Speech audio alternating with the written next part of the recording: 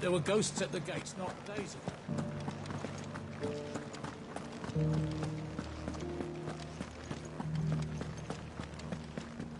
Those things I said before about not being able to fight. Oh, Clive. What am I to do? My wards and I may soon be without a home. What's happened?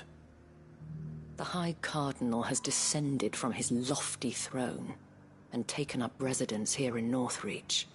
The High Cardinal?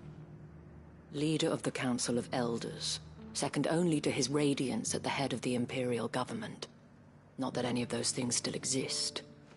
Now he goes by his noble title, the Duke of Oriflamme. And what does he want with Northreach?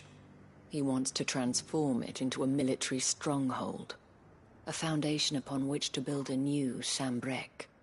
He's already secured the support of the various army remnants, with promises that they shall be afforded the respect they deserve in his empire.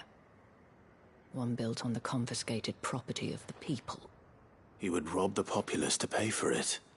Believe me, I have used every means of persuasion to discourage him from this folly.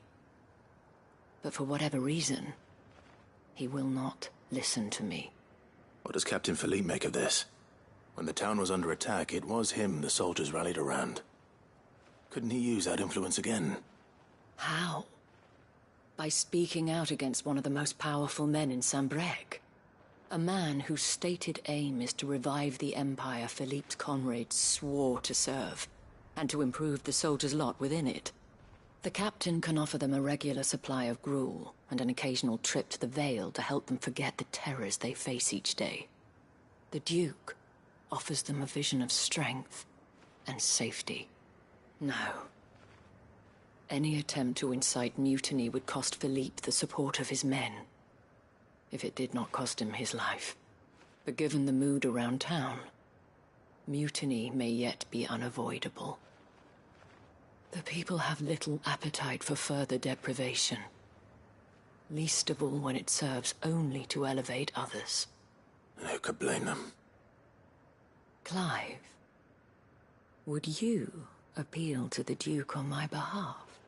For your services to Northreach, you have the respect of the soldiers, and they will take you to His Eminence if you ask them. And unlike Philippe, no bonds of loyalty prevent you from speaking your mind to the man. Well, will you try? You could hardly fare any worse than I did. I'll see what I can do. Thank you, Clive. Tell me then, where will I find this Duke of Oriflamme? In the garrison? Overseeing the troops, yes. All right. Wish me luck.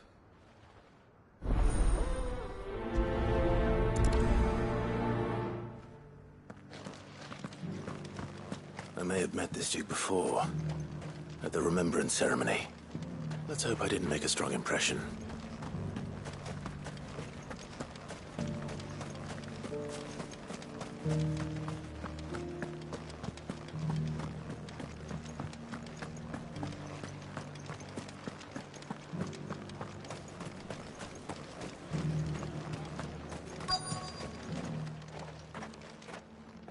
Halt!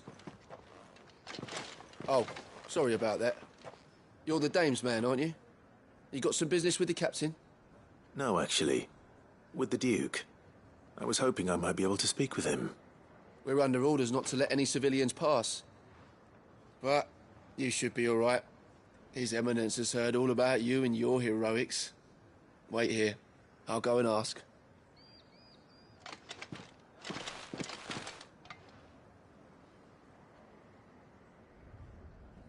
So, you are the sellsword who lent his aid to the garrison.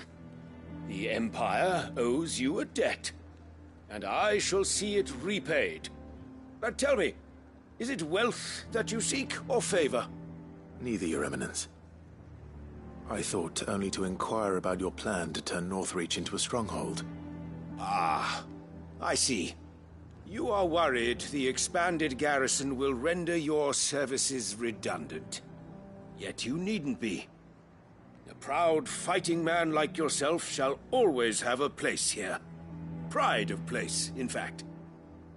For too long has the contribution of the noble soldier been under-reckoned. But no more. For it is they who shall see the Holy Empire rebuilt, beginning right here in Northreach. Why here, Your Eminence? The town has been fortunate enough to escape largely unscathed from the recent troubles. Her defenses are sound, and her garrison well prepared. Which is more than can be said for Oriflamme or Twinside. The Empire wants for a capital, and I believe Northreach to be the perfect place. With Caer Norvent as her citadel. Once we have seen to the refortification of both the town and the castle, we need only build a wall around both to create a city that would be the envy of the twins. Plans are already underway for the construction. Soon enough, these thralls shall learn that they are no match for the might of Sanbreque. I fear you underestimate how dangerous these creatures are, Your Eminence. Should they return in force, you will need all the people of Northreach to come together in defense of the town. Something they may be loath to do if they've been deprived of their worldly goods. The people will do as their leaders command. If Sanbreque is to be rebuilt, she will require a functioning government. One whose authority is beyond question. That is why this levy is necessary. So that any man who wishes to join the army might do so and be fed, outfitted, and paid as befits a defender of the Empire. And yet there are those who persist in peddling the treasonous lie that I seek to steal from the people and drive them from their homes. I suspect they're afraid of losing what little they have left. Precisely. The common folk have little and less, and you mean to deprive them of even that. You would sow the seeds of your new empire in your own salted earth. Sabine, we have discussed this. Yes, and I told you then how putting the empire before her citizens would lead only to revolt.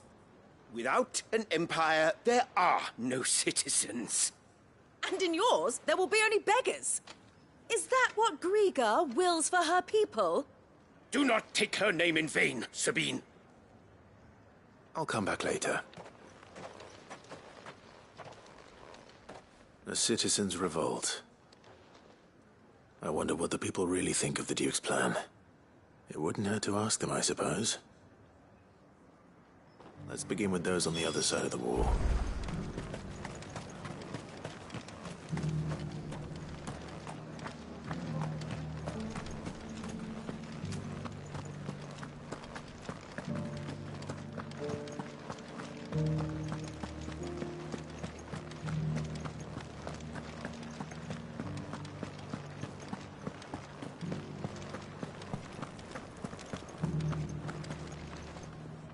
All right there. What is it you're after, sir? Just your opinion, actually. I wondered what you thought of the Duke of Oriflamme. Oh, him. Not much. None of us traders do. It's thanks to nobles like him that we had to set up shop this side of the wall in the first place.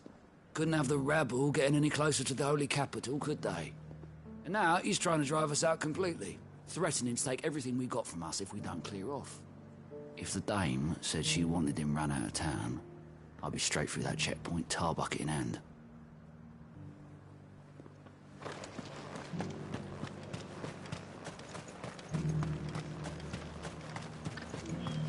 I heard the dame got an icon to rid the meadows of those ghasts. Oh, come now. She surely cannot count a dominant amongst her clients. A question, if you don't mind. What do you think of the Duke of Oriflamme? Don't get me started. You build a life for yourself somewhere, earning for some noble to turn up and tell you you've got to hand it all over to him. If he thinks his name and his chains give him the right to empty our purses, he's in for a rude awakening. We'll do whatever it takes to keep what's ours. Whatever it takes.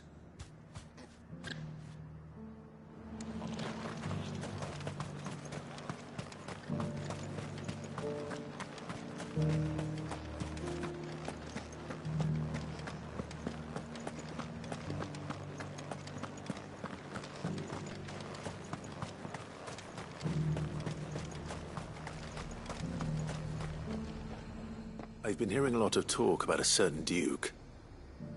Nothing good, I'll wager.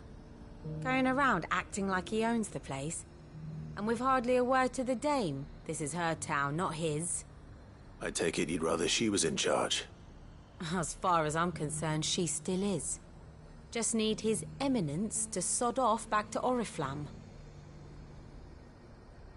Well, the people seem united enough. What about the soldiers?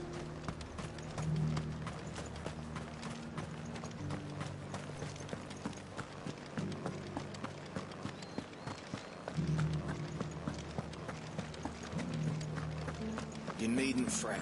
The creatures...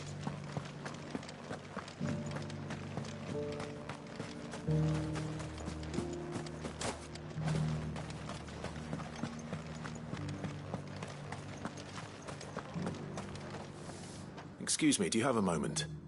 I wondered if you'd mind sharing your thoughts on the Duke of Oriflamme. Well, he's made a lot of enemies coming in the way he did. I mean, look around us. You can see the state the realm's in. The traders might not like having the screws put on them, but if they volunteered a few more of their hard-earned gil before things got bad, maybe they wouldn't have to. I think the Duke's got a point when he says rebuilding the Empire's the best way of making sure we're all protected. And if that means people who don't know one end of a sword from another have to make way for those who do, well, that's just how it goes.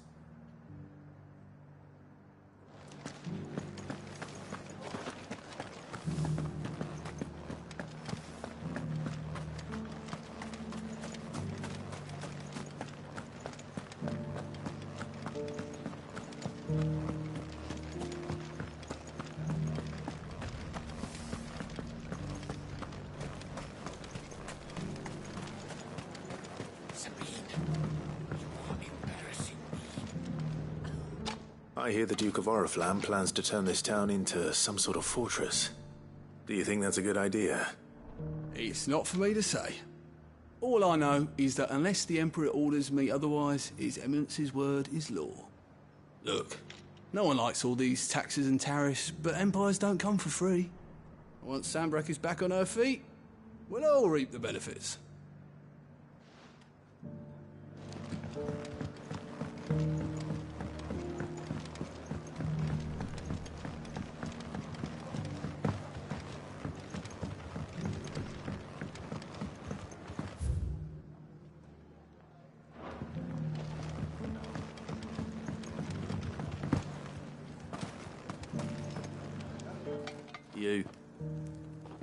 You're the one who was talking to His Eminence. On the Dame's behalf, yes. I was trying to persuade him not to take the people's goodwill for granted, but it seems my words fell on deaf ears. What do you think of his plans? I'm a soldier, mate. He tells me what to do, not the other way round. Listen, I've got nothing but respect for the Dame, but I've got a family to look after. That's where my loyalties lie, not with the town or the Empire, but with my wife and children. If the Duke can get us the men and the equipment we need to fight off those blue-skinned bastards, I don't care how he does it. Let's see what Philippe makes of all this. I left everything. As long as you remain, the Veil will see to your needs.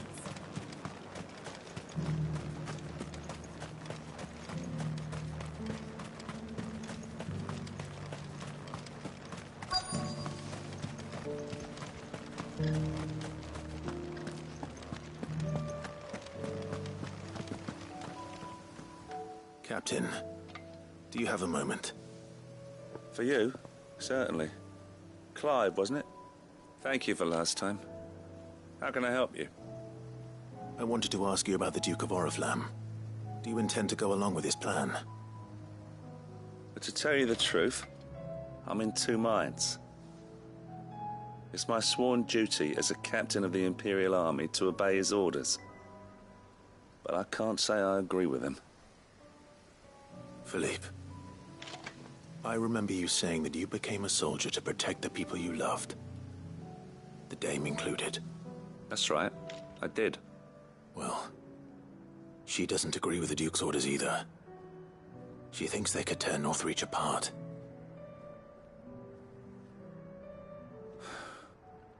And she's probably right. Thank you, Clive. I know what I need to do now. Protecting the people I love is what matters. Doesn't matter how. Well, duty calls, so I better go. Thanks again.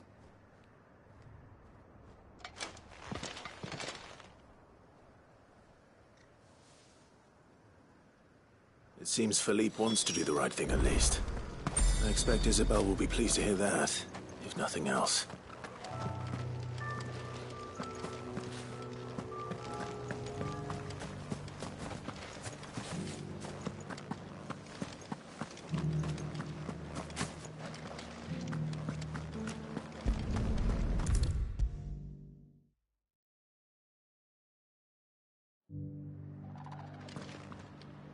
Ah, Clive. How did you fare? Were you able to speak with the Duke? I was, but...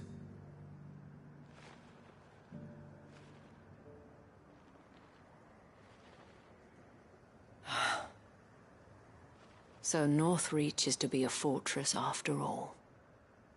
Well, it will certainly help to hold back the thralls.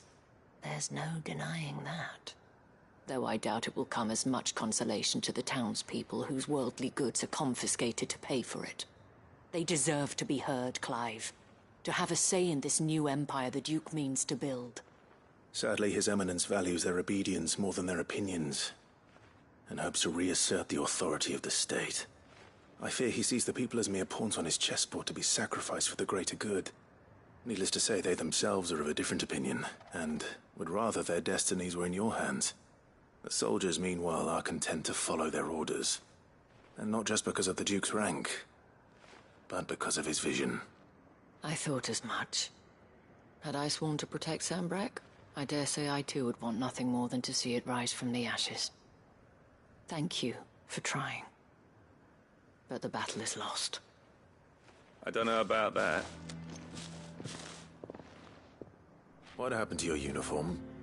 I handed it in, along with my resignation.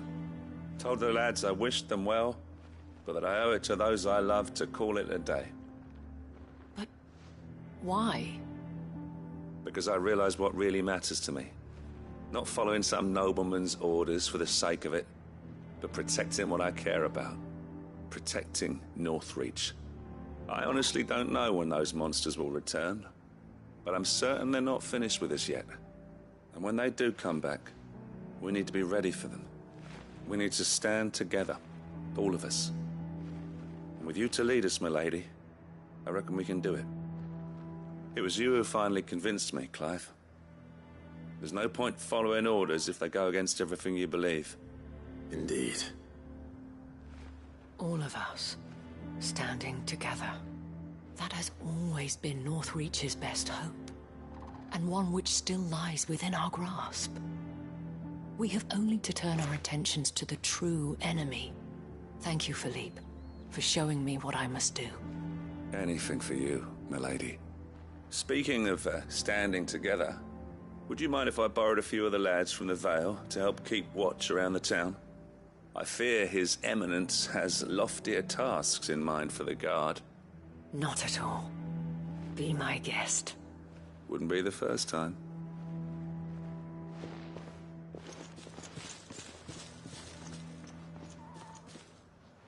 There may be hope for Northreach yet. Especially with men like you and Philippe to champion our cause. I, for my part, shall continue to work upon the Duke, in the stubborn belief that I might still tempt him into joining hands. But I suspect I shall have to call upon your aid again. Until then, Clive, Until then...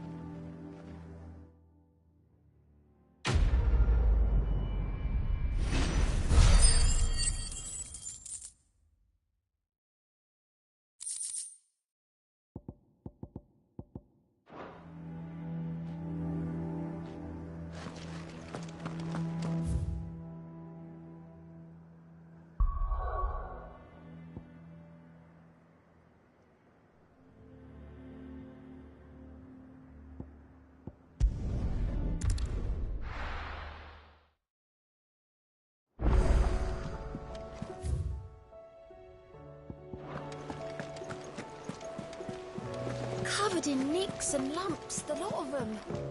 It's a wonder they can still walk.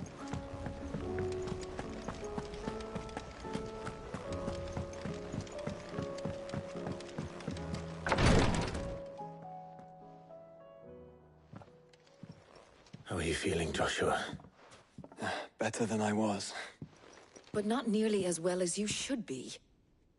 Your cuts and burns may have healed, but your body still bears the burden of every spell cast. And what would you have had me do? It was no ordinary foe we faced. It was the Warden of Darkness. Yet still, it was not enough.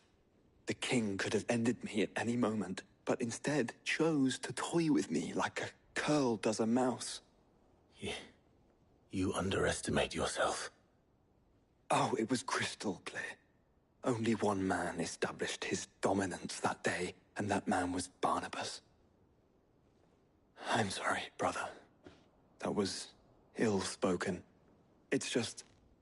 I have never felt so powerless.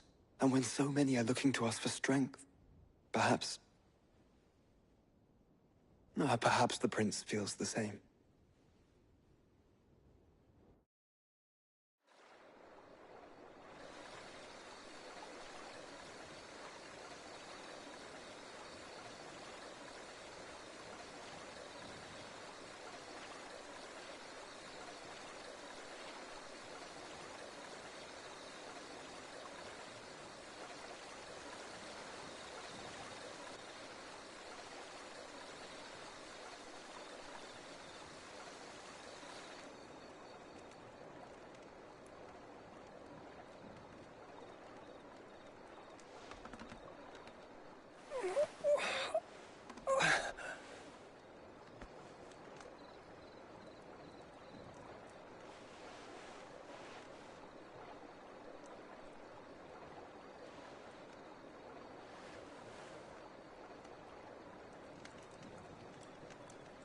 What is this place?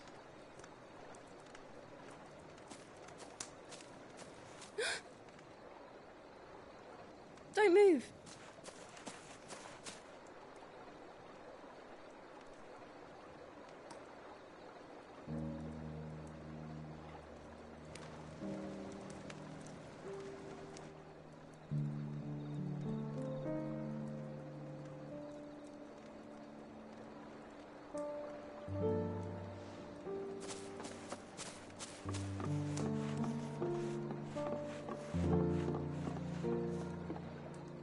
Here, it's fresh from the well.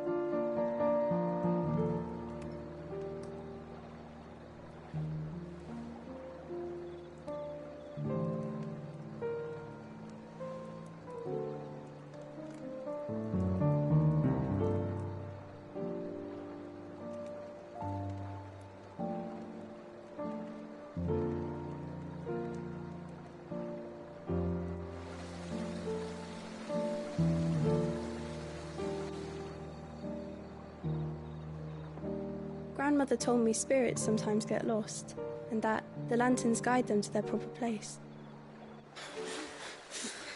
I set one on the river for her when she passed away.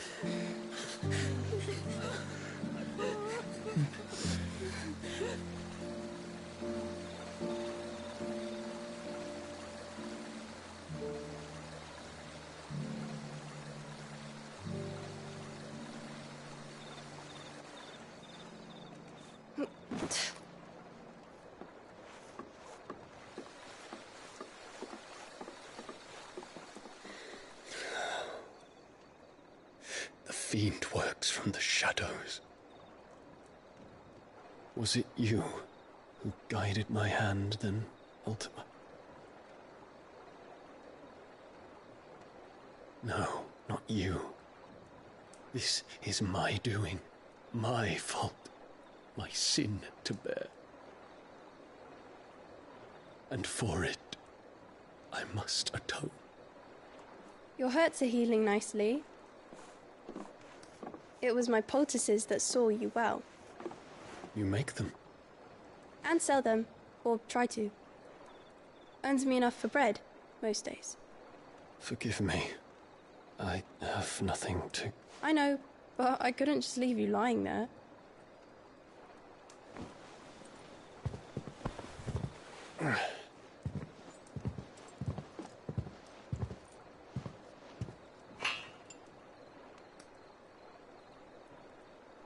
You're going then? Of course. I'm healed. Thanks to you and your poultices. Will you promise to come back and visit?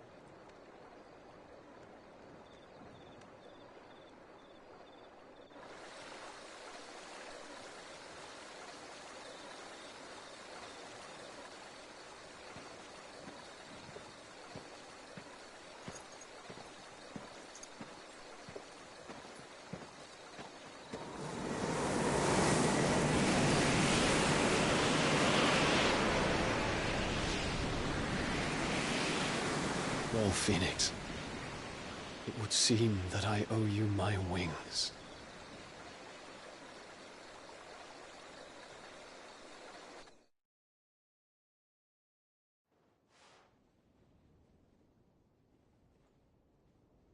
Perhaps he can find an answer. You will be returning to Waloed soon, I gather. I see no reason to wait. Then neither do I. I can think of a few, but I doubt they'll stop you. You will take your medicine. Of course, Lady Daya. Set on leaving already, are you? How long will it take us to get back to Ash? Dunno, about the same amount of time it took us to get here. Maybe less, if your uncle can find someone trustworthy to patch up the Enterprise. All depends on where we're putting into port, mind. Yes. It's not as if we can put ashore wherever we choose.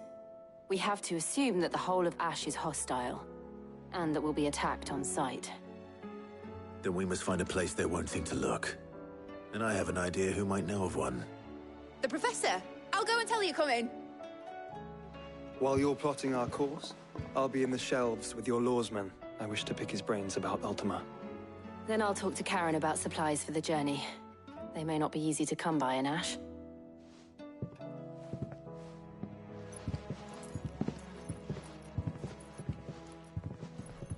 Your brother's body won't take much more of this recklessness.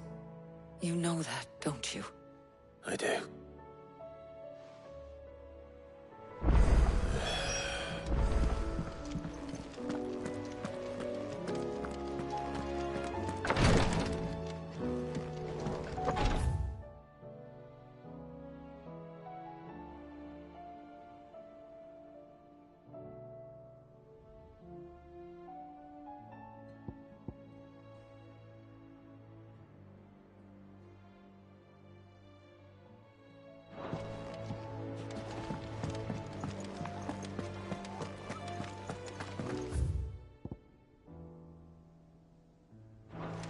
I still say it were a compliment. Say it all you like. Ah, Clive. I was wondering when you'd arrive. Please tell me you've come to take our young prodigy here off my hands. I'm not here for Mid. I need information on Ash. Then why not ask Molly if you can look in one of her ovens? Go on. As soon as the Enterprise is ready, we'll be setting out for Drake's Spine. And we're going to need a safe place to land. Preferably one that won't see my ship blown to shit and splinters. If it were that easy, do you think Waloed would have resisted invasion for so long? Very little is known of Ash, and the information we do have is spotty and outdated. We have the good King Barnabas to thank for that. Waloed's borders have been closed to outsiders since the day he seized the throne. If there is anywhere safe to land, you won't find it on my map. Then tell us what we will find. I'm sure you know better than we do. But no splinters. All right. If it will get you out of my hair. But interrupt me, and it's over. Understood?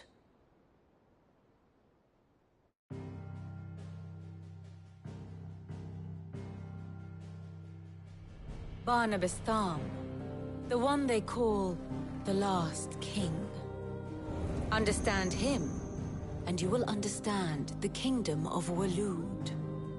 Barnabas was only a boy when he arrived from beyond the southern seas, and barely a man before he united the ragged tribes of Ash. And having unleashed them upon the formidable Veldemark, he set his throne upon the ancient kingdom's ruins. The victory sent shockwaves around Valisthea, tales of Odin's might spreading through every court, parlor, and drinking hole in the realm. Note that this was in the year 843, and that the king still sits upon his throne some 40 years later, quite untouched by time.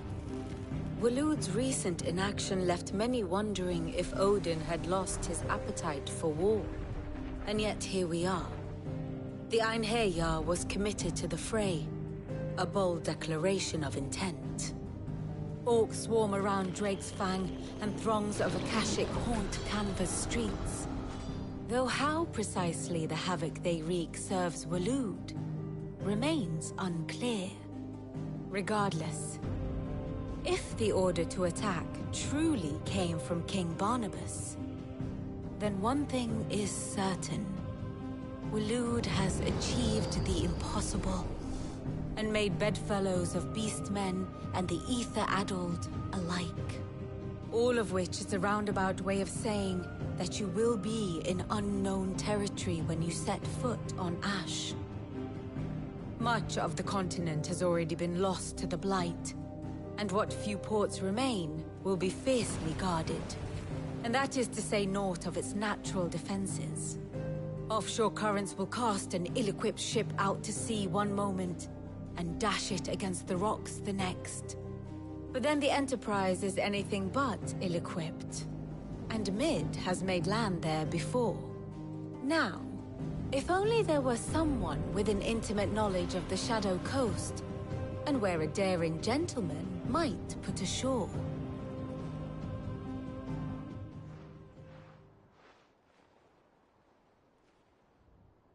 You see, Clive, you had the answer all along. Do you think you can get us back to that beach, Mid? Picked you up from it, didn't I? Not that it were easy. The currents were a right bastard. But then, if it wasn't hard, it wouldn't be worth doing, would it? Well said. Thank you, Lady Vivian. If a few morsels of common knowledge and a sprinkling of tavern talk are worthy of your thanks, I wonder what genuine intelligence might earn me. Probably more visits. Mid, I need everyone in the ale hall now. I'll fetch Joshua from the shelves. Aye, aye, Captain.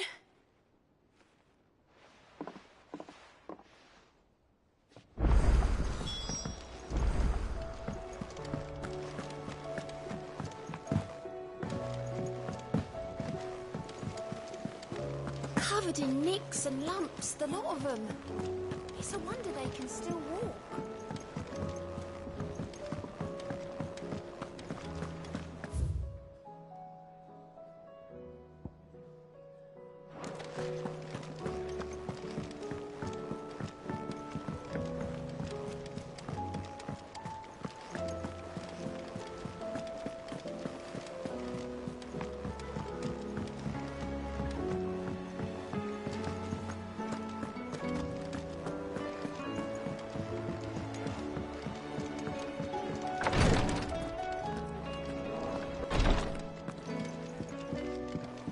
Please, Your Grace, stay strong.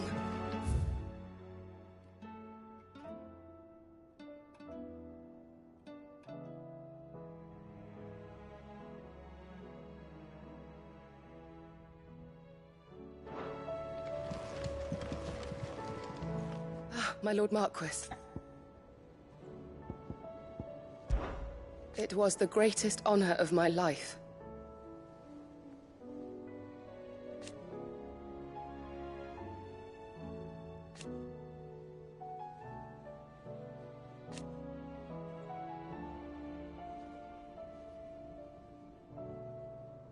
But now, so I bid you. Your companions are kind indeed.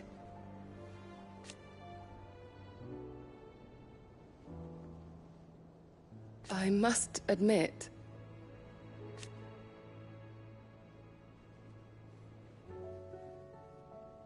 but I see now.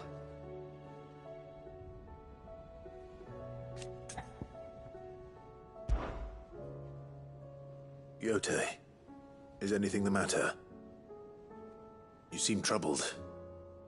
Perhaps I might be able to help. My lord. Yes. Perhaps you might. It's your brother. His condition continues to worsen, though he does his best to hide it. The lesion on his chest pains him more with each passing day. I had feared as much. There are certain elixirs which can ease the suffering of those afflicted by the curse, but... But His Grace's case is severe. The drafts I have been able to prepare for him thus far have ceased to have any real effect. So I consulted with Tarja and certain of my comrades among the Undying about the possibility of finding something stronger. And thankfully, a recipe was found.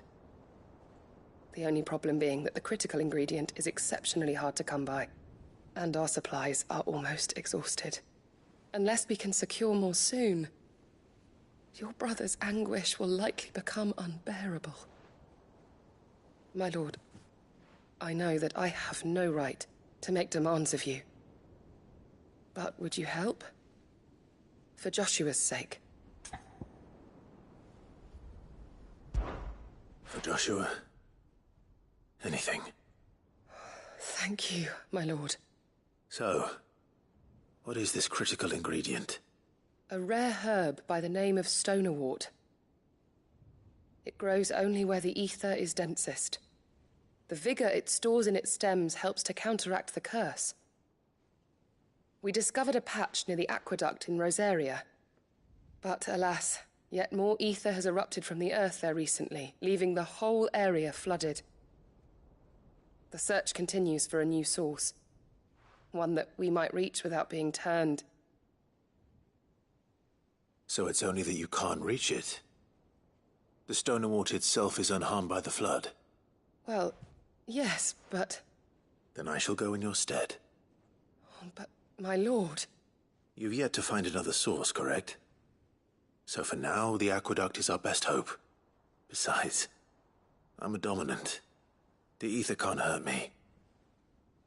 Well, if you're sure, my lord. Stonerwort is easily identified by its blood-red blooms. Search around the aqueduct, and you're sure to find some soon enough. I shall remain here and prepare the other ingredients.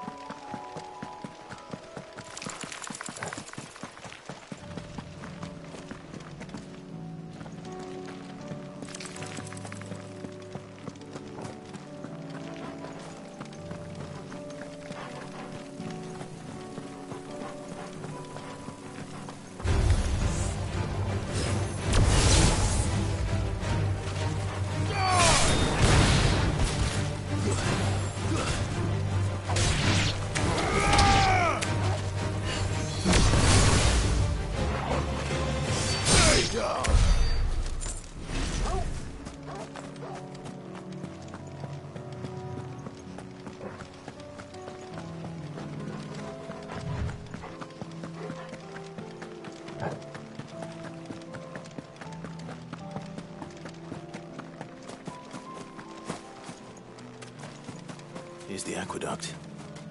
Now to find our stonewort.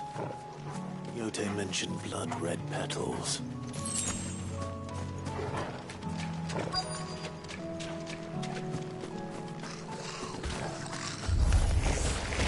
That's my luck.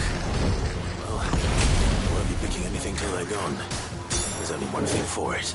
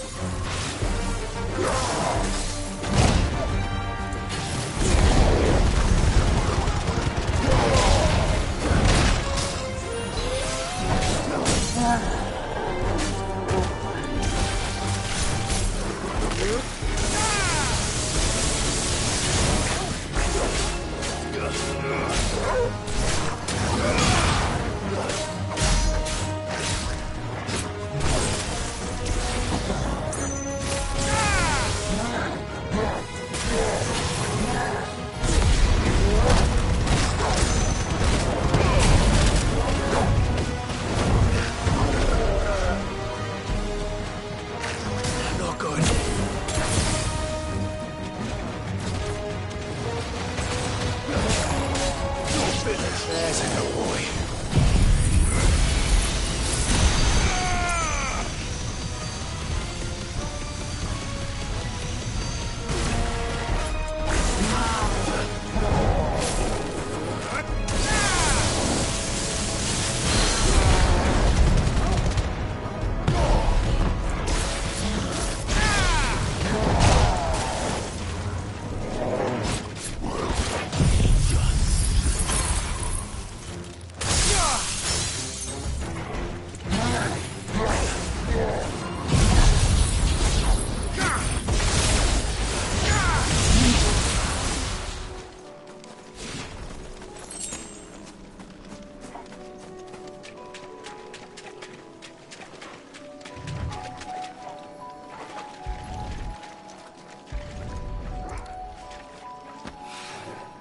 Here it is.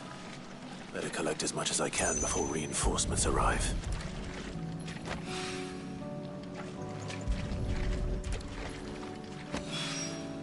All right. That should do it. Let's get these back to Yote.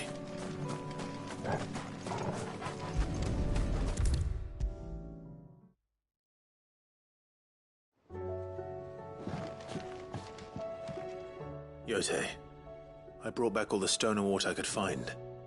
Will this be enough?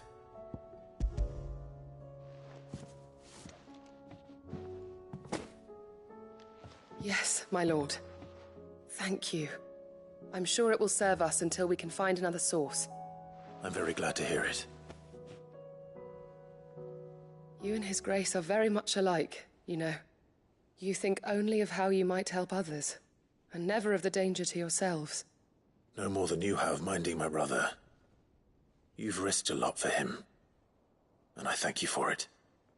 I am honored that you should say so.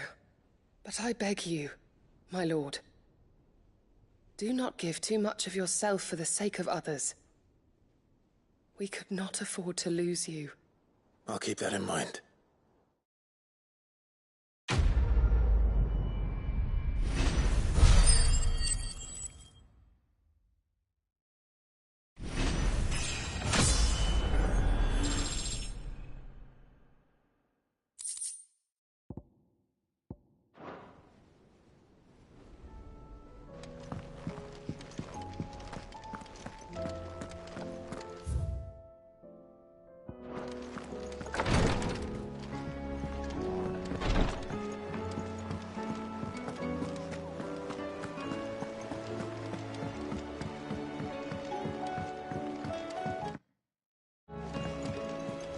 Covered in nicks and lumps, the lot of them. It's a wonder they can still walk.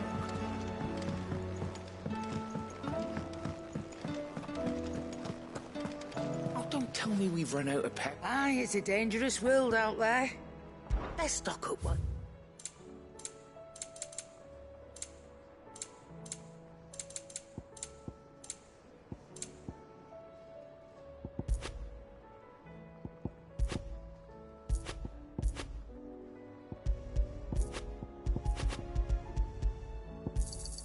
It's rubbing me blind, you know.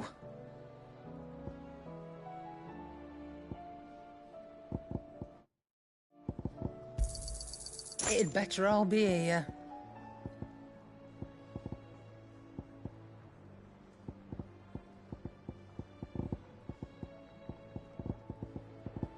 Finished, are you?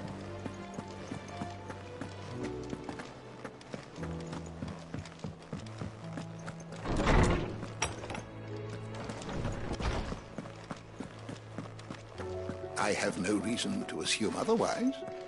Well, then that changes everything. Clive, you must listen to this. Lawsman, tell him. Do you recall when we spoke before on the divinity of Ultima? Well, it inspired me to delve deeper into the subject. And what I discovered appears to agree with the findings of His Grace. You will recall that my quest to uncover Ultima's origins began with the mural at Phoenix Gate.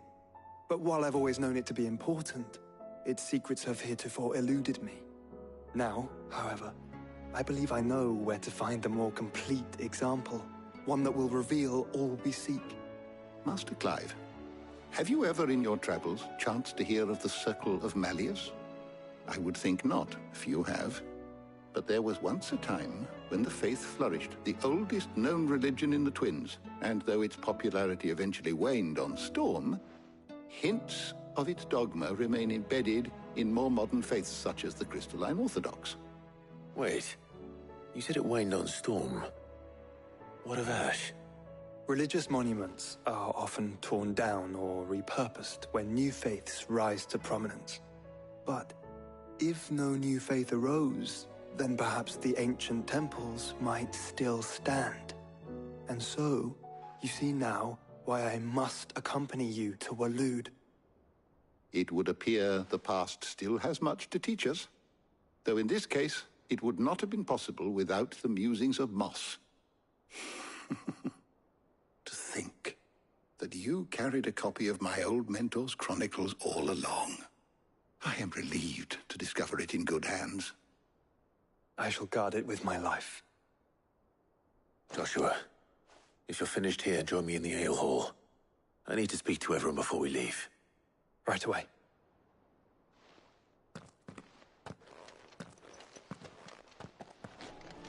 Mid said I could ride the Enterprise next. No, she didn't. She said I could.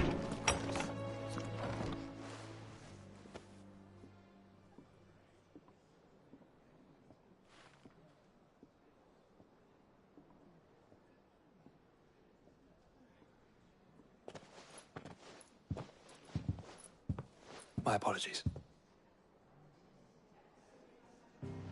By now you've all heard where we're going and why. So I won't bother you with the boring details, only the important ones. If we attempt to approach Stone here by sea, there's a good chance we'll be sighted and fall prey to the capital's artillery. So instead, we'll disembark on the southwest coast and make for Drake's Spine on foot. I say we, but it's highly likely the entirety of Ash is under the rule of Ultima. A large party would only attract unwanted attention, as well as slow our march and require supplies which may be difficult to obtain. Only Joshua and I will be going. And a scout. Preferably a good one. Gav, do you know of any? You bet your ass I do.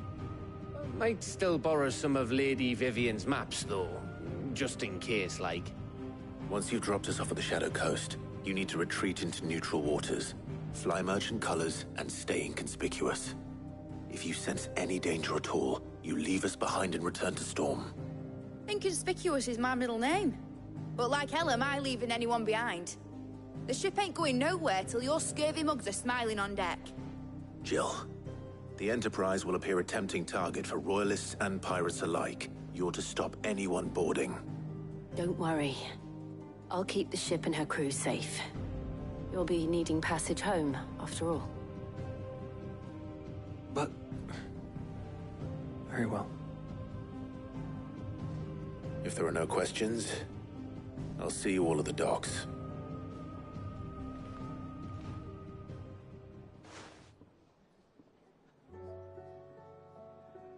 Let me know when you're leaving. I want a word before you go. Of course.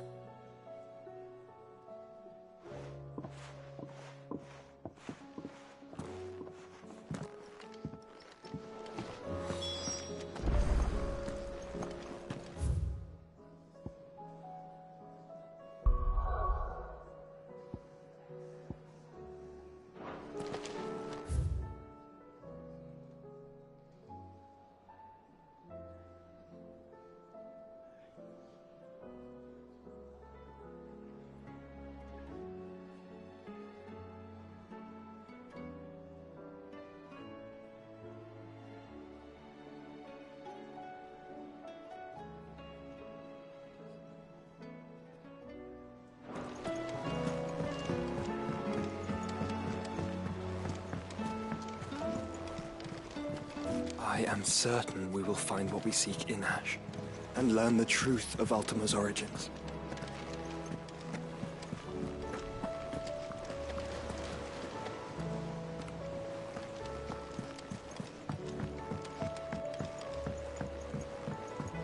How do you split the sea, you reckon? Is something wrong? Not at all. Honestly. Can't a man wish his friend farewell? Just wanted to let you know that I'll keep things in order while you're off saving the world. I'll hold you to that.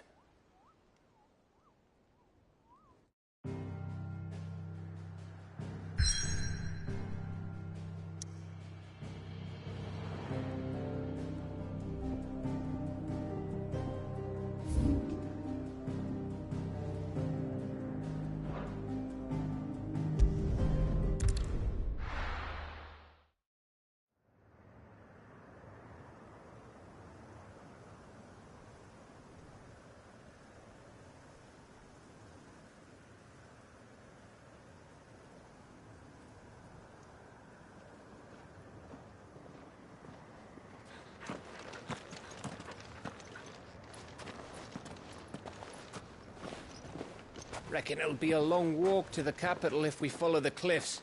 I'll scout ahead, see if I can't find us an inland route.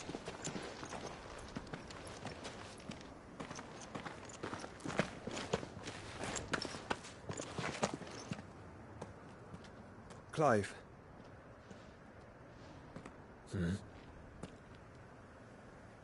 There's something I've been meaning to ask. You took her icon, didn't you? Yes, I did. She understood.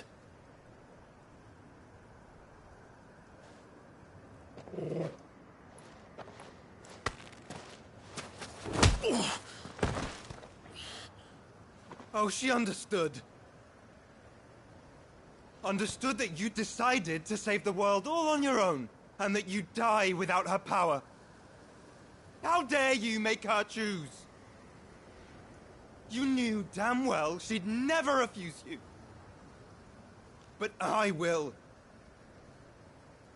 You can't keep pushing us away, Clive. The world is ours to save, not yours.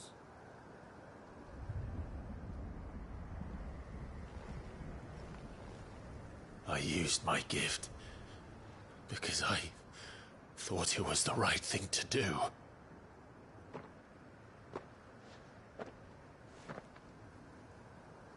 And you truly believe this will save you? Will save us all? I do.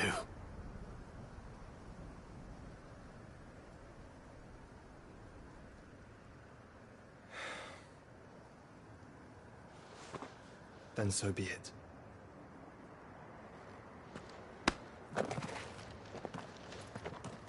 Just don't forget, you're not alone.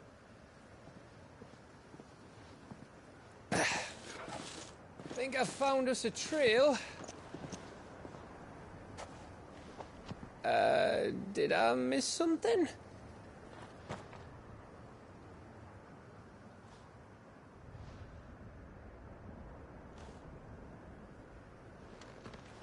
Only that Joshua didn't. I don't get it.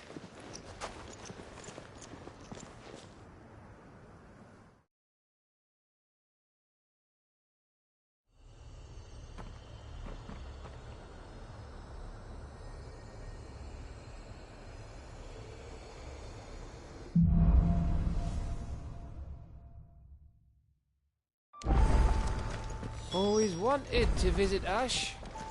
We're in Waluda territory now. Don't expect a warm welcome. Oh, I don't know, Clive. That castle over there looks inviting enough. Shall we sample its inhabitants' hospitality?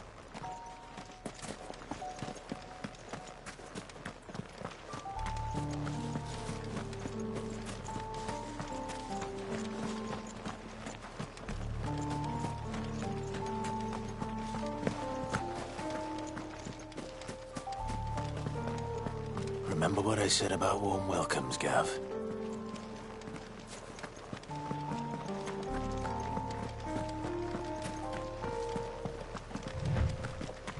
Oh, this place is as dead as Grieger's ghost.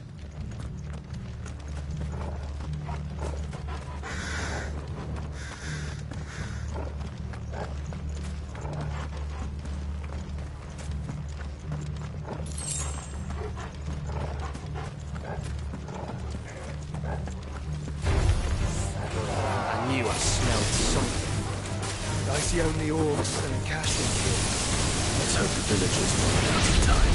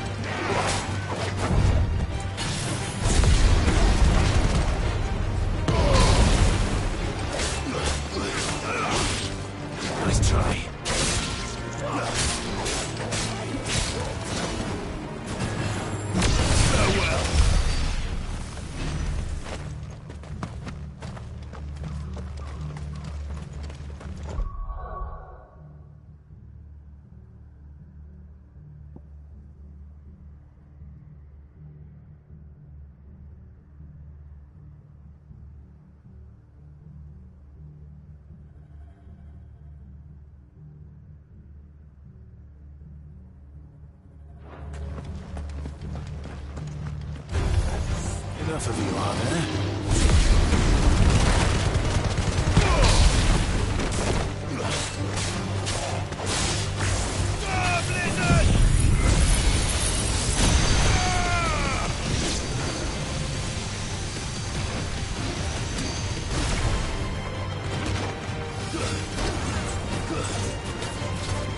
You're finished.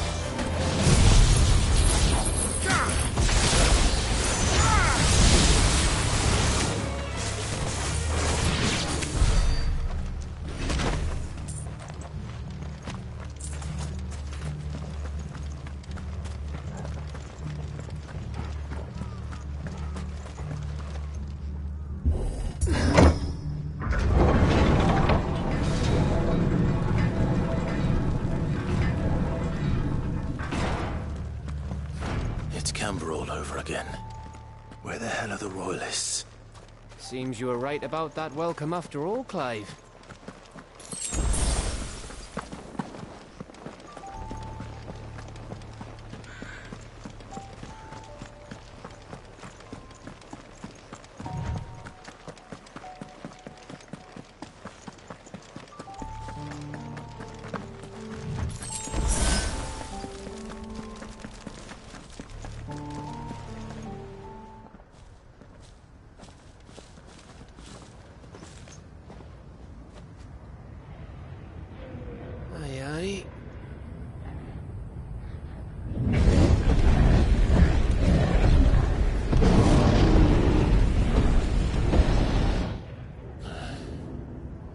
Is the whole of Ash fallen into Ultima's hands?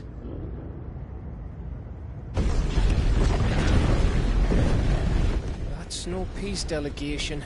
We should send a warning to the others. No. My uncle will have an eye on the coast. I trust he'll find a way to entertain any uninvited guests. Our mark is Drake's Spine, and there's a lot of road between us and it. We press on to Stone here. Aye, you never know. It might not be a nest of slabbering monsters.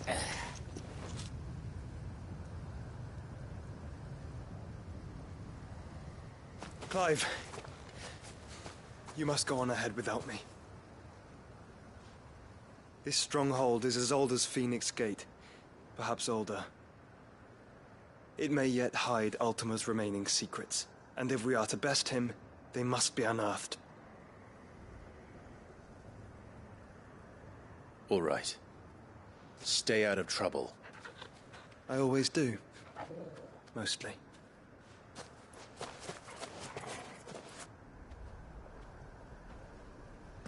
You sure about this? About leaving my brother on his own? Of course. Mostly.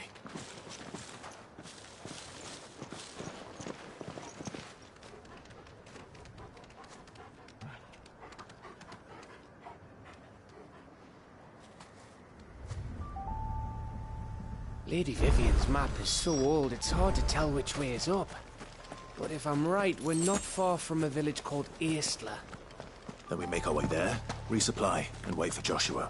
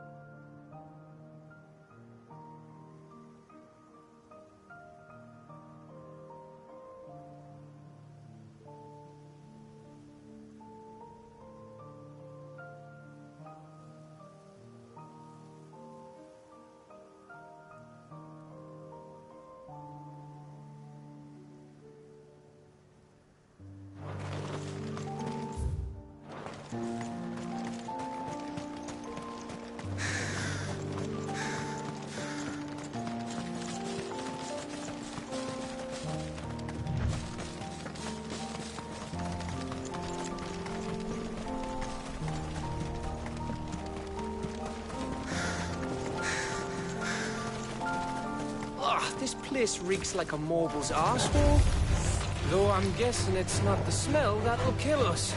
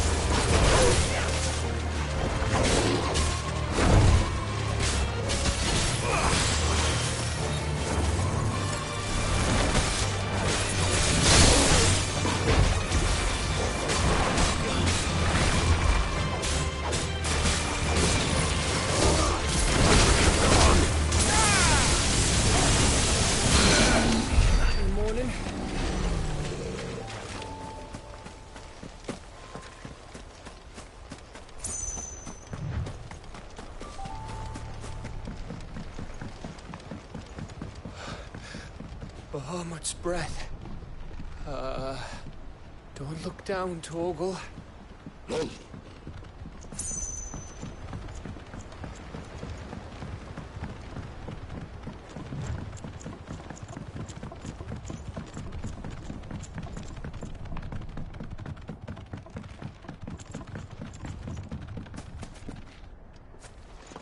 That must be Aistla.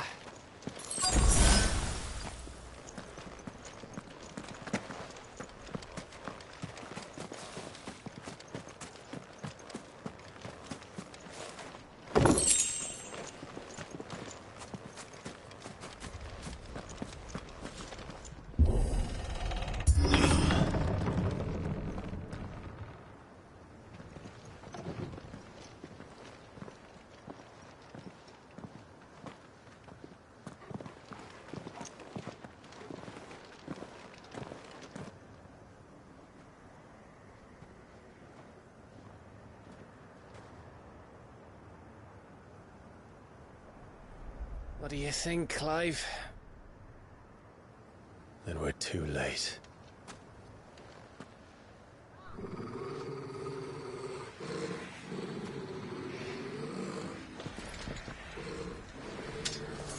Damn it. They're all turned. There's nothing we can do. I wouldn't say nothing. No quarter, Gav! No quarter!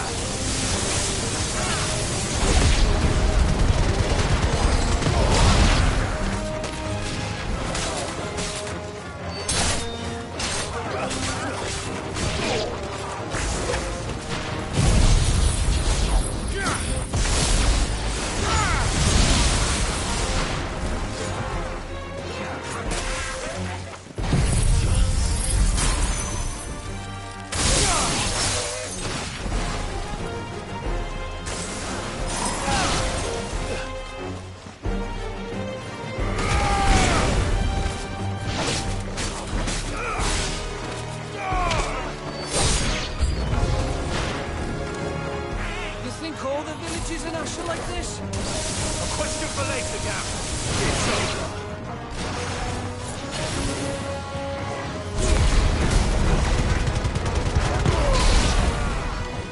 Stay down!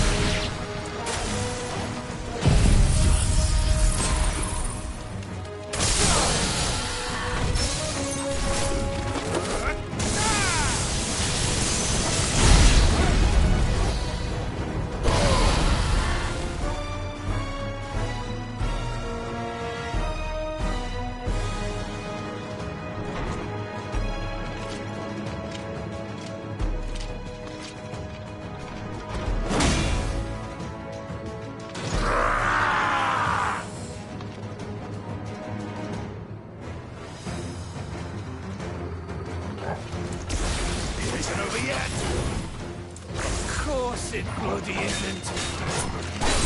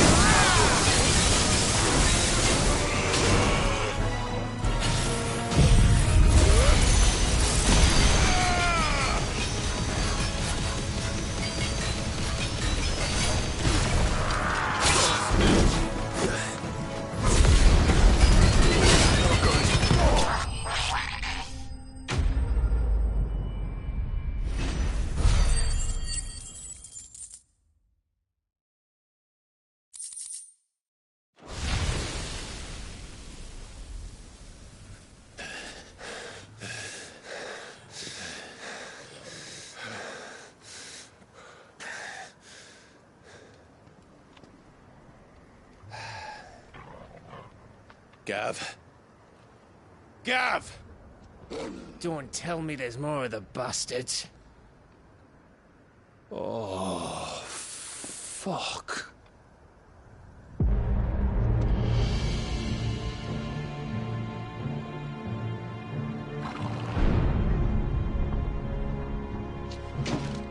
Have you come to watch, Odin? Bound for Stonehill. Good. My master awaits you in the capital, though I cannot allow you to attend him in your present state. And how are you going to stop us? Why, with this!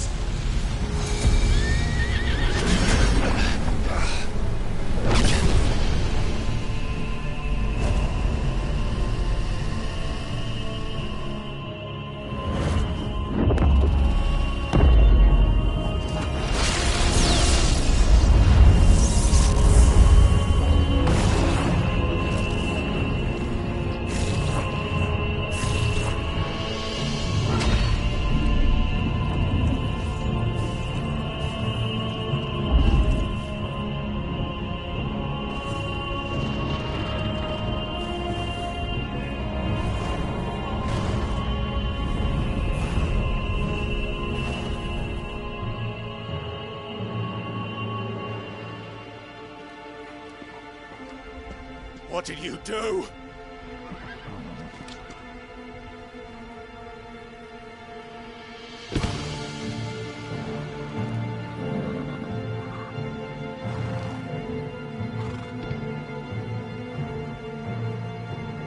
If the vessel would see the path opened, it has but to ask. I shall see that my master's prize is made presentable.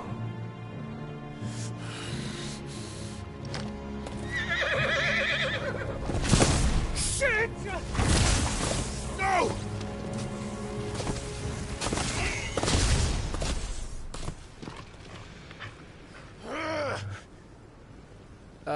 Clive, would you mind telling me what the fuck just happened?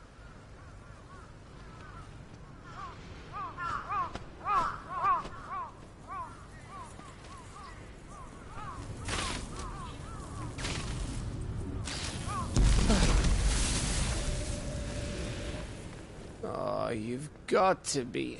How are we supposed to get through that? We seek an audience with the king. If His Majesty wants me to come and ask him,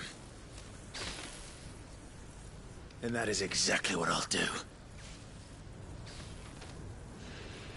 Before you go practicing your petition, we don't even know where the fucker went. How about we cool our heads and think this through, eh?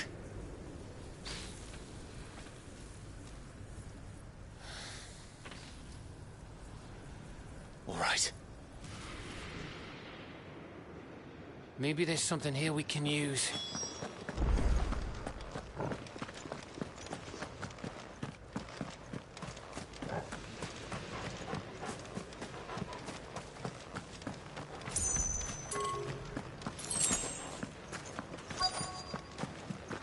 That's better.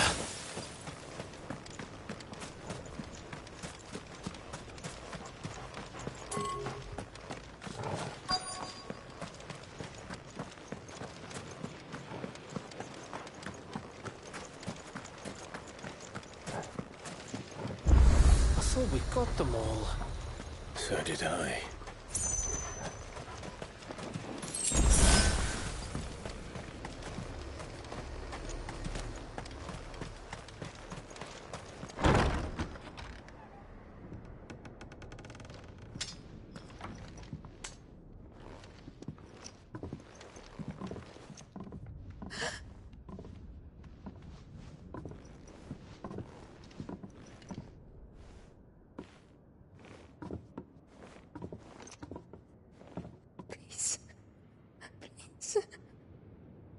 Please, no. Miss. Whoa, easy, easy. We're not turned, all right?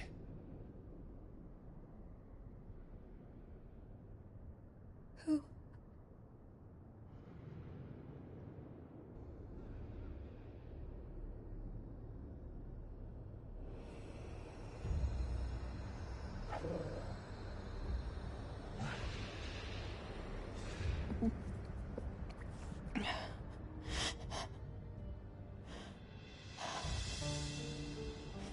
My thanks, kind travelers.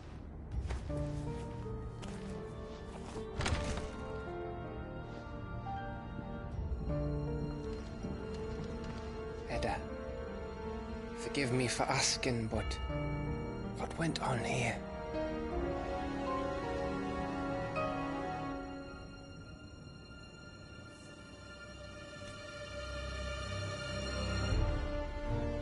It all started when the skies changed. The elders said it was the Arcade. One by one, people went mad. Minds taken by the ether. Till only I remained. By then, I was too far along to run. And then the nights came. And I didn't know what to do.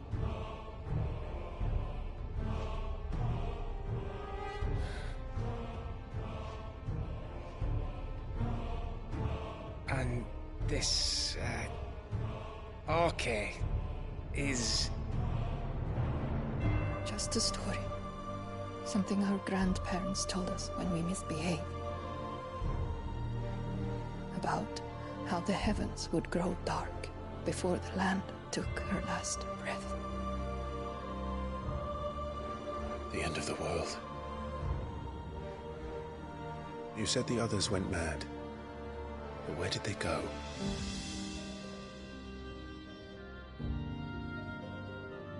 They all left. Drawn east to the tower, to reverie. The elders, the healer, the blacksmith, my husband.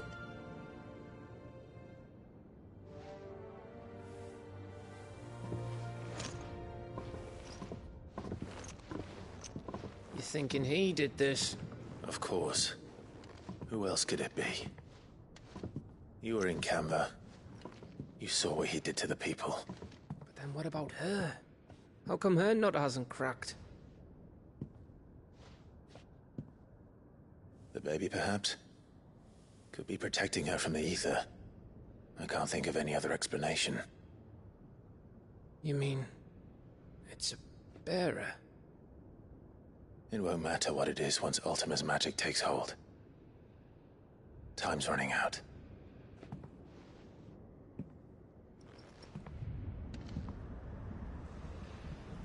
This tower. That's where we'll find the king.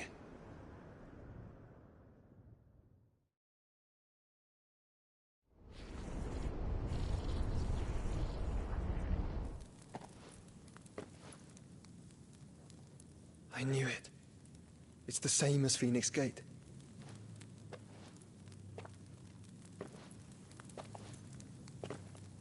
Which means at the end of these stairs should be...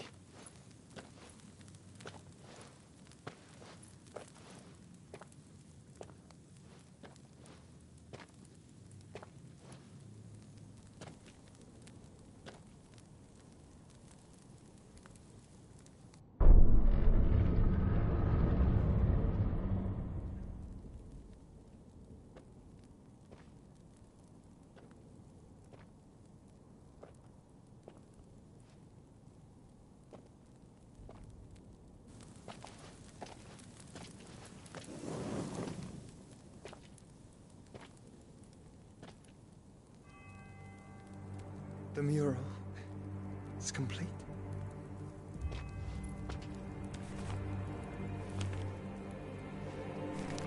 Ultima and his vessel, Ifrit.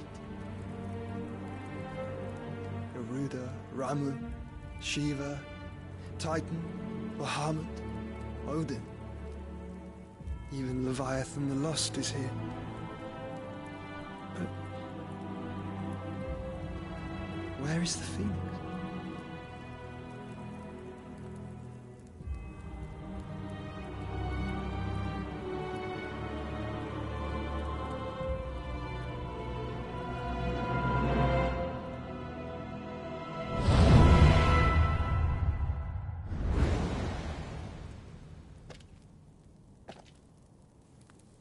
By the Founder.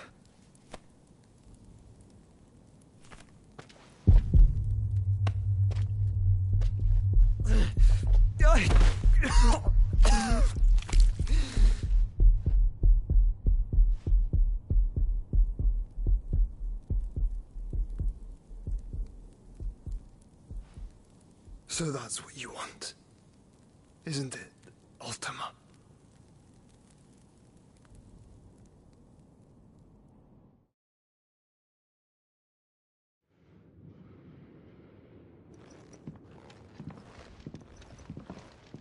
So that's how it's gonna be then?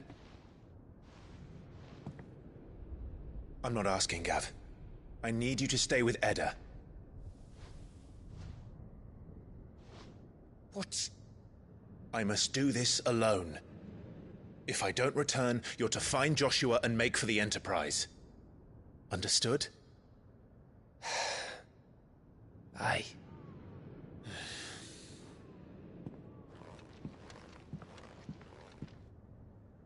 Just don't you go dying on me. Sid's name suits your miserable mug better than mine. Don't worry. I haven't finished with it yet.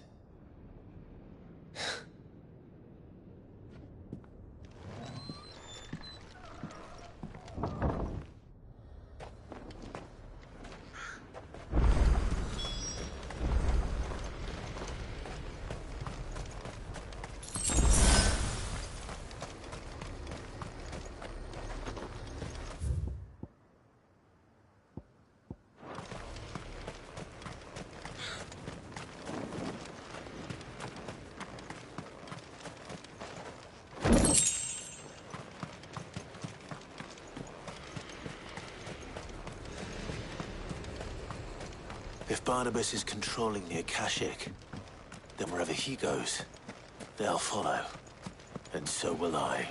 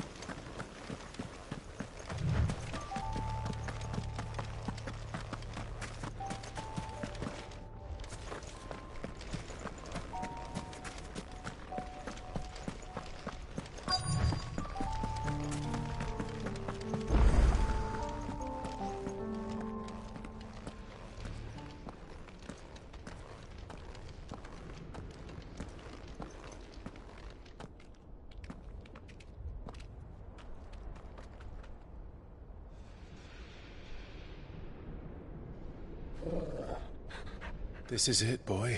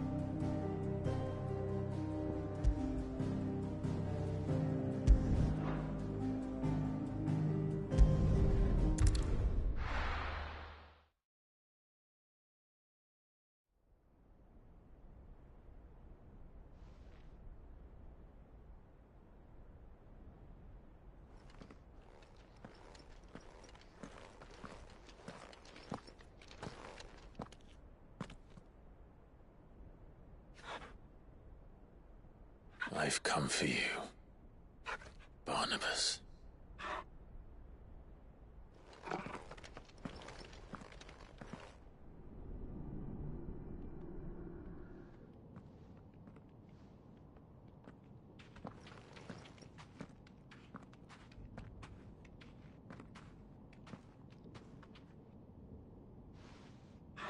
Stay close, Torgal.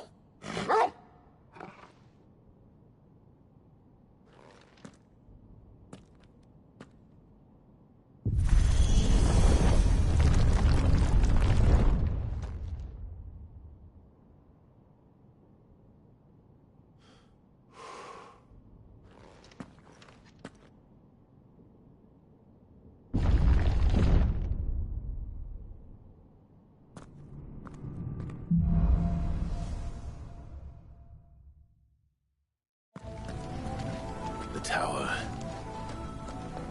It's alive.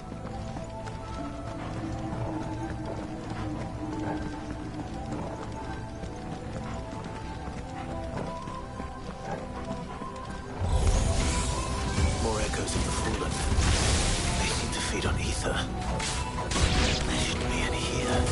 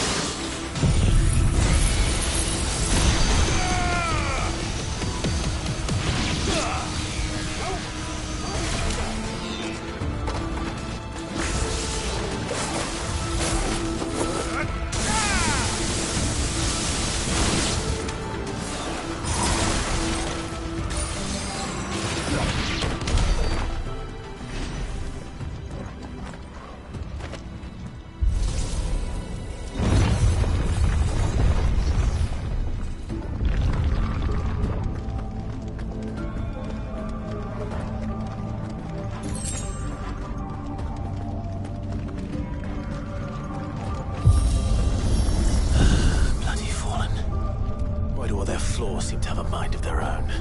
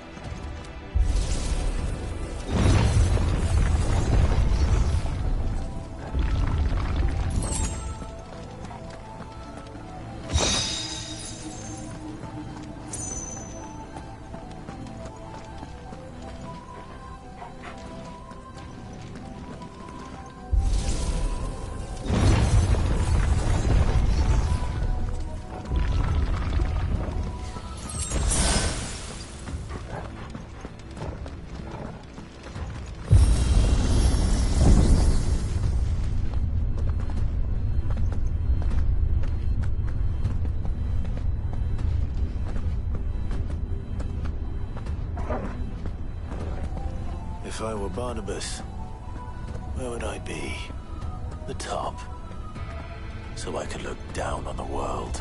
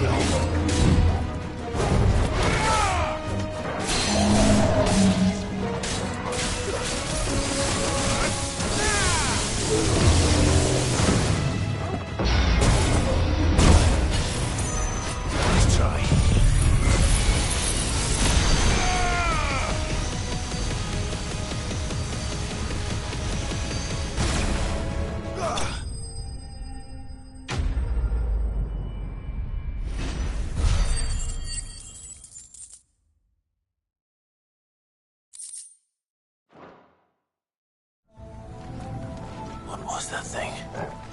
Hopefully there aren't any more.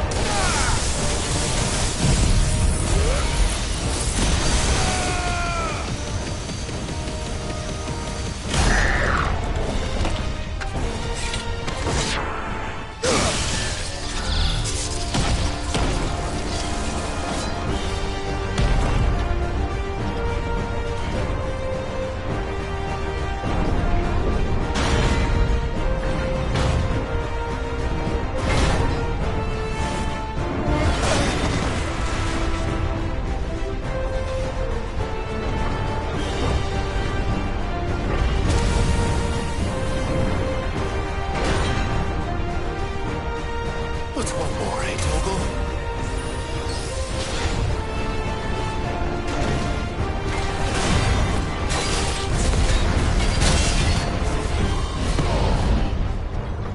That's better. Nice try.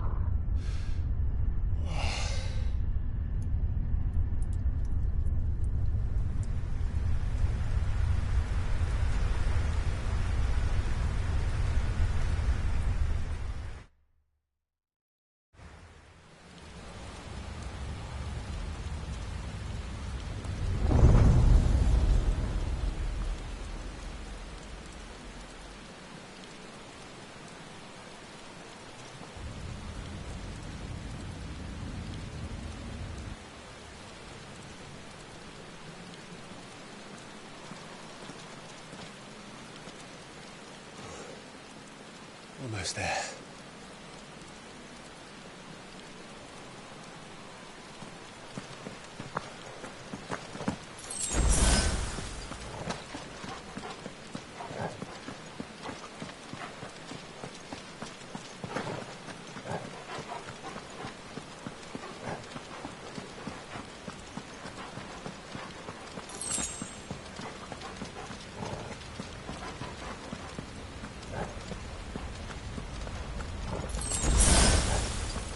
He's here. I can feel him.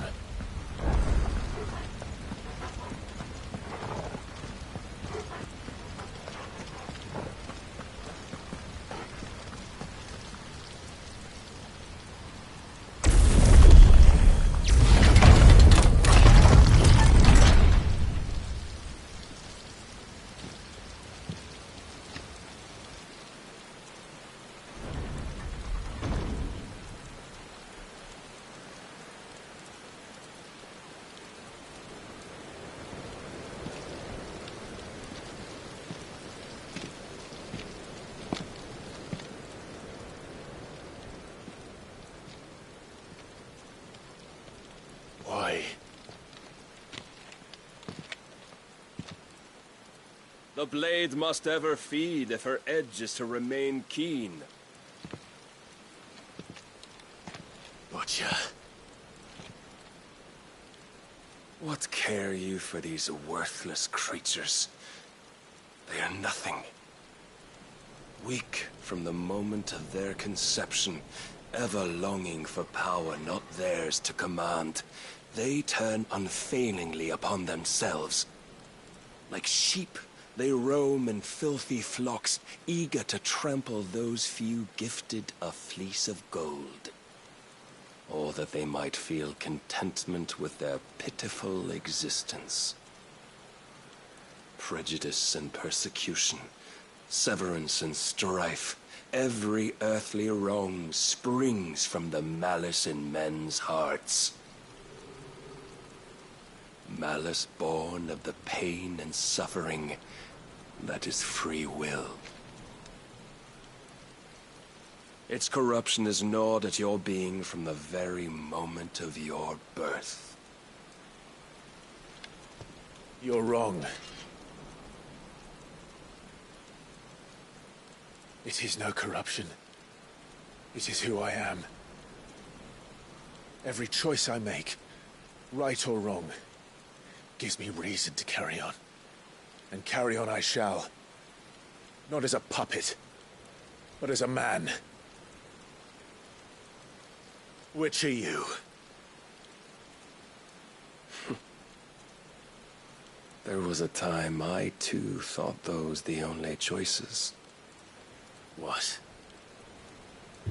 Long ago, God granted man the gift of magic. And with that gift did he build great civilizations. Yet over time, man lost sight of the gift's true meaning, stepping from the path of shared prosperity to one of avarice. He abandoned his creator for sword and flame, and through his folly, beckoned the blight.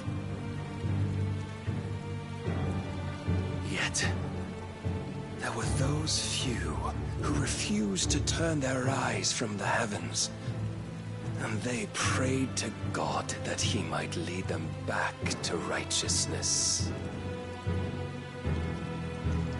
And the Lord, he did answer. Before the worthy shall the gates of paradise open. And so did I spread my arms to the ether, and cast my soul upon its gentle waters. I gave myself unto him.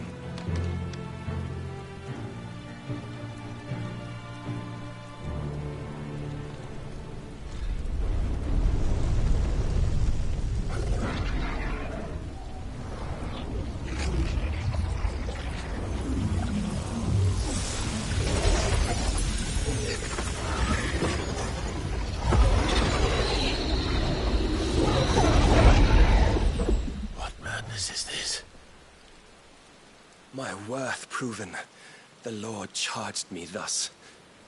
If your kind are to find salvation, they must be made to serve. You see, paradise lies but a single step away. Could we only take it? Could we only leave our transgressions behind? For none save the pure of heart and mind may set foot in the new world. I will save us. But it all begins and ends with you. You are the key, Mythos. And with this humble offering, shall I prove my faith once more. So you forsook your kingdom. You forsook yourself to serve. Tell me, how is that living?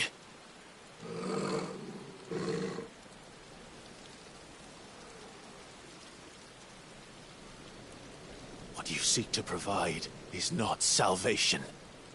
It's anything but. Life is about always having a choice. Take that away, and we might as well be dead.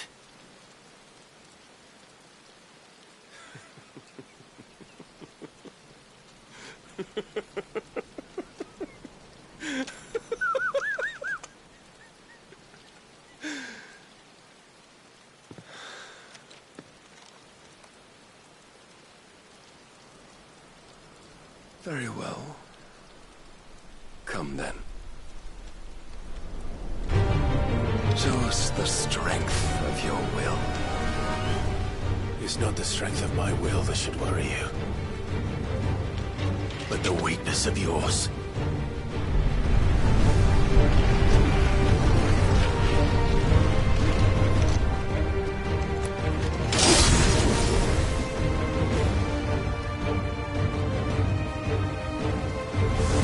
If you think your will the stronger, prove it. By this day's end, you shall know the truth.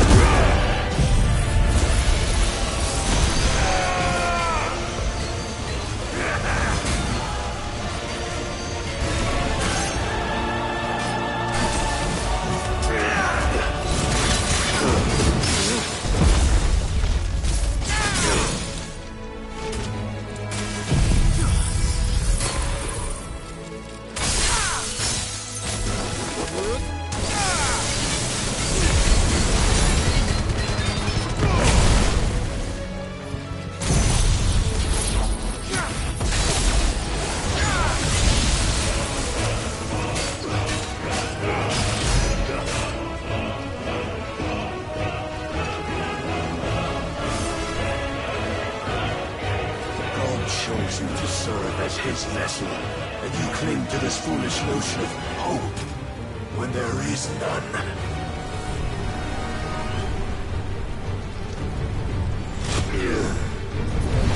Fuck!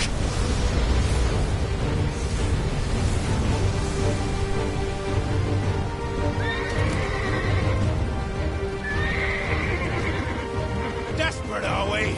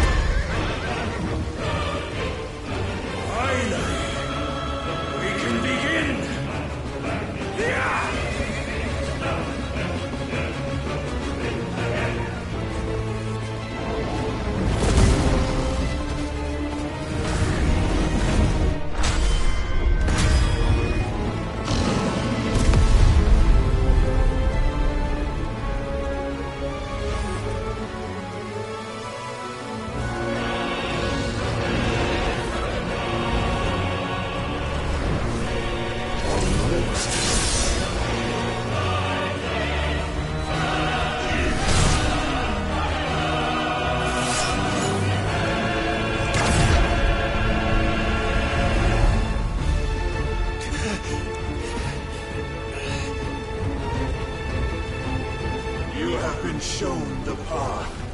Now you must follow it. Free yourself, Mythos. You will not defeat me otherwise. We'll see. Perhaps you still require the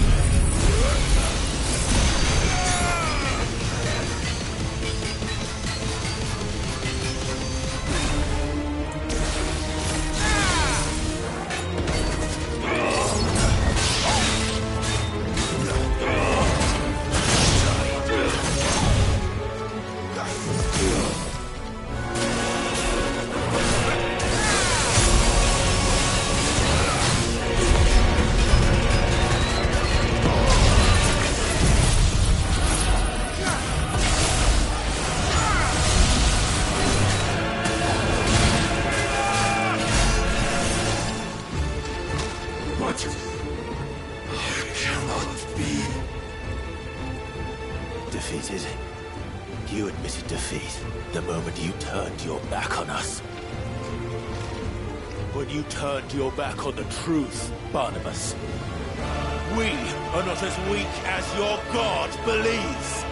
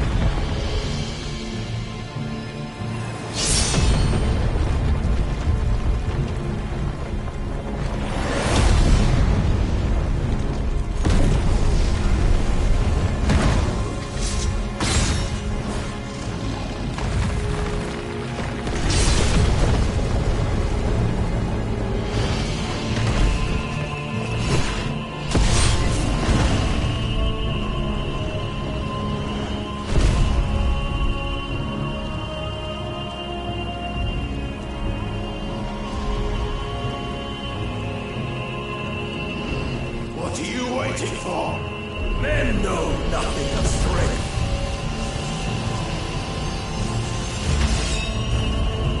But you will.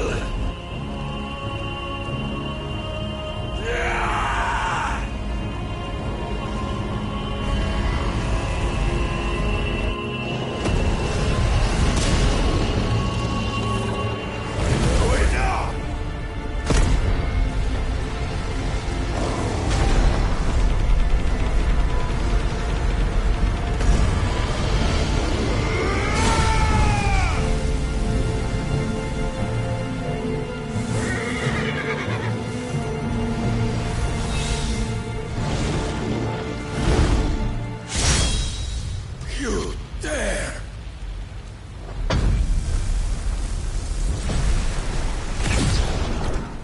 Could it be you have made a weapon of your weakness? My apologies.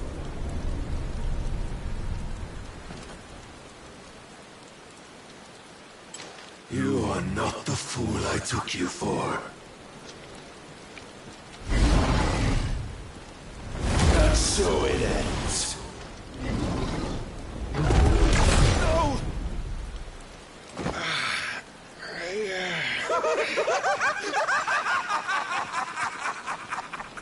Don't tell me you are tired, Mythos! Your stubborn defiance has stirred my long-becalmed heart, filling it with a joy that I have not known for generations! I had thought the tantalizing kiss of self-indulgence a dream forever out of reach. And now that its sweet ruin courses through my veins, I shall not be quick to relinquish it. Show me your work, Mythos, that I might revel in it!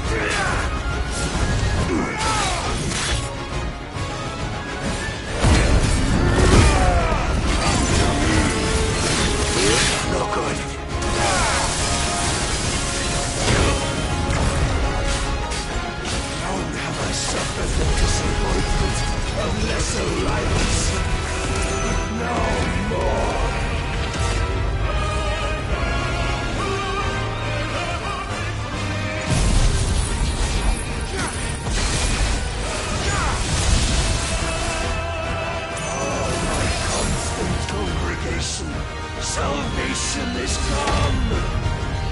Rejoice as our souls are granted peace unending!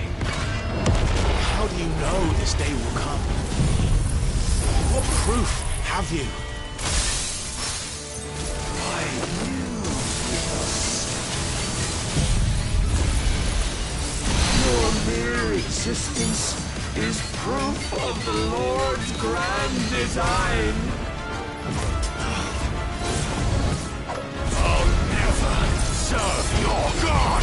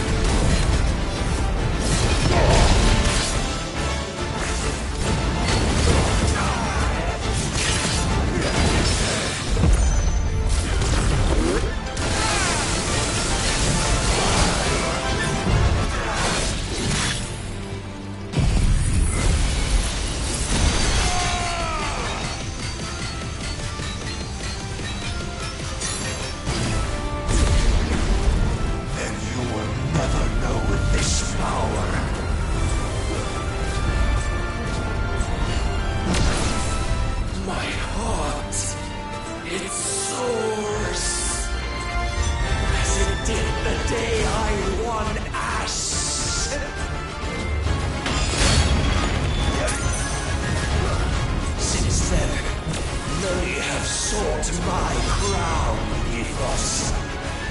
But none could wrest it from my head.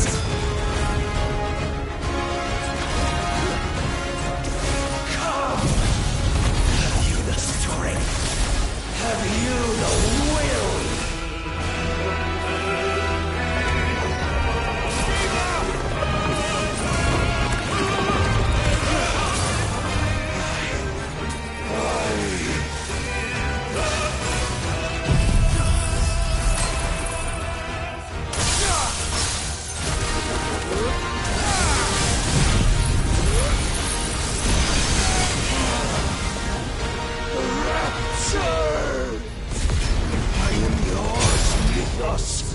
Claim me as your prize!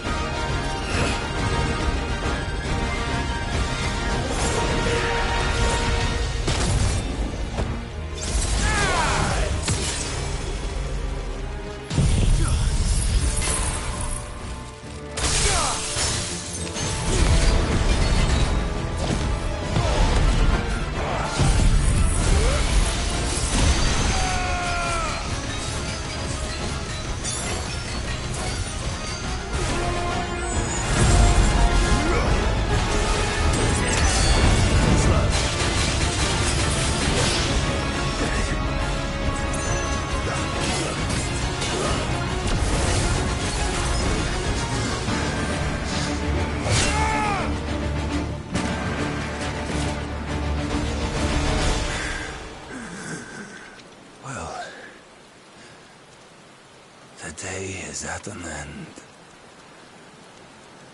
And we both know the truth. It is I who stand victorious. My will that prevailed. Your will? No. It was his. Clive Rossfield.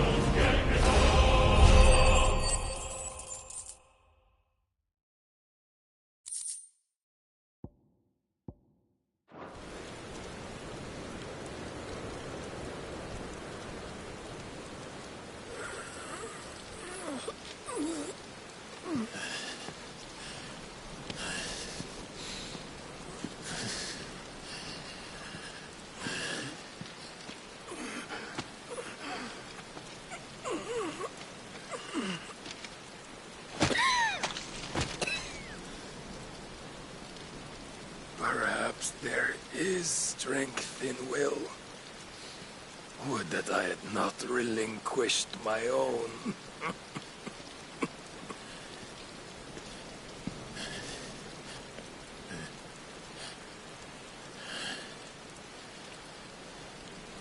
You relinquished nothing.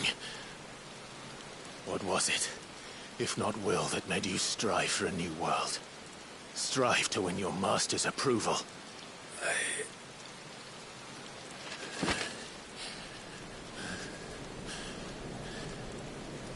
You were shown a fantasy, and you chose to believe it. But you were wrong. There is no world but the one we live in. And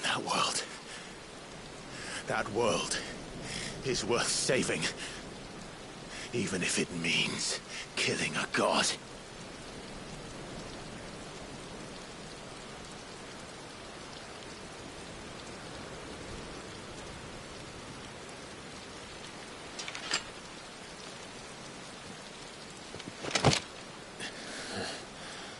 Bold words.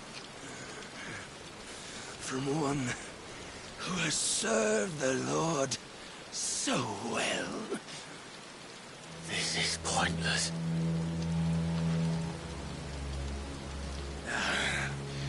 But I almost forgot. I promised that I would make you presentable. Did I not?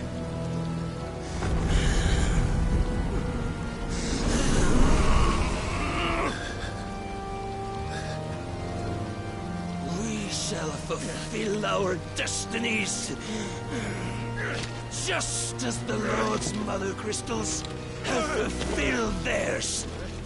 Come, Clive Rossfield. Take what is rightfully yours. Become one with God. No.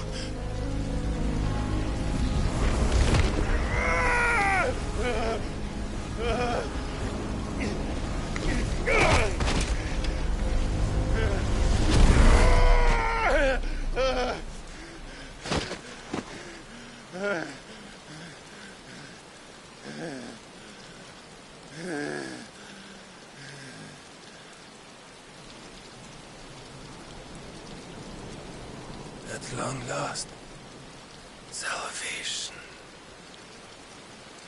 I'm coming home. Mother.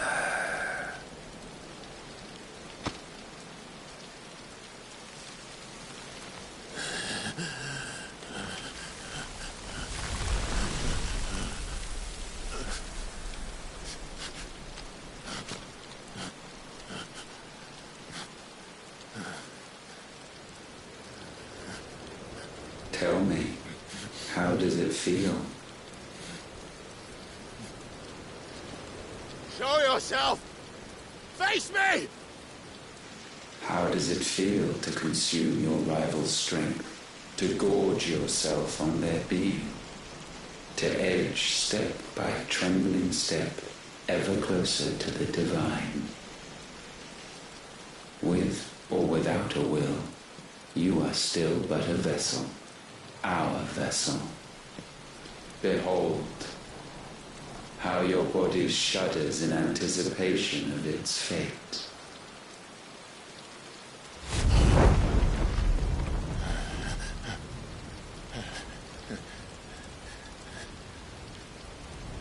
Oh, it's not yours yet. No. Come then, O wayward child.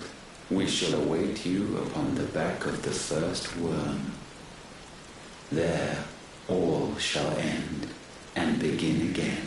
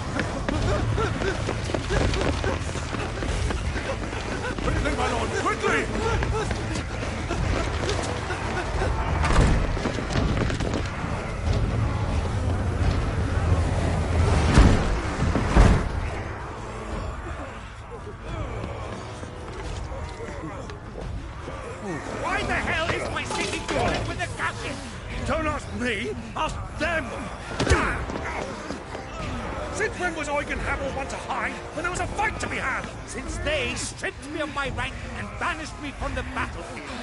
Now I'm stuck wiping the backsides of this god while the city burns and my wife tails off with a man half my age! And then you turn up! What the hell are you doing here anyway?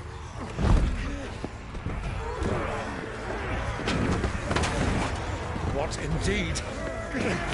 The enemy numbers 200,000 or more, counting the Yorks. There are simply not enough soldiers garrisoned in the capital to repel an army of that size. Then one of the central keep, held by a contingent of soldiers and bearers from the surrounding boroughs. They are the sole reason it still stands.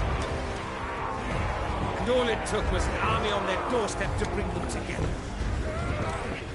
The prospect of death does put things into perspective. Perspective.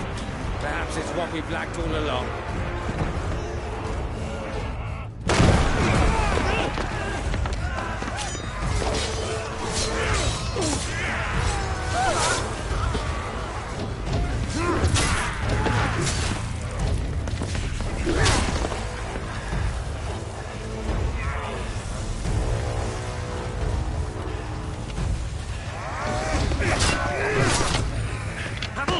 I need you to lend me some of your best men. Preferably all of them.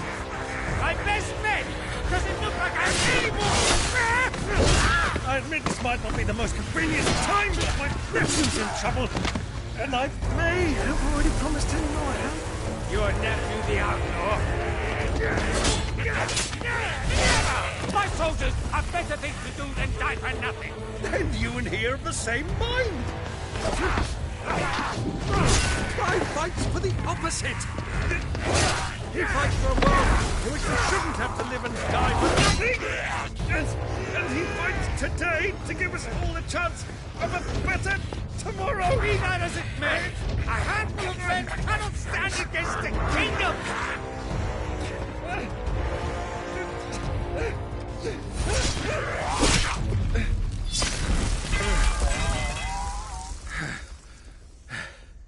Then mayhap they are the wrong men. Well, I'll be damned. Our numbers are few, but I shall rally as many of my dragoons as I'm able. You, apprise the Lord Strategist of the state of the city's defenses. Yes, Your Radiance. And you would fight alongside us? I owe the Phoenix a debt.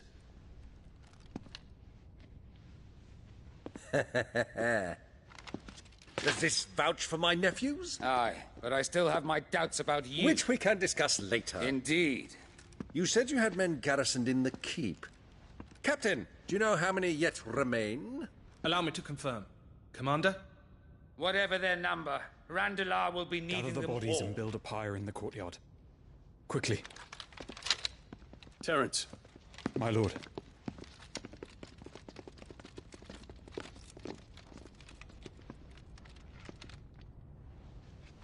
You will find a girl there.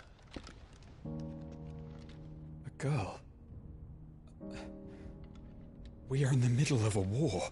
I owe her my life, and I always pay my debts. You are to see that she is provided for. Dion, I cannot leave. But you shall. If I'm ever to be worthy of the forgiveness of our people, then I must earn it.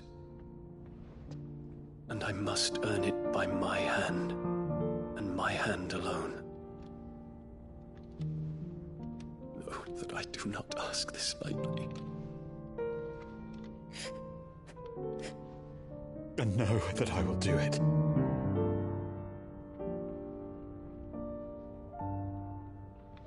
Farewell, Terence.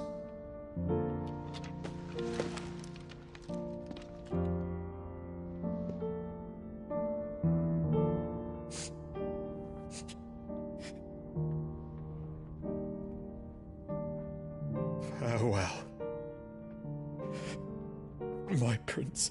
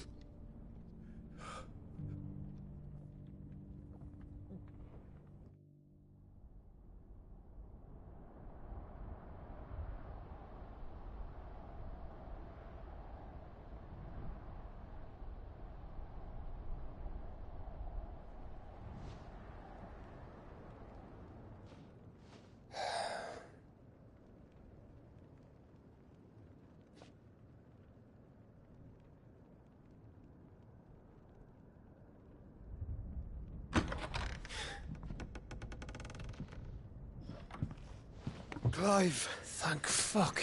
You alright? I am. But I'm a damn sight better for seeing you, Joshua. And Barnabas. The king is dead.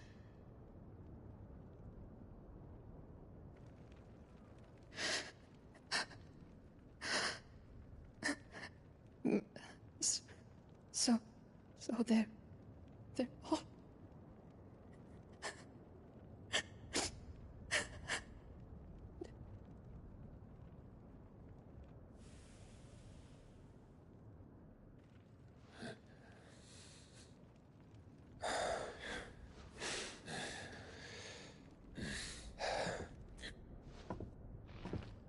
They are, but so is their killer. He can't hurt anyone anymore. You're safe.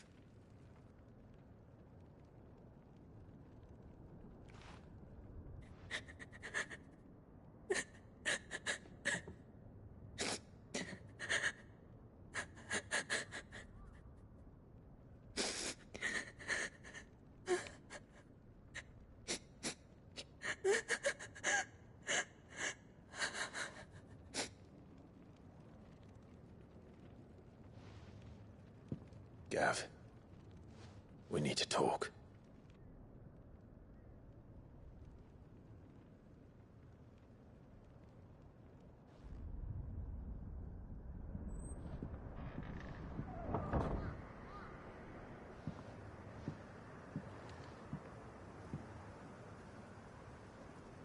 I'm sorry, Clive. You know I want nothing more than to go with you. I do. But I'm glad you're heading back to the Enterprise nonetheless. And not just for Edda's sake. Our people need to know what happened here. You can count on me. As can she, I hope. Thank you, me lords.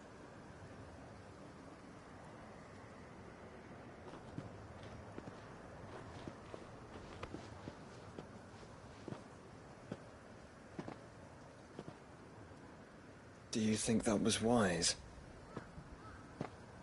Wiser than leaving a woman with child alone in the Deadlands. They'll be safer at the hideaway. For now, at least.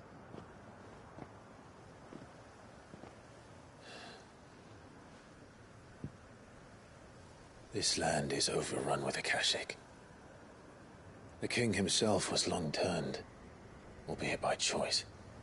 All to serve Ultima, in his damnable quest to forge the perfect vessel. The chaos Barnabas wreaked upon nation after nation. How many were killed for this? He didn't consider it killing. Or a mercy of sorts. A way to end their suffering. He truly wanted to save mankind, and ultimately use that. As he uses us. But why us? What are we? What are we? We are dominance. That is our fate. But that doesn't mean we have to accept it, which is why we fight. For the right to deny it. Is that not so? It is. For our sins.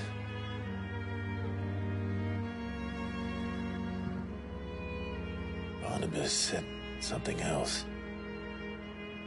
That the Mother Crystals were Ultimas. Ultimas? Are you certain? We know that the Mother Crystals have been leading the land of Ether. And we also know that it's this which hastens the spread of the Blight. But what I cannot fathom is what Ultima stands to gain from that. What did you find at the Stronghold? The truth about Ultima's prize. For so long, I believed it to be you, and you alone. Yet, it is not merely Ifrit that he desires, but Ifrit and Phoenix both. That which we became in the skies over Twinside. Only when the twin flames are joined shall his vessel be complete. Quite why he needs a vessel is another question. Unless there is something he cannot achieve without one. Something his immaterial form precludes. Something requiring an unthinkable amount of ether, and a body resilient enough to channel it.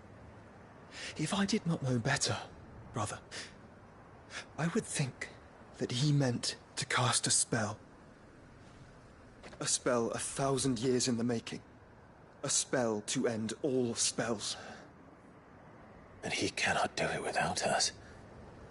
Nor without the Mother Crystals. But if we destroy them all, we will stop not only the Blight, but Ultima as well.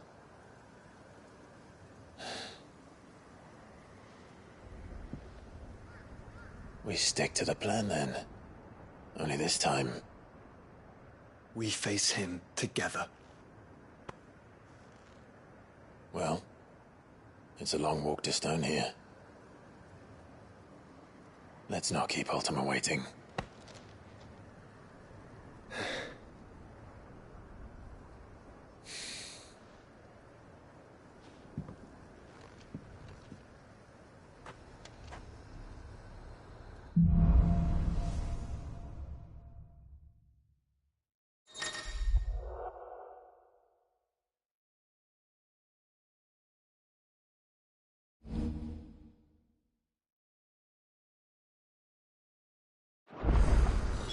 When Barnabas fell, his magic died with him. The road to Stone here is barred to us no longer.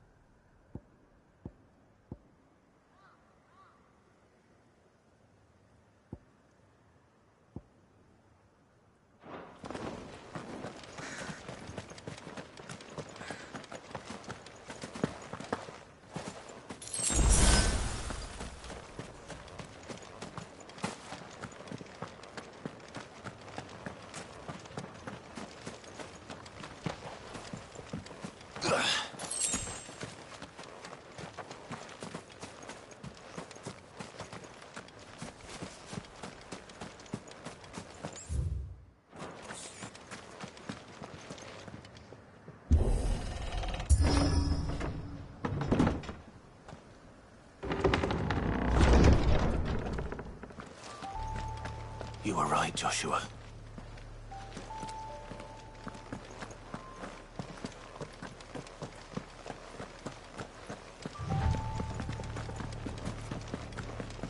Bodies up ahead.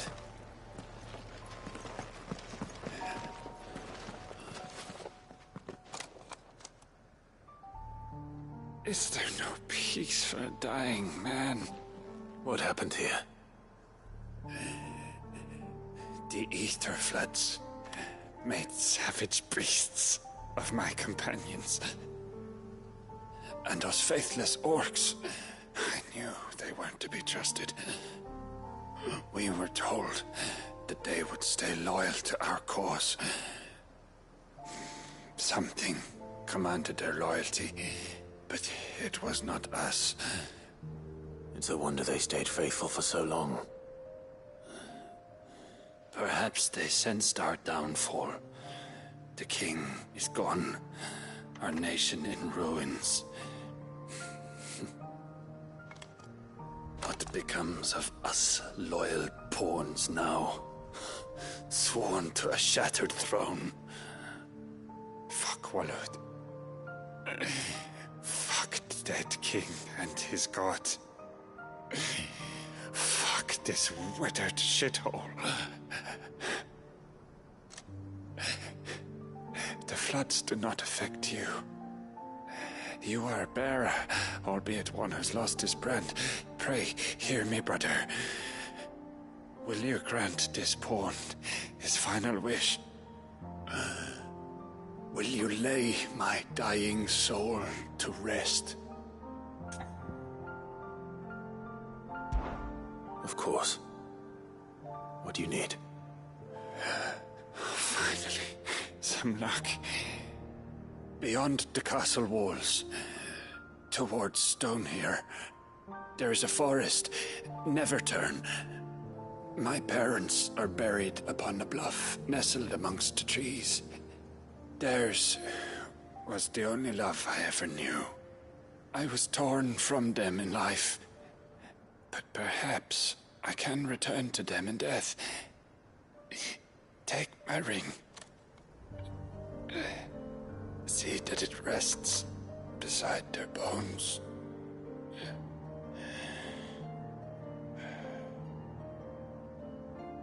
May you find peace at last.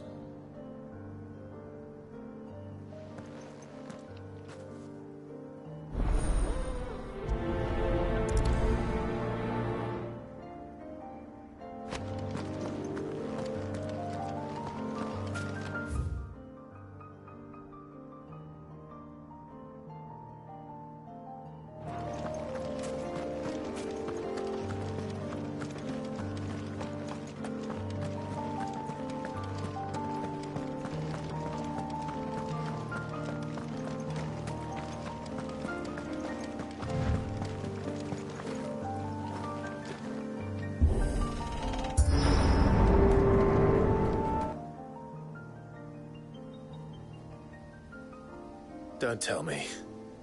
The only way to the capital is through that gate, just as you surmise. There's an army down there, Joshua. Yes, but I don't see any dominance.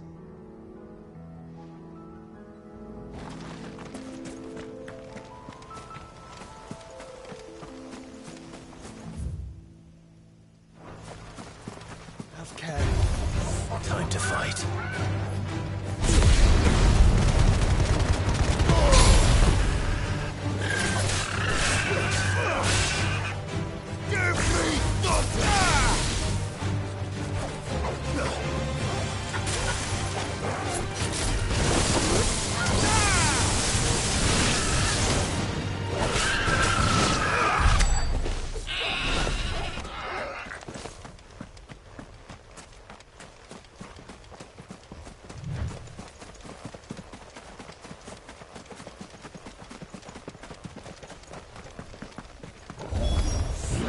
Not an unturned soldier in sight. Then we end their suffering.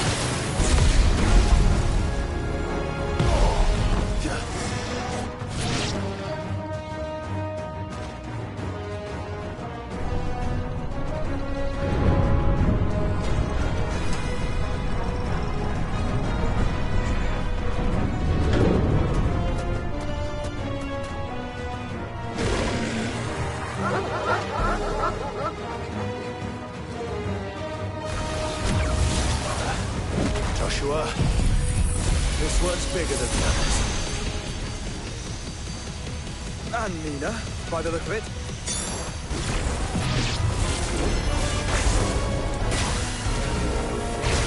Oh, good.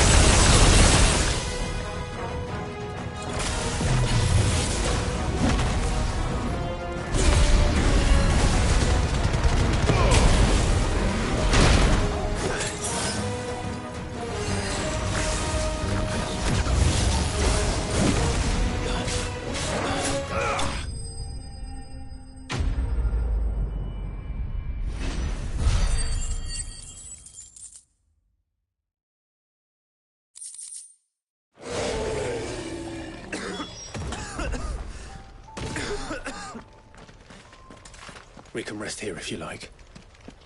Don't worry, I'll be fine.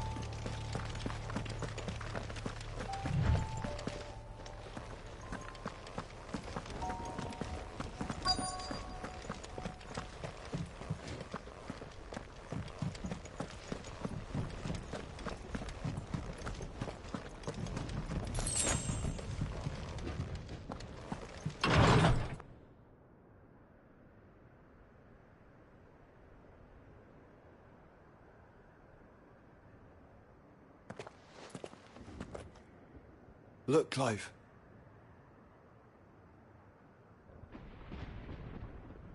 By the Founder. The place is a fortress.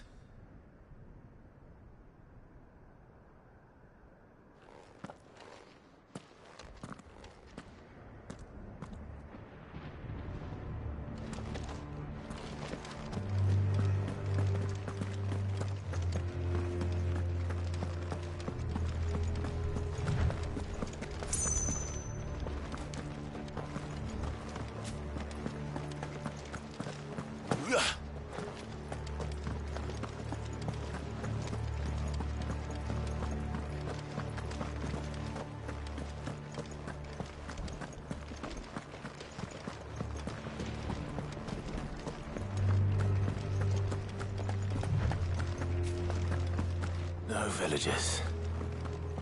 No knights. Not even any bodies. One could almost believe the whole kingdom had turned to Kashyyyk.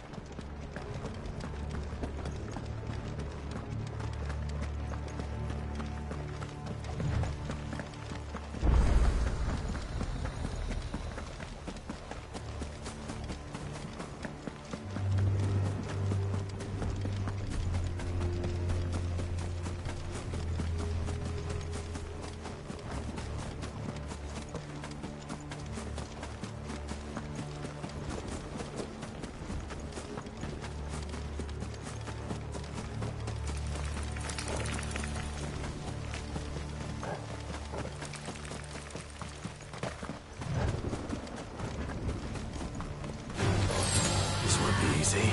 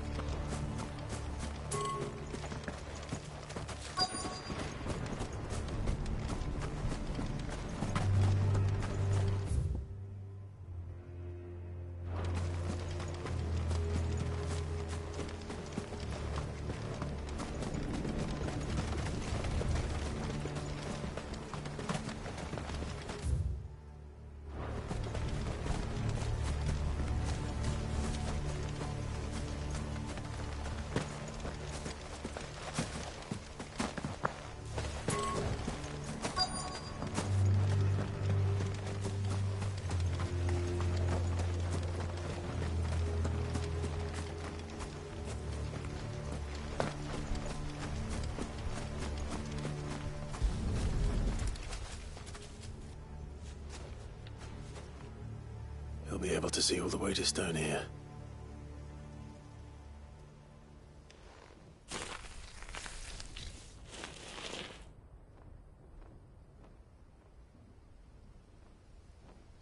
As fine a resting place as any man could hope for. Reunited with those he loves at last.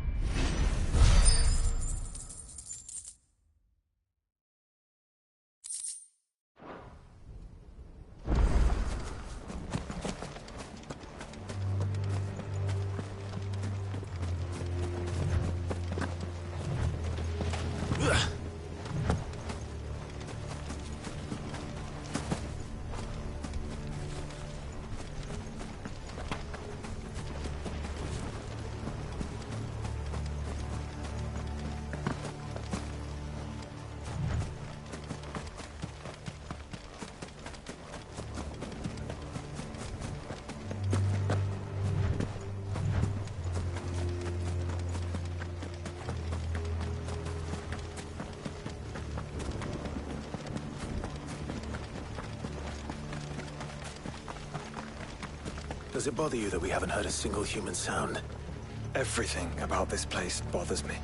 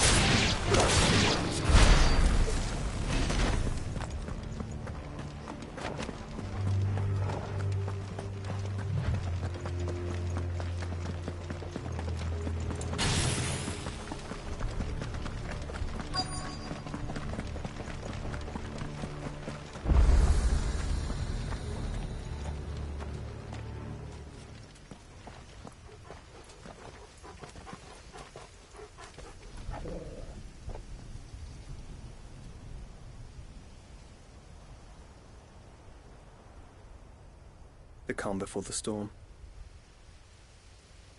There's only one way into that city. Across the bridge. Through the main gate.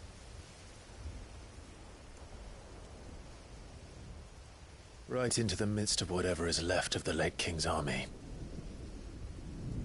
Are you ready for this?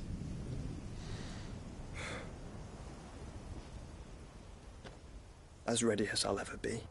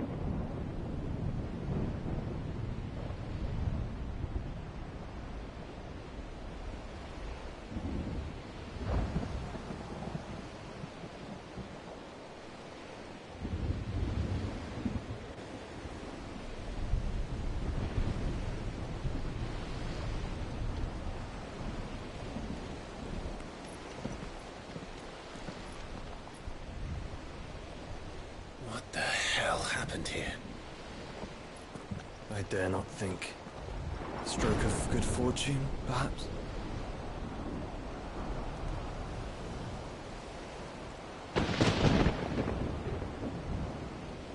I hope you're right. So do I.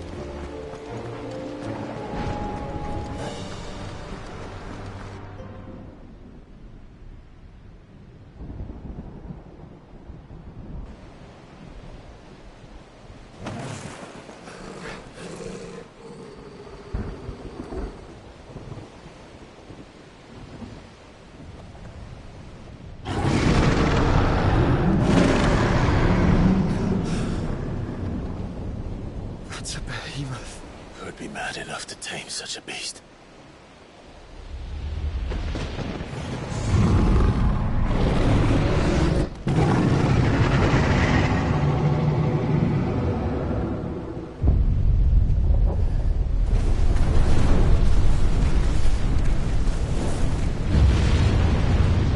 Stand back.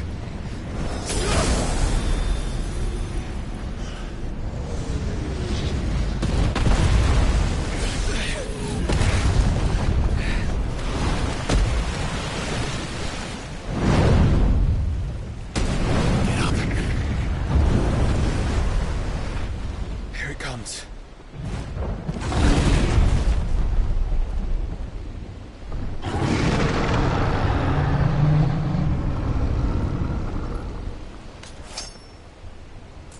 Well, what are we waiting for?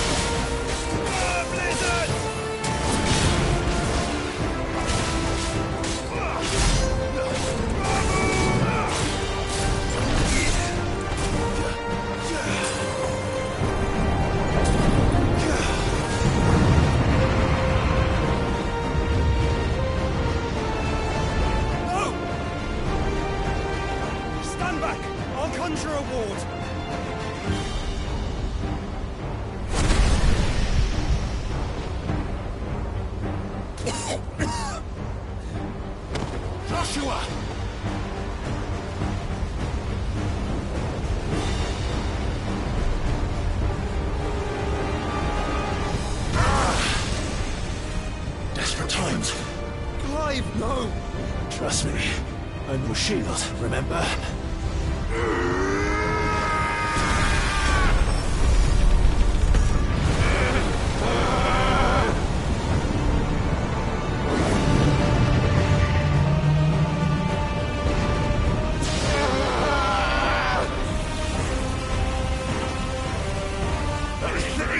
This might be a job for Ifrit!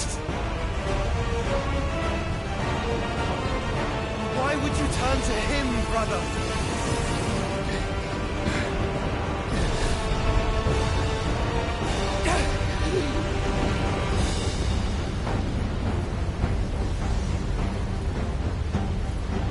When we fight together.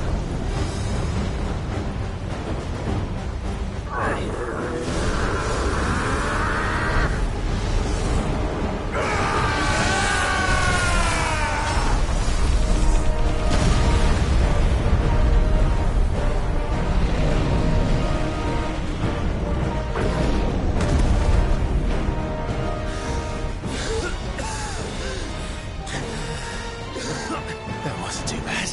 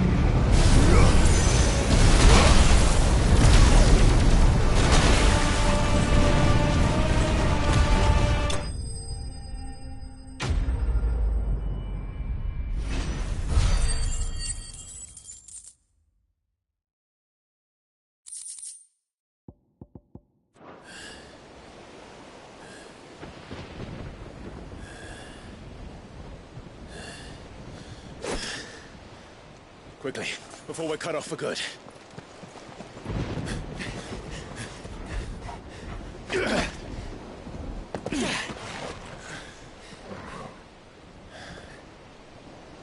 If it is like the others, the entrance to the inner sanctum will be at the foot of the crystal. We're almost there.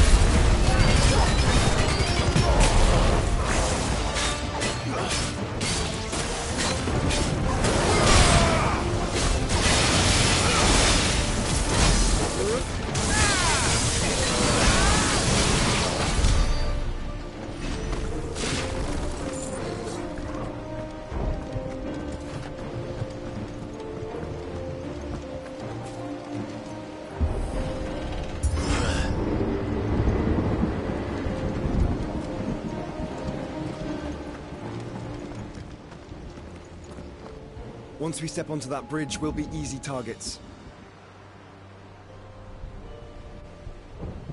Then we better move quickly.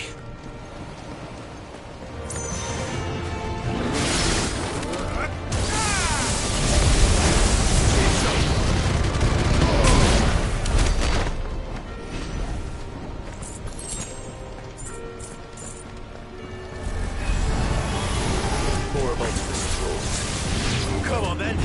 What are you waiting for?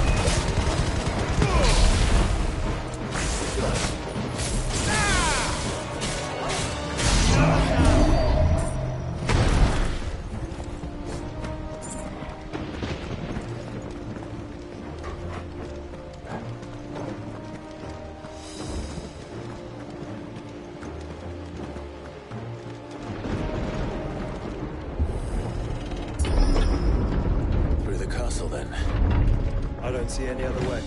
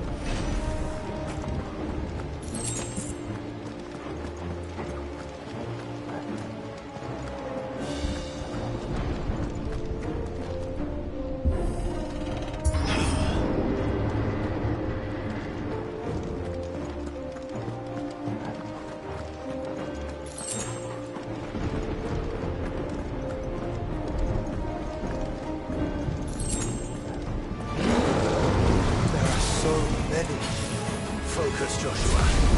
We're not done yet.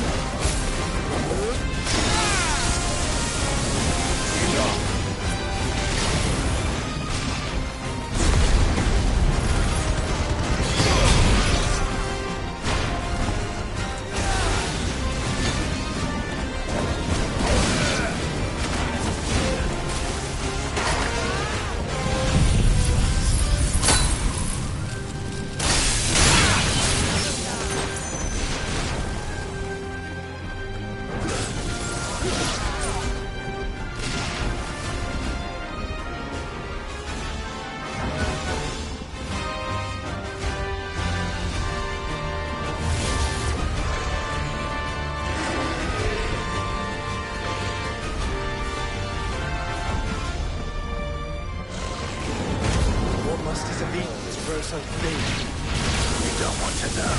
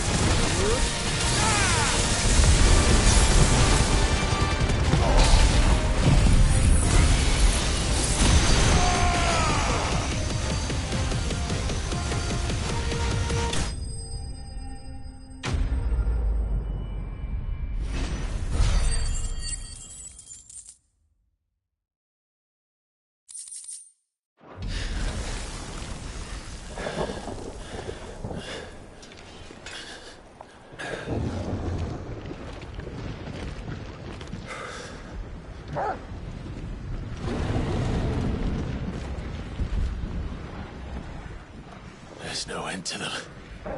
The whole bloody army's here. Stand back, Joshua. I'm summoning Ifrit. Stop it, Clive. You mustn't. We still have a long way to go. If you tap your strength here, you'll have none left to destroy the heart. Then you'd rather die?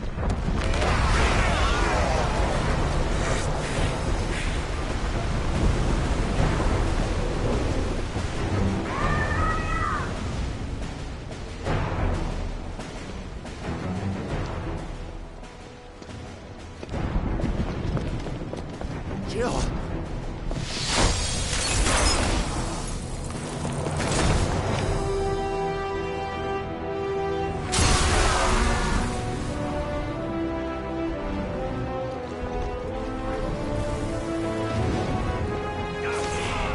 She's not alone.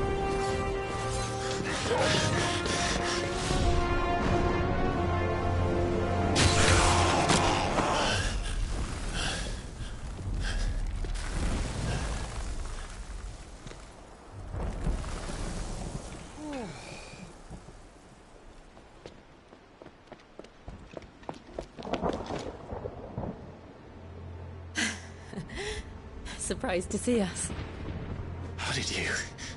Gav. He told us exactly where you'd be. Even sniffed out a crack in the castle wall. And when we saw the heavens come crashing down, we had no choice but to believe him. It's been quite a day. To what do we owe this honor? A debt I would see repaid. Prince Dion. It's good to see you well. So, this must be Ifrit. Your uncle bade me give you a message. Listen to your heart. Guide your steel true. Your father would expect no less. That is all. Thank you. For everything, Your Highness. Dion, please. You do realize the only thing we've freed so far is this wall from its foundations, right? Now, if your lord and ladyship's quite finished... Well said, Gav. We have work to do.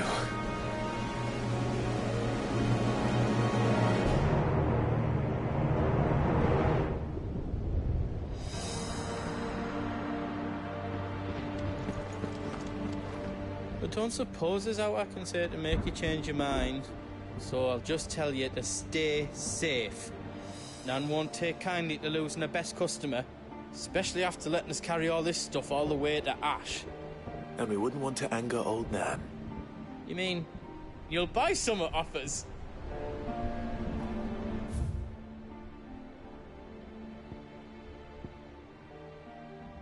I've got some good stuff for yous.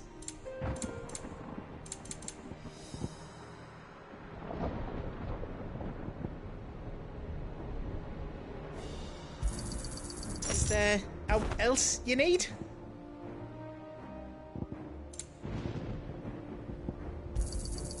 Righto, here you go.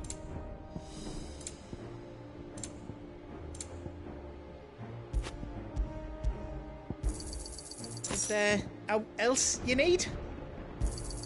Thank you. Out else I can do for you? Are you all set then?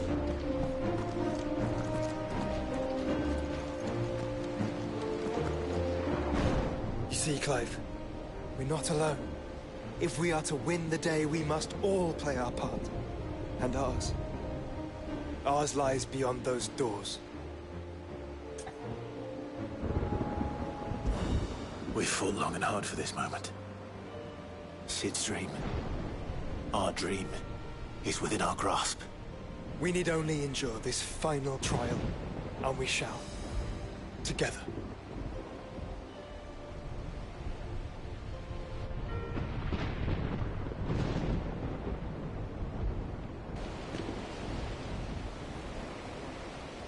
You all know what it is that awaits us beyond this gate. And we shall face it together.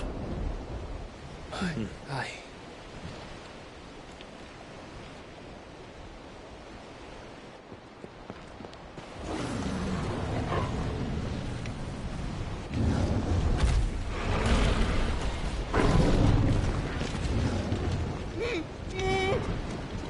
It seems our hosts would rather we remain.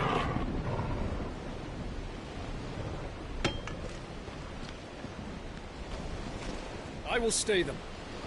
We will stay them. Go! Just don't keep us waiting. Thank you.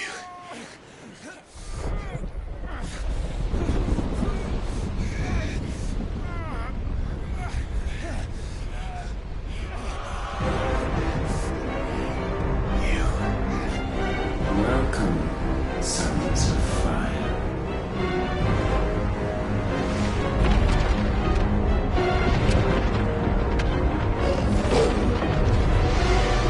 No!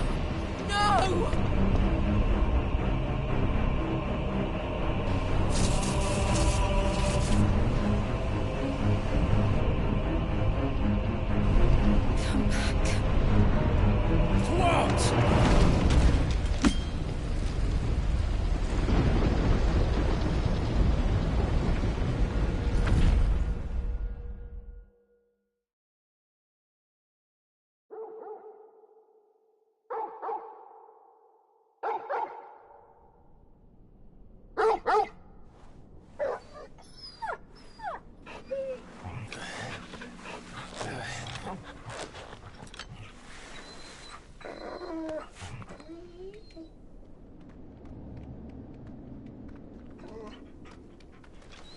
Joshua!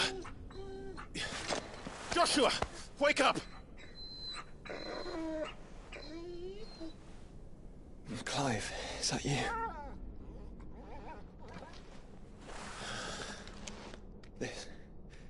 This isn't stone here.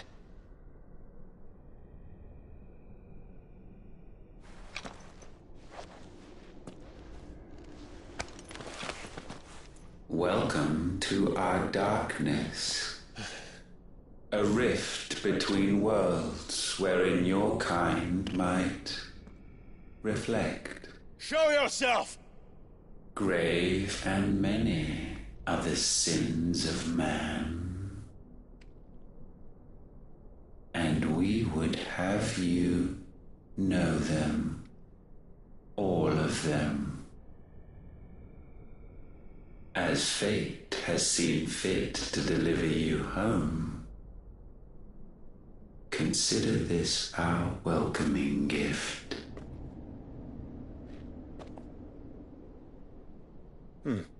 It would seem we are trapped. And the only way out is through Ultima. We find him, and we leave.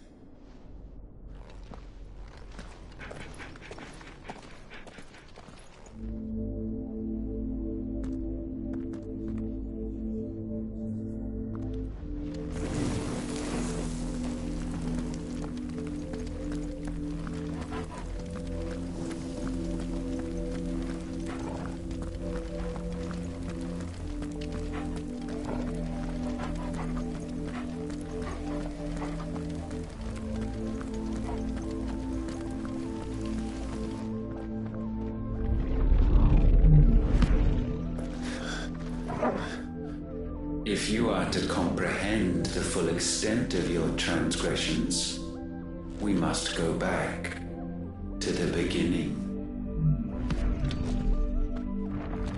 When the world was still young, we visited upon it a miracle, magic, and in its light did all life flourish.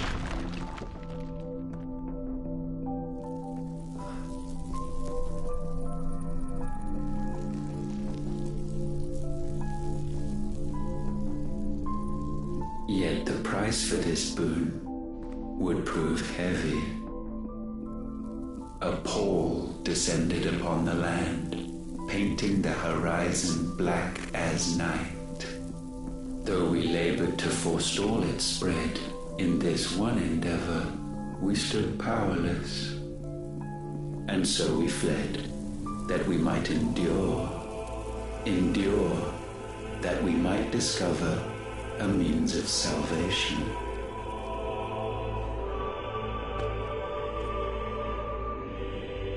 But if it was magic that caused the blight, what of the mother crystals?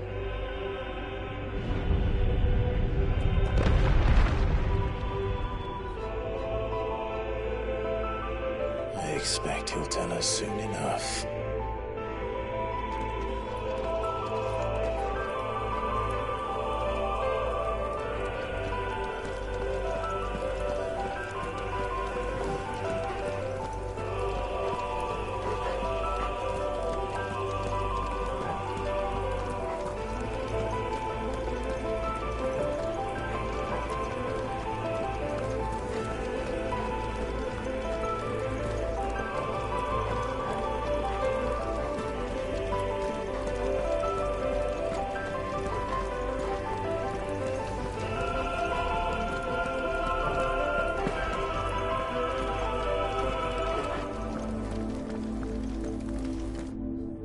Salvation, alas, was not readily to be had. First, we would require a land unvisited by the stain of corruption. An unprecedented journey lay before us, one beyond the limits of our fleshly bodies. And so we cast them off. Thus, stripped to our very spirit, did we find our new paradise. A land as pure as driven snow, Valisthea. There would the true work begin, for the black crept yet behind us. And soon did we arrive at a solution, the illness having spread to every organ. There was but one escape from this fate, to start afresh. With a new world. The one for which Barnabas labored. A paradise free from the blight where his God awaits. And where, if we only forfeit our wills and abandon everything we hold dear, humanity can join him. So, Ultima would have us follow in the footsteps of the king. And follow we shall. For now.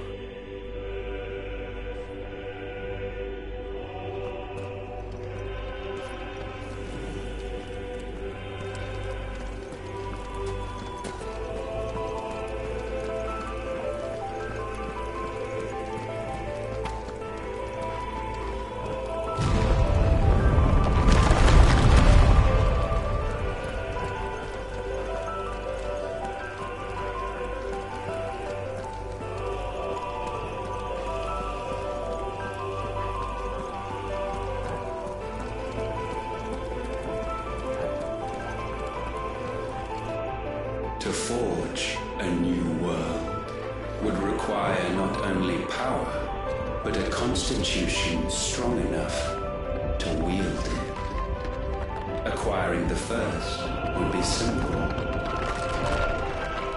Untouched by the blight, Valisthea was replete with ether, and we had only to place jewels in her crown to claim it. Acquiring the second, however, demanded creativity. And so I cast forth the seeds of humanity. You created us. Is that not what gods do? We sowed the seeds for you, Muthos, all that you might one day blossom. And our future thus secured, we thought to slumber, though that would prove a grave mistake.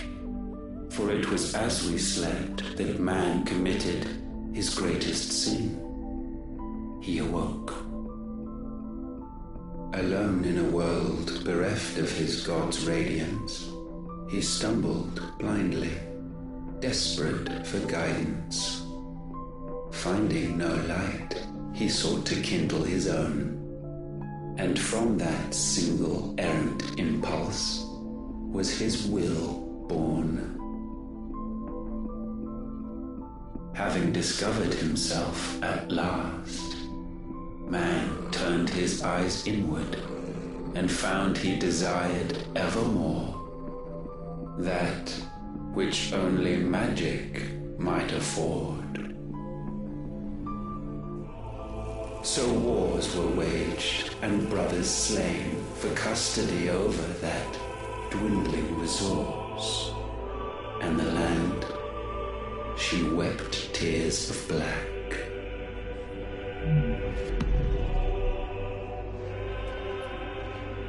He would condemn us for this. Surely he cannot be so blind to his own hypocrisy. Not blind, just unwilling to admit the truth. But we're one and the same.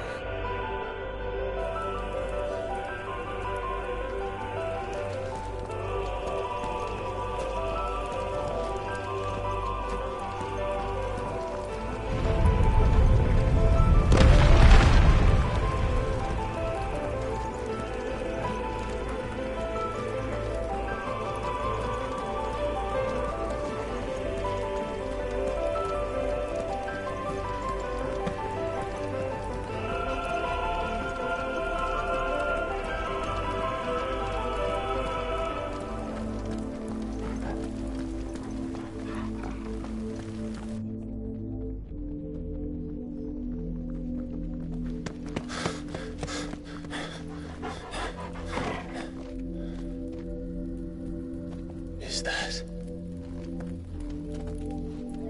Ifrit, or what's left of him. Long have our ashes lain cold for want of a spark. Cast your eyes upon them and see what you must become.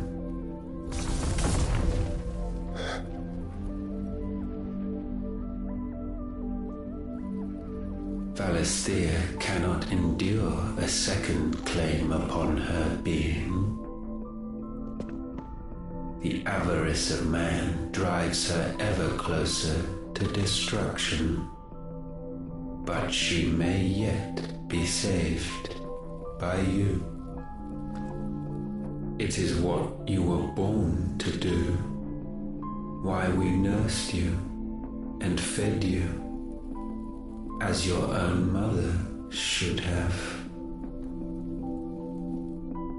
And now that you are fully grown, our Muthos, it is time at last for you to serve your purpose. To right your wrongs. If our sin is wanting to survive, then you are as marked by it as we are. The fault is yours. Our wills were born because you abandoned us. And now, you would have us forfeit them. All for a place in your new paradise. Do you imagine yourselves worthy of one? Mankind has no place in our world. Is this truly so difficult to comprehend? We only ever require you, Muthos, when the time comes to bid this wretched realm farewell. None shall follow, none shall remain. What do you mean, none? This is our world. Once the land's rebirth is complete, humanity will have served its purpose. Why would we continue to suffer that which has caused us so much vexation? Because the land doesn't belong to you. It belongs to us all!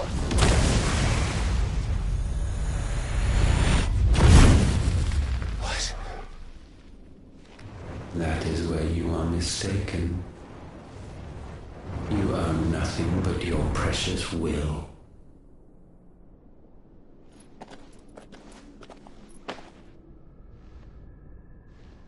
Brother.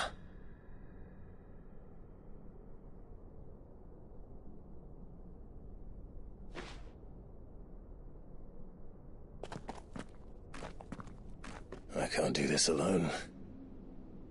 And you don't have to.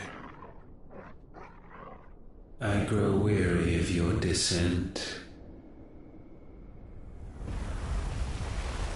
Now you must learn that this master will not tolerate disobedience.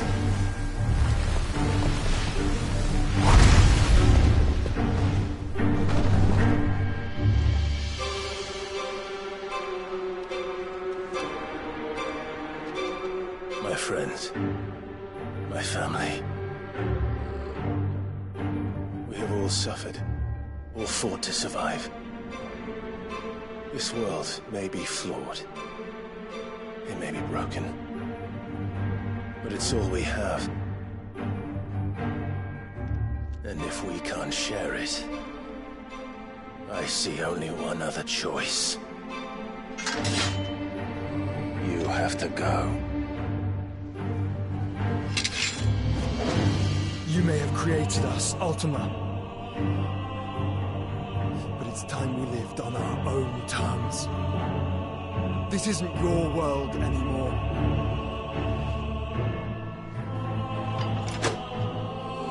It's ours. Bow down, offenders, hearts disdained.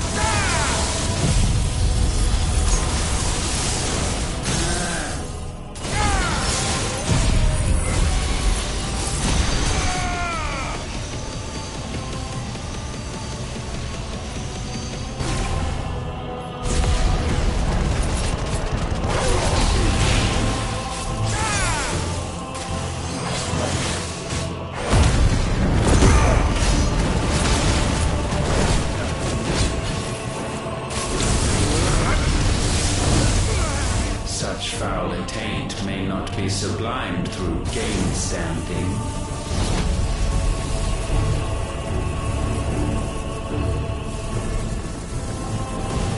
Only with heads hung low is penance paid. O wretched mortals incapable even of contrition, in fitting season shall we reap our harvest.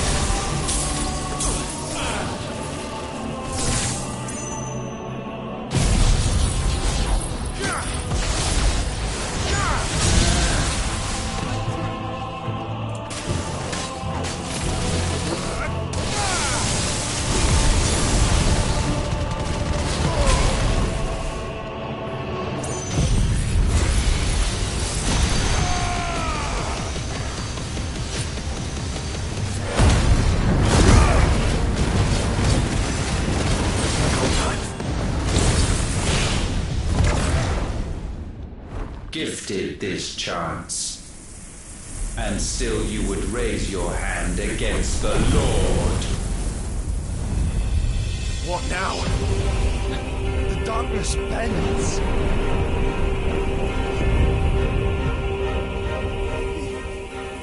He means to end us. It wouldn't be the first time.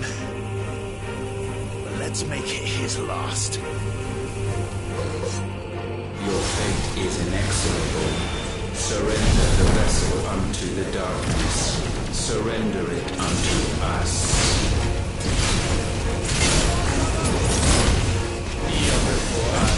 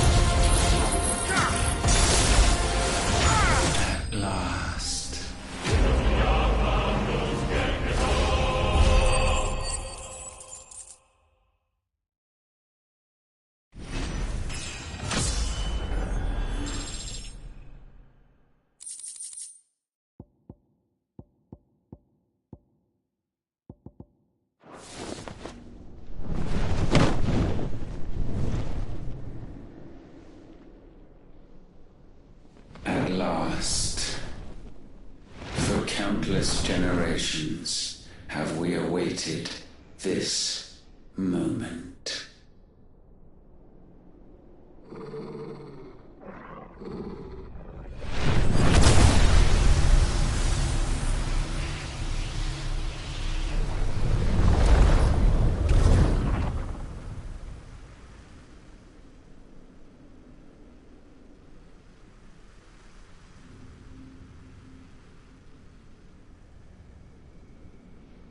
Your struggles have made you strong, yet your soul remains heavy with sin.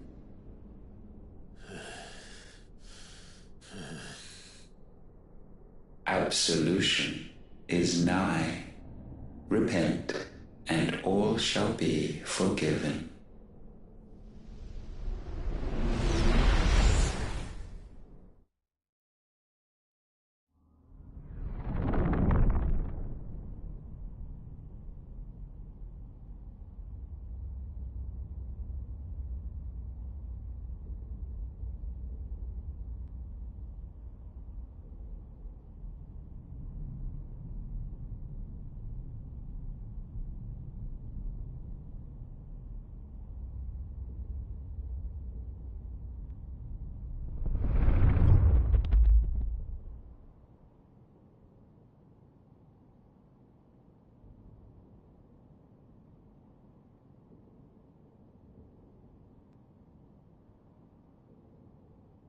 Tell me, Clive, how many lives have you saved since taking my name?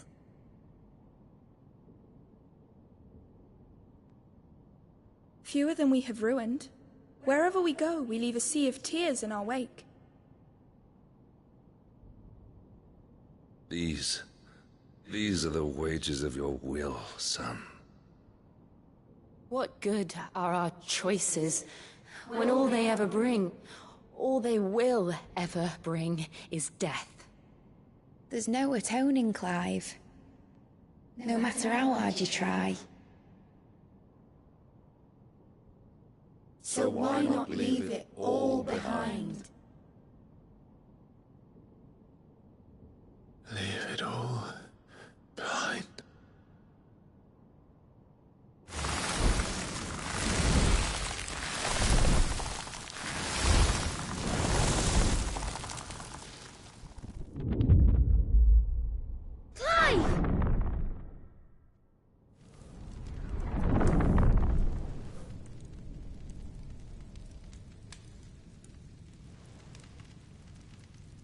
Please, won't somebody save me? Won't anybody love me? I yearn, yet still she is not mine. Have I not given enough? From will is born desire, and it is this which consumes you, rendering you incomplete. Do you not see how the world bends and warps under the weight of your hungering hearts?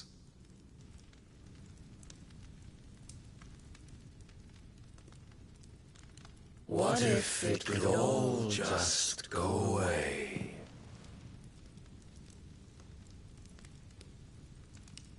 Just go away.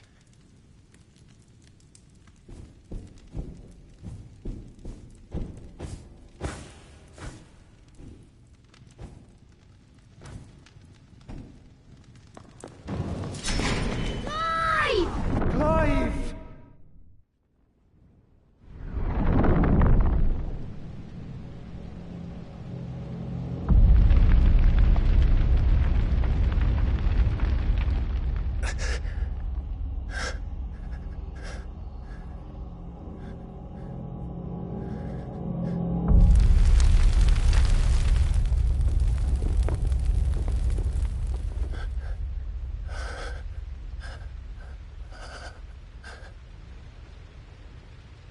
None of this is real. Wake up. It's time to go home, Clive.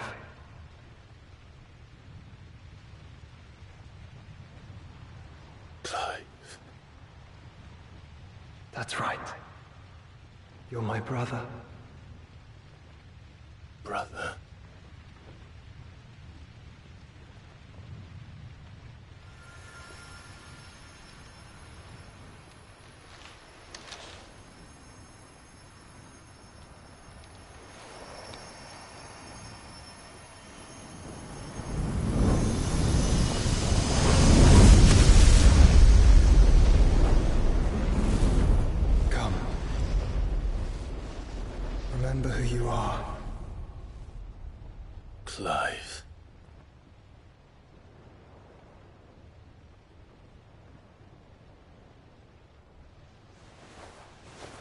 Once more, lest you forget.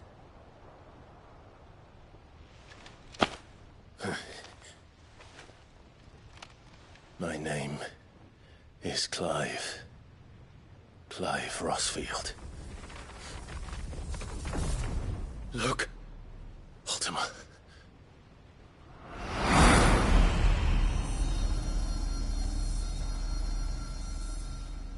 Even here, the light of the vessel's will cannot be quenched. And the Phoenix, his trespass should not have been possible. Not possible unless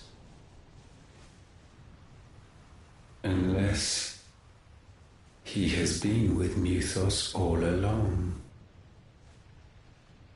The mark of the Phoenix, emblazoned upon his heart, made manifest by the power of will alone. The power of creation. Can it be? Are their wills truly so potent? Are you still talking?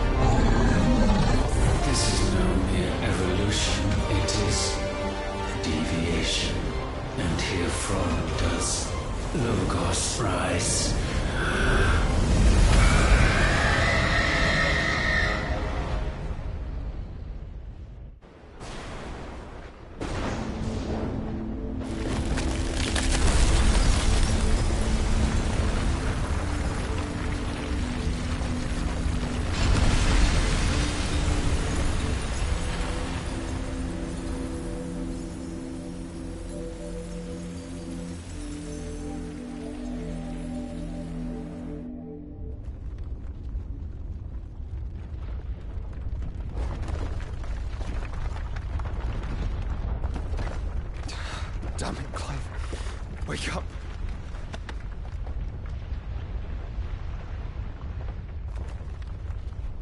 That. Sorry to wake you, but I think it may be time to leave. This place.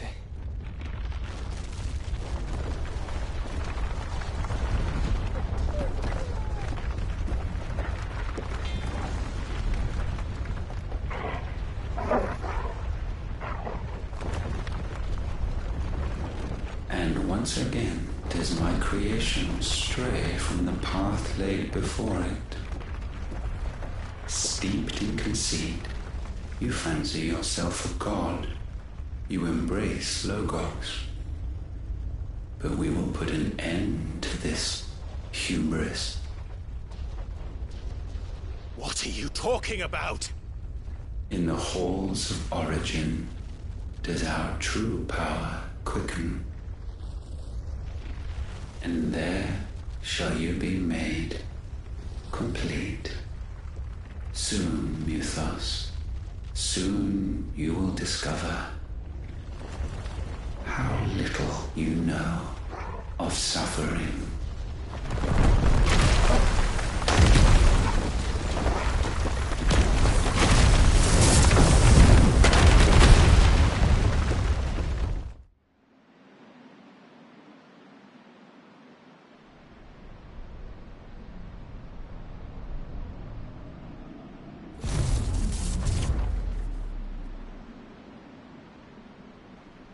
And so the crystals are no more. Yet in their silence, a new song rings.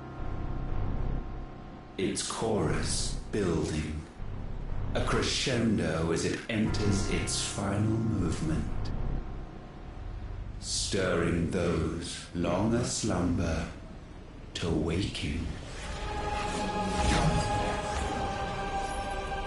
and back to their origin.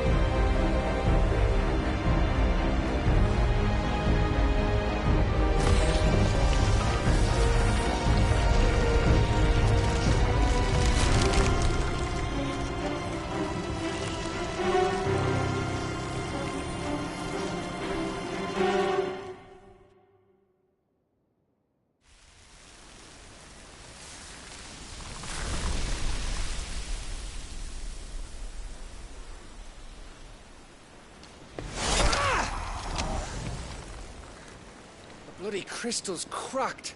So where the hell are they?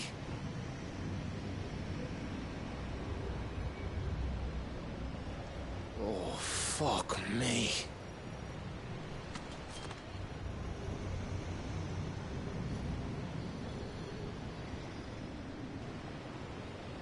Is that ether?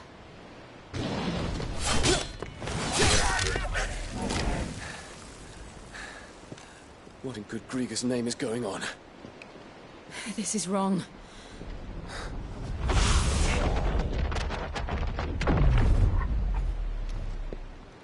Are we back? Clive! Joshua! Jill!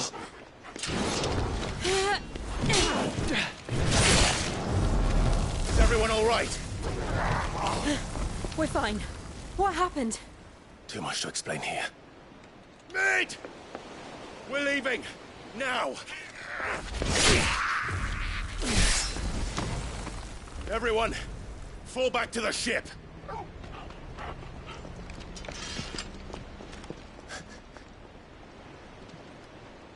I will be with you anon. Thank you.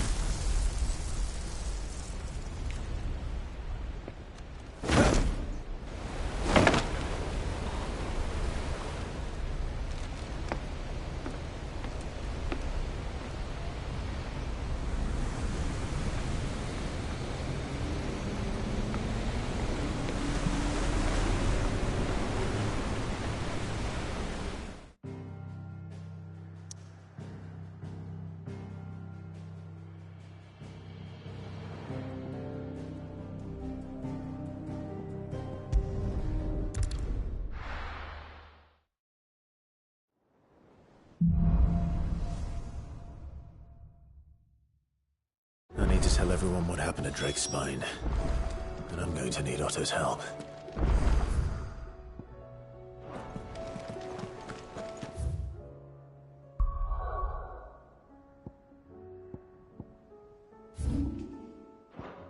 There's something about it. I feel like it's...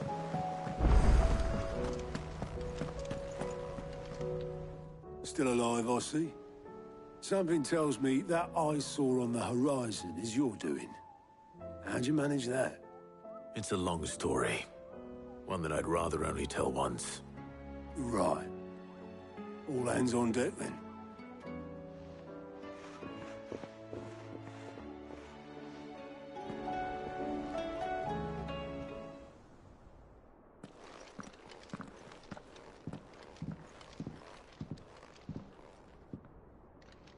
Is this everyone?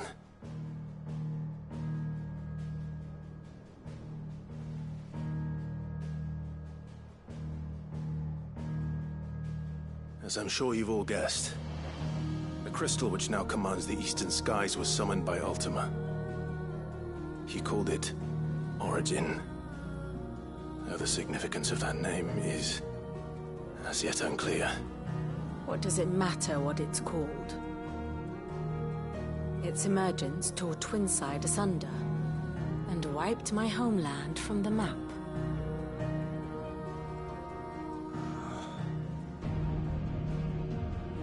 Mention of the Dominion spires can be found in the oldest of Valisthian records. But to the best of my knowledge, none provide any hint as to their true nature. That they would prove the horns of some slumbering demon. Well... The Dominion's demise was at least quick.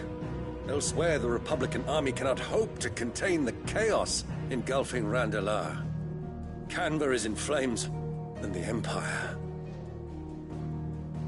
Our allies are crying out for answers. I've sent the Cursebreakers to give them what assurances we can, but right now that amounts to fuck all.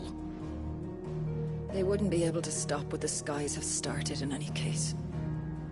People here and across the realm grow sicker with every passing day. Could it be that this new Mother Crystal is like the others? That it draws upon the land's ether? It certainly looked that way from stone here. If that were true, it would explain the hastening spread of the Blight since the crystal's appearance. Would it not? And as the land's ether slowly rises to the surface, it pools, corrupting all who cannot channel its energies. Archay above, ether floods below, and in the middle, here we languish, hopelessly entrapped.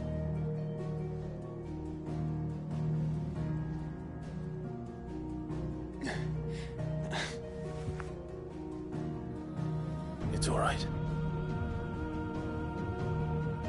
When we faced him at Stone here, Ultima told us his true power quickens in the halls of Origin. Needless to say, we cannot allow that to continue. If we are to stop him, we will have to find a way into the crystal. How are we going to manage that then? It's up in the sky. And fast as she is, the Enterprise can't fly.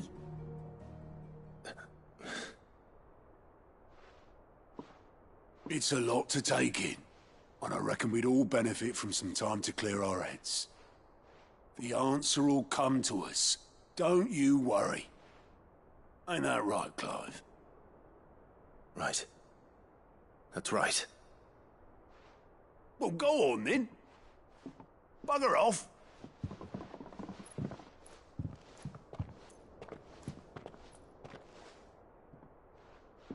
Same goes for you, Clive. You won't solve anything like this. Trust me. Go and get some fresh air, eh? Thank you.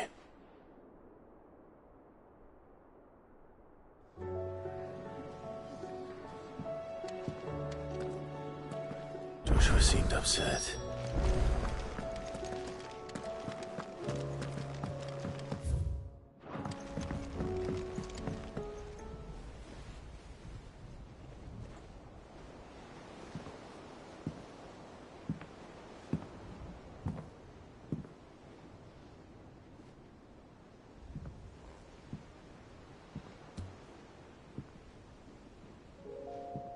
Ultima may have created us, but he doesn't make us who we are. Only we can do that. And if he would have us fight for our survival, so be it. It's what we've been doing all along. Much like Ultima himself, it would seem. His new world being naught but a means to survive. And so, we must contend to decide which of us shall inherit the land. Should Ultima prevail, it will mean death for us all. Of that, we can be certain. But even should he fail, what world awaits us? withered, godless place where our newfound freedom will most like prove a chain in itself. Well, that may be. But a chain can always be broken. As long as one has the will to break it. It won't be easy. It may take generations. Centuries of suffering.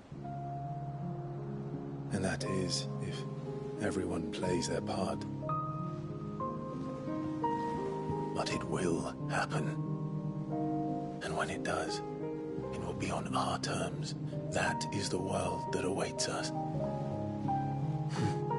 Indeed. And what better world could one wish for?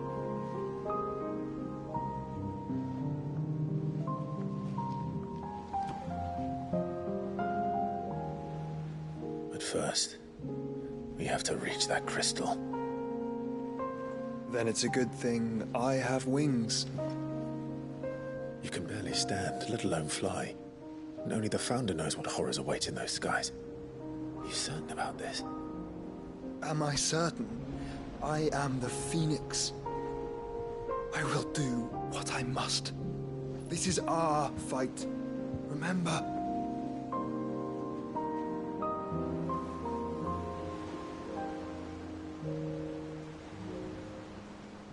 All right.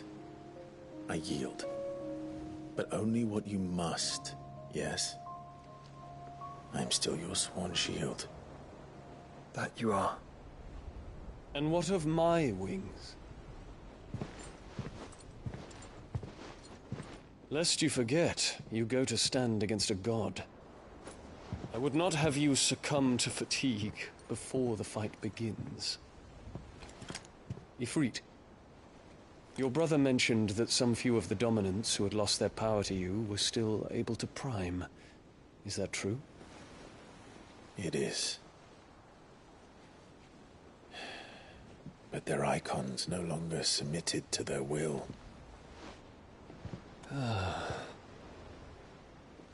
Then mine will have to be stronger.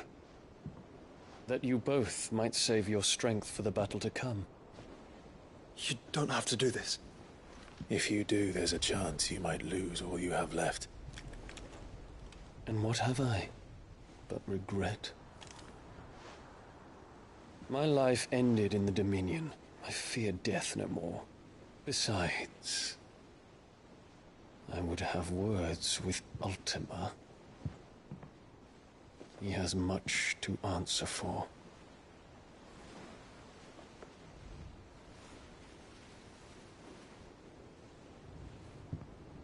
We are in your debt, Dion.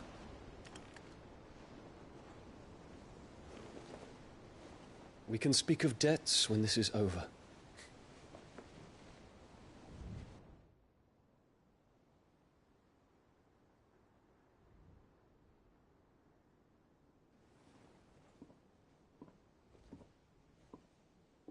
He speaks like a man who knows he's not coming back.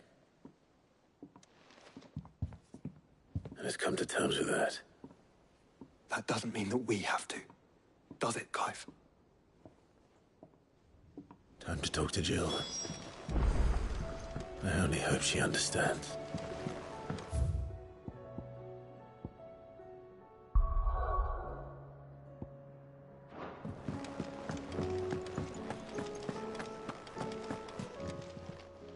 Still alive, are you? If you're gonna buy something, be quick about it.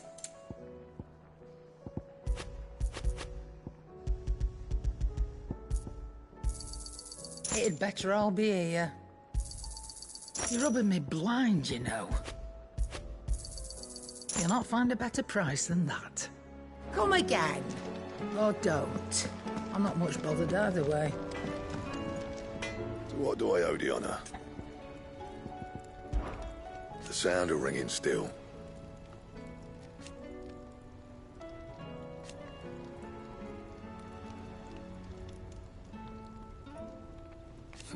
So we weren't.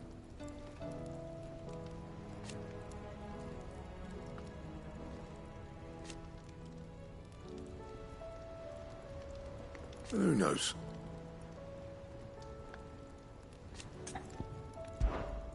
What do you want?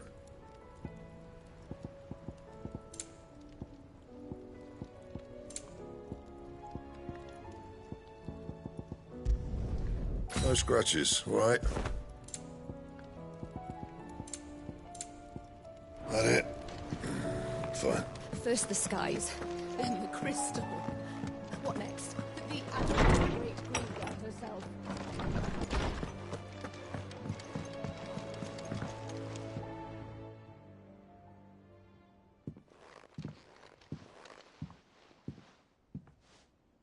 Come to wish on a star. That might not be such a bad idea. This is it, Jill. You know what I have to do. Why I have to do it. There's no turning back now. This is where our journey was leading us. Where it will end, for better or worse. I could pray to Metia for you.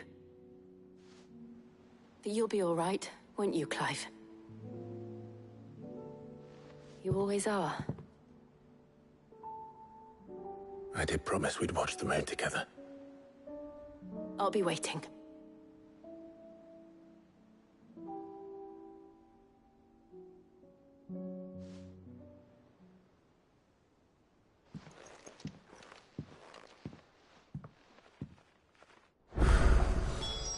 It's almost time. Better make sure I haven't forgotten anything.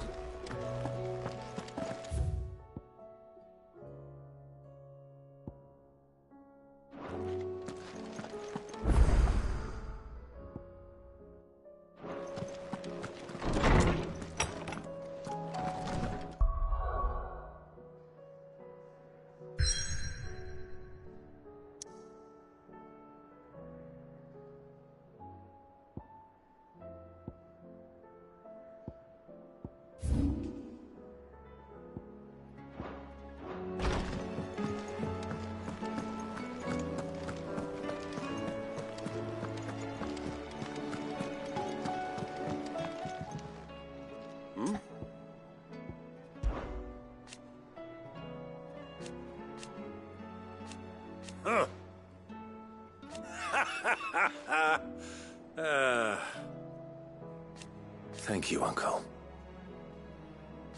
As for down here...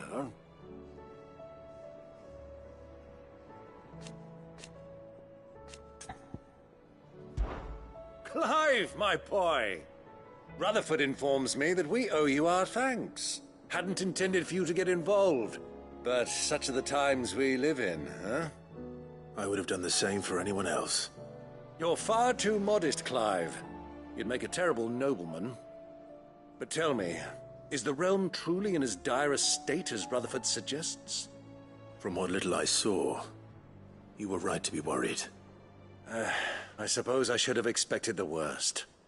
But I was rather hoping the great and good of the realm might have things a little more under control. Alas, it seems that firm leadership is in short supply these days, and without it, the people are bound to lose their way. We must move quickly. But where do we start? True, the challenges that face us are many. But in my estimation, there are two key areas to be addressed before any other. The realm's armies and her larders. As you've seen firsthand, it's every man and woman for themselves out there. Certain cities have banded together to try and maintain some semblance of order, yes? But such cases are few and far between. And yet, the only remedy for the chaos that faces us is unity. A unity that transcends even the borders laid down by our ancestors. In short, if Storm does not stand together, she will fall apart. But how would one even begin to unite the realm? The armies, my boy. As I told you already, we begin by restoring order among the ranks of those sworn to maintain it. Sadly, I doubt I could convince even the lowliest gaggle of privates to dig a latrine together. But I do know someone the High Commanders have been known to listen to on occasion. Field Marshal Eugen Havel. I thought he was retired. He was, until an Akashic army tore through Randalar and killed most of the rank and file. There is no man alive more capable. Literally. And as luck would have it, I've already spoken with him on the matter. Of course you have. And he's agreed to help. On one condition. That he first speaks with you personally. Havel has always been a man of frustratingly rigid principle, and he has certain qualms about clasping arms with, well, with an outlaw. I extolled your many virtues as best I could, of course, but the old goat was adamant that he be allowed to appraise you in person. You don't mind, do you, my boy? Of course not.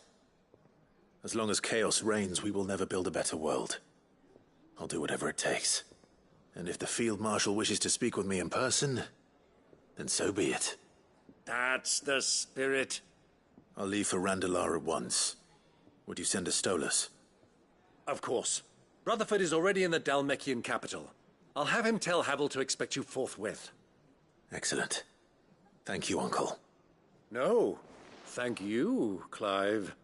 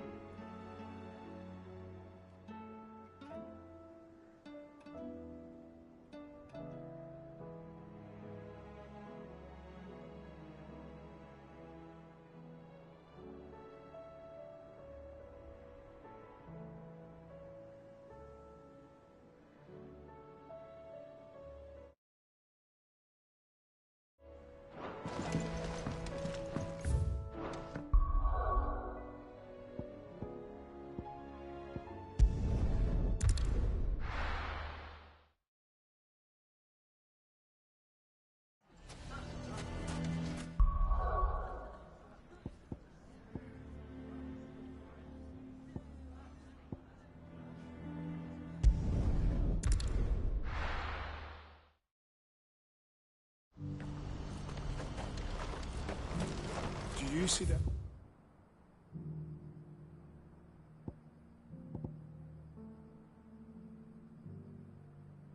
Two.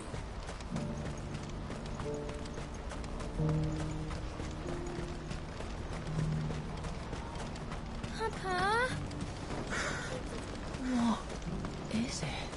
Please. Stop. I'm scared. It's all right.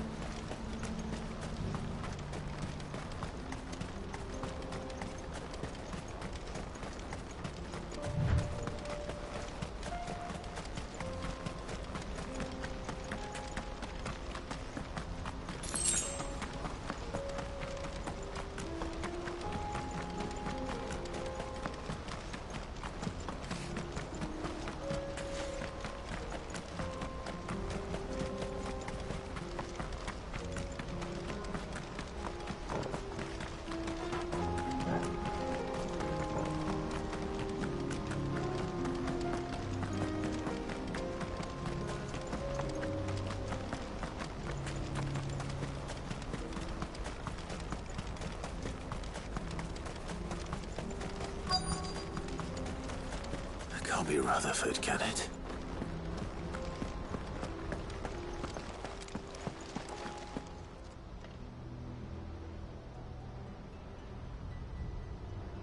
turncoats and cowards, the lot of you! If it's a fight you want, it's a fight you shall have! Allow me. I don't need your... Please, Field Marshal. Oblige him. This won't take long.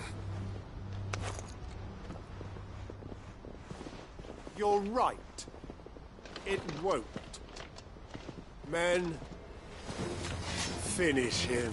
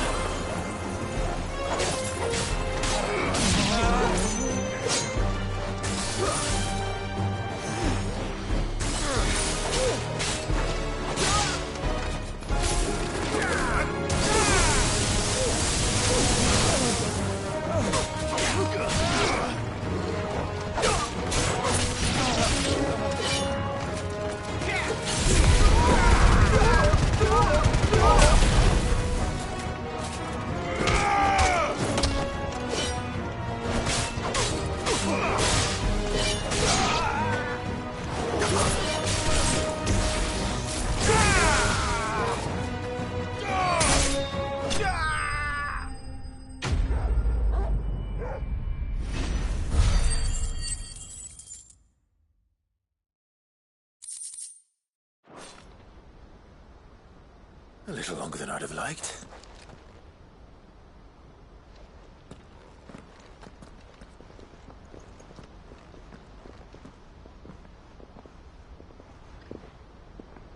Field Marshal Havel, I presume. Are either of you injured? No, my lord. You arrived just as our escort turned on us. Fucking traitors. I'd heard reports of soldiers in the outlying regions abandoning the oaths they swore. But I hadn't thought the corruption had reached so close to the heart of the Republic. It's a fucking disgrace. Your interfering old bastard of an uncle tried to warn me, of course. My lord Marquis. Or is Sid the Outlaw more to your liking? Call me what you want. It doesn't change who I am, or the urgency of the message I bring. My uncle has a plan to right the realm, and he needs your help to see it through. Before I agree to anything, I'd have you answer one question. What do you stand to gain from all this? I won't deny that I might benefit from further chaos. But I seek a new beginning for all of us. And while the choices I've made may not always have been the right ones, I know I made them for the right reasons. For so long, so many of us have been told how we could live, how we could die, when it should have been our decision all along. Now we have a chance to put things right. But in order to take it, we must stand together. Even if it be beside those with whom we don't see eye to eye.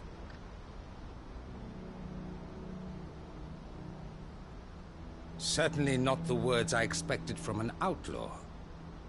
But perhaps your uncle was right. You are no ordinary outlaw. I'll never hear the end of this. All right. I'll start by ordering my most trusted guard to bring the Dhalmekian fringes under control. Next, I'll make contact with my counterparts in the Imperial Army and see if I can't convince them to try and restore order in their own territory. Thank you, Field Marshal. But they are not the only ones we will need to convince. What do you mean? I don't doubt that I can bully some sense into a few generals. But those they answer to require a different kind of persuasion. And when it comes to honeyed words, well, we will need an envoy. One who can court even the most stubborn of statesmen. You, perhaps? I'm flattered. But I'm no diplomat either. And I have other problems to attend to. What we need is a skilled arbitrator. And I may know just the person.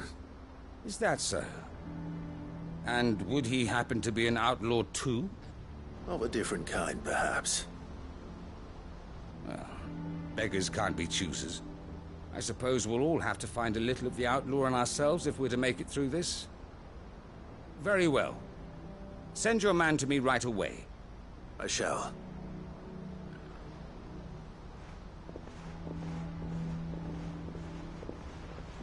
My Lord Marquis. Your Lord Uncle bade me escort the Field Marshal to his manor in Port Isolde. And I will see that my associate joins you there. Very good, my lord.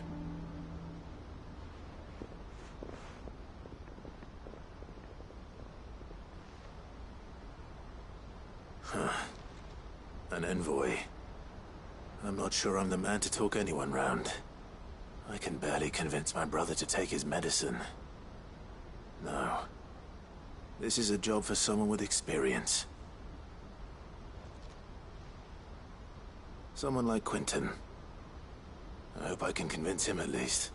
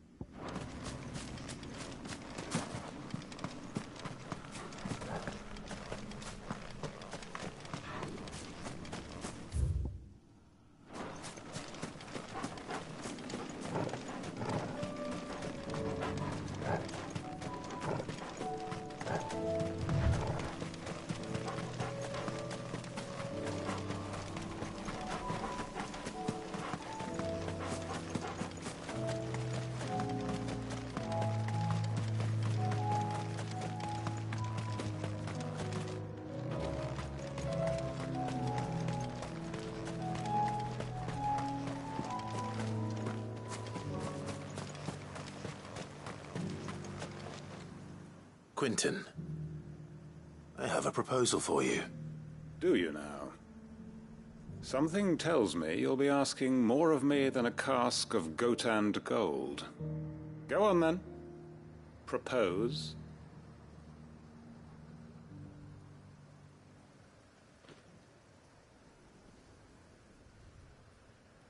You'd have me convince the chiefs and chamberlains of the realm that they should simply swallow their pride and do the one thing that has proved impossible for thousands of years. Was there anything else? Perhaps I can fetch you a meat pie as well. I know it's a lot to ask, but I can think of none better suited to the role. And you'd have me give up what little I have left to do it. I told you, Clive. The people of Lostwing are my family, and I cannot abandon them. You'll have to find someone else. I'm sorry to hear that. So am I. And why might that be? What he's asking. How's it any different to what you've done so far? They want you to speak for those who can't speak for themselves. That's what you do best. If it's the vineyard you're worried about, we'll see that the grapes are picked and the tons filled. You know we will. It's not that. Then what is it? You said yourself we're family. Don't you trust us? You know that's not what I'm...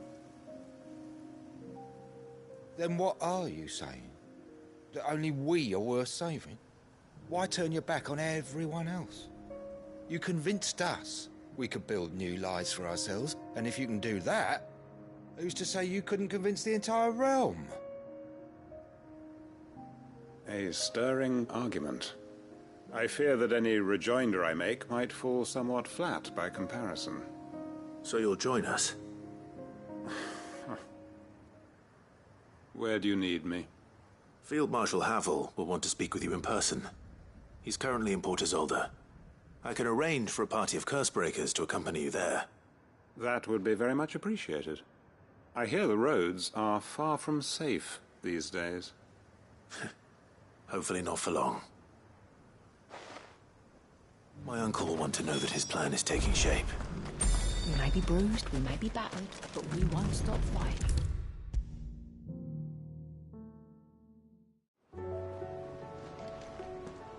Uncle, I bring good news. The Field Marshal has agreed to your plan. Ha! Of course he has. I didn't doubt you for a moment, dear boy. Rutherford is accompanying him back to your manor in Port Isolde as we speak. They will await your return there. As will one other. One other? Who, exactly? Lord Havel was concerned that even if he could get the realm's armies to agree to an accord, he might not be as successful in convincing those with political power. He asked if I might have a solution, and I suggested a certain Imperial Lord Magistrate turned Liberator. One of your co-conspirators? Master Quinton would probably call me one of his, but yes. Another outlaw, then. Just the thing we need to put these rotten politicos in their places. Good thinking, Clive. I'm glad you approve. The more the merrier, eh? Uncle, assuming Havel and Quinton can solve our problem with the armies, you still haven't mentioned how we might manage the grain shortages. Oh, don't you worry, my boy. The 7 high houses will be seeing to that. They have all agreed to make the most generous of donations. Oh, of course, it did take a little persuasion. But luckily I had some unexpected help. From who? Why, you, my boy. Rumor has it that you rescued the Lady Ariane's head steward Rockford from a horde of bloodthirsty bandits. It was more of a handful. Well, the old battle-axe was so pleased. She had a shipload of talents delivered to my private docks by the next new moon. And when the other houses saw the parsimonious old crone's purse strings finally loosen, they as good as tripped over themselves in the rush to follow suit. I'm happy to hear it. Now, I must be getting back to the manor. Join us there at your earliest convenience, would you? Of course, Uncle.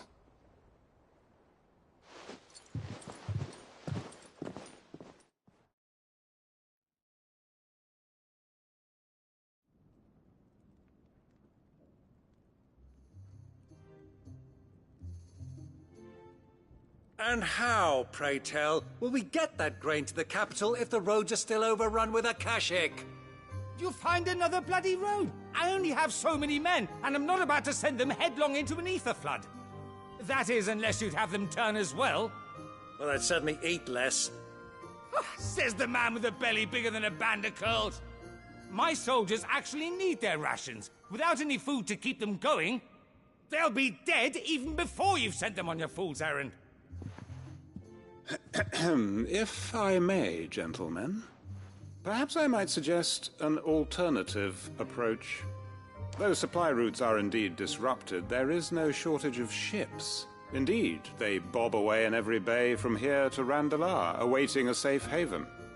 Allow them to make port and fill their bellies full of grain. And once those who crowd the cities are fed, ferry the displaced back to the countryside to work the fallow fields. But I'm sure that you wish to continue your discussion. Forgive the interruption. 2 such firm friends as yourselves need no help from the likes of me. Rutherford spoke fondly of the great bond between you. Us? Friends? I can't stand the man! Clive, I'm beginning to question the quality of the company you keep. And what kind of company were you expecting him to keep? The man's a criminal! Criminal? How dare you? You are not fit to breathe the same air as this fine, upstanding young gentleman. Upstanding? He calls himself Sid the Bloody Outlaw! Once more onto the breach.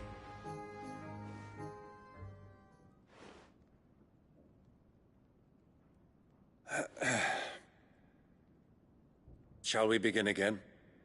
What we seek here is not to create a new nation, nor to claim the thrones of those that already exist. We wish simply to bring stability to the realm that mankind might weather the current storm. And to do that, we must convince those in power, the generals, the statesmen, the nobles, that our cause is just. There will be disagreements, yes, and I imagine some resistance, much resistance. But we cannot let that deter us. If we show them the path, show them that we walk it ourselves, then I am confident they will follow. The fate of the world lies in my nephew's hands, but the well-being of her people lies in ours. And we must not squander the chance that Clive has given us. Uncle Byron, Now, with that settled, let's move on to the signing of the Accord. For what great moment in history hasn't been accompanied by a little ceremony?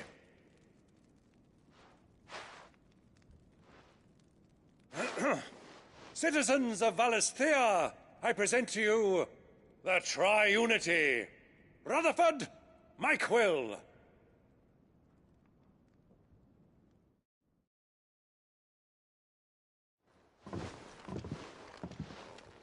Well, my boy, the stage is set. That it is.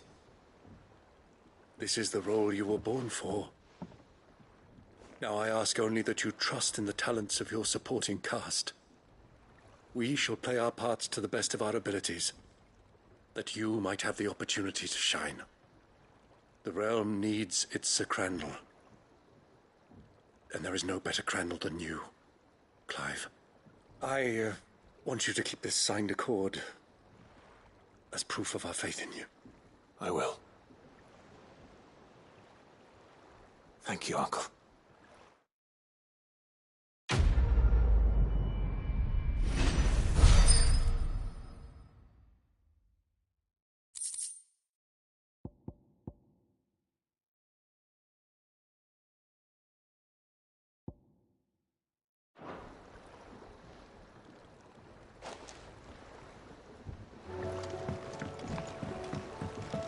What do you think that thing is? It's a damn distraction.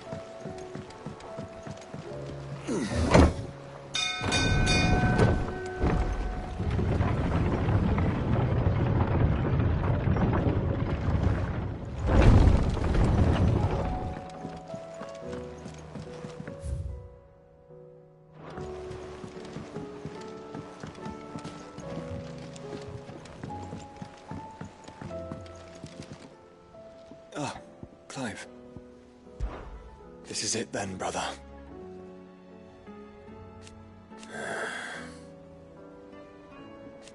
Indeed.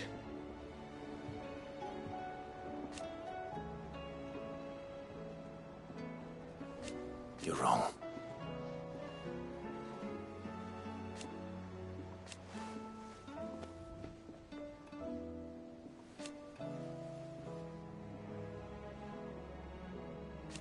Of course.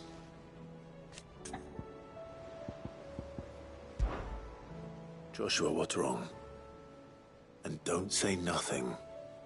It's not nothing. I've received word from Cyril. The Undying have found Father's will, or something akin to it. His will? How and where? In the crypt beneath Rosalith Castle. After Kupka was kind enough to drive out the Imperials, the Undying took the opportunity to recover what relics of the Duchy yet remained. And in the process of doing so, they found a letter from Father. I'm surprised anything survived down there. Cyril asked that I join him in Tabor at my convenience. I have been meaning to go, but Would you join me?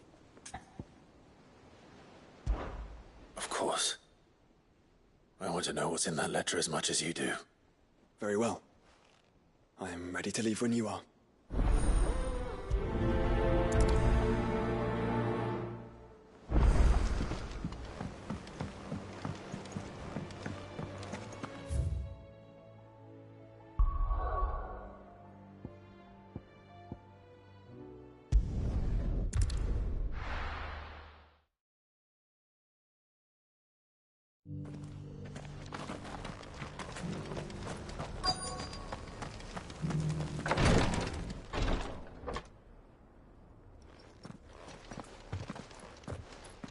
Your Grace, my lord, I trust your journey was not overly onerous. Cyril, you found a letter from Father? Yes, I have it here.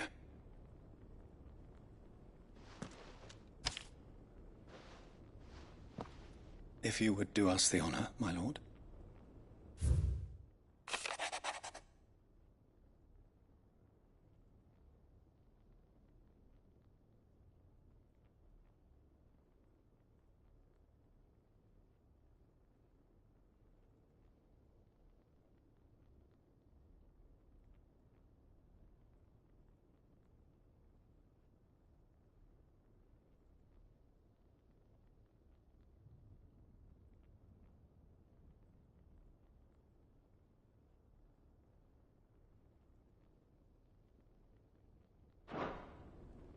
An inheritance.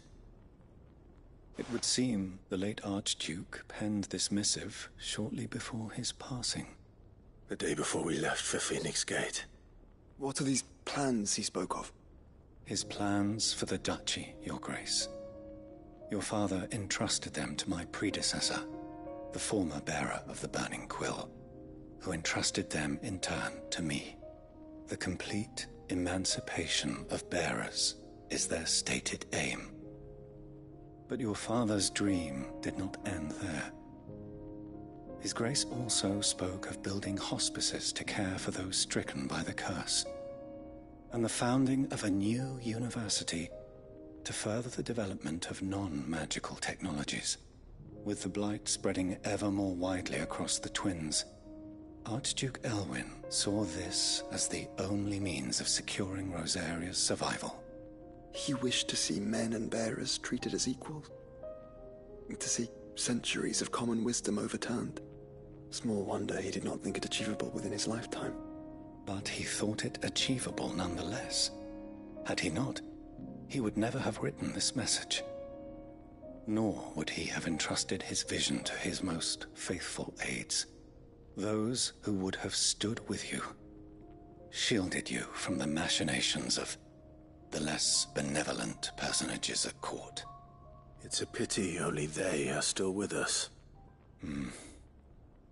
'Tis true that those most loyal to your father were the first to suffer the Duchess's wrath. But one at least remains, and she has come bearing gifts. What do you mean? Mayhap it is better that she explain, my lord. After all, the duties entrusted to me by my predecessor extended only to recovering His Grace's will and arranging a meeting with the one who might execute it, or a part of it at least. And where is this woman? She awaits you in the archive, Your Grace. Thank you, Cyril. Shall we then?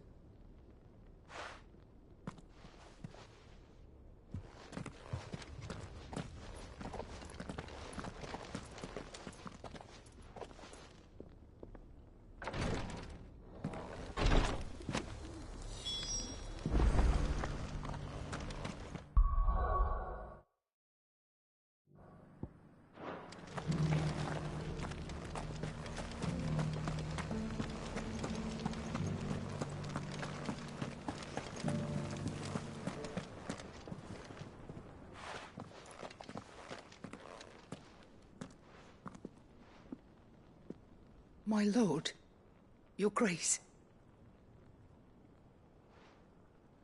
I hardly recognize you.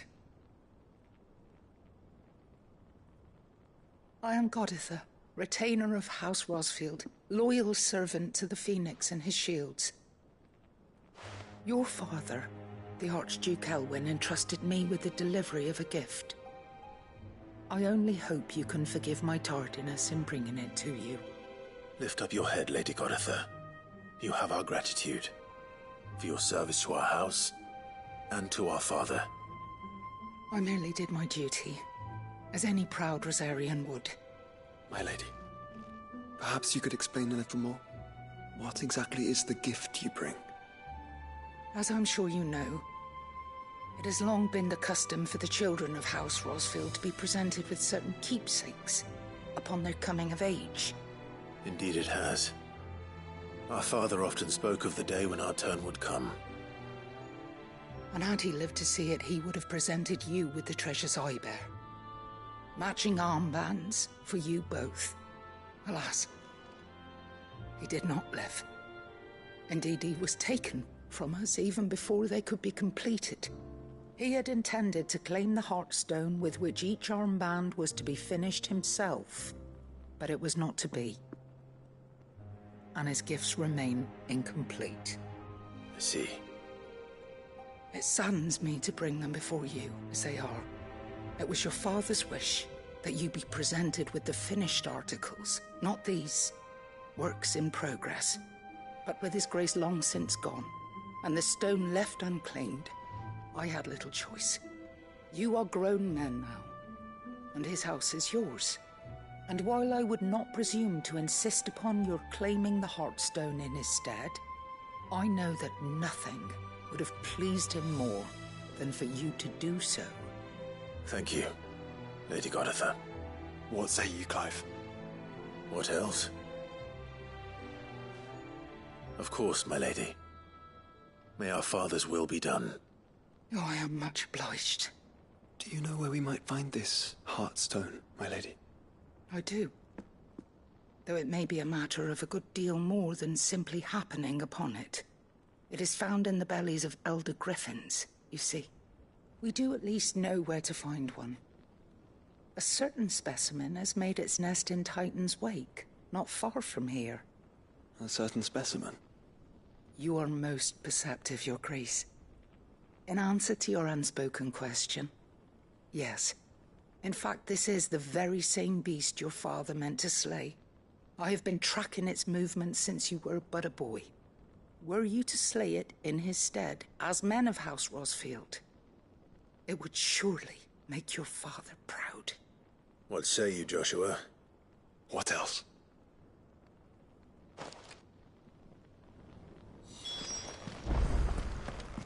Titan's Wake is to the south of here. But we must not be hasty. The good lady has been disappointed once already.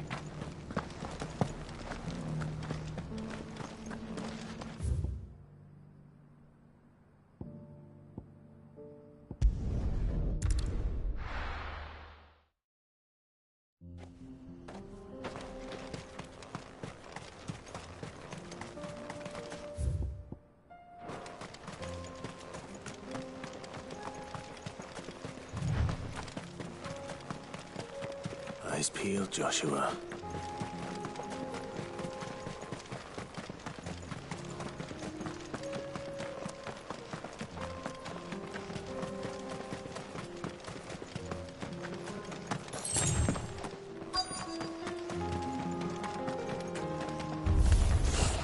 There it is. For House Rosfield.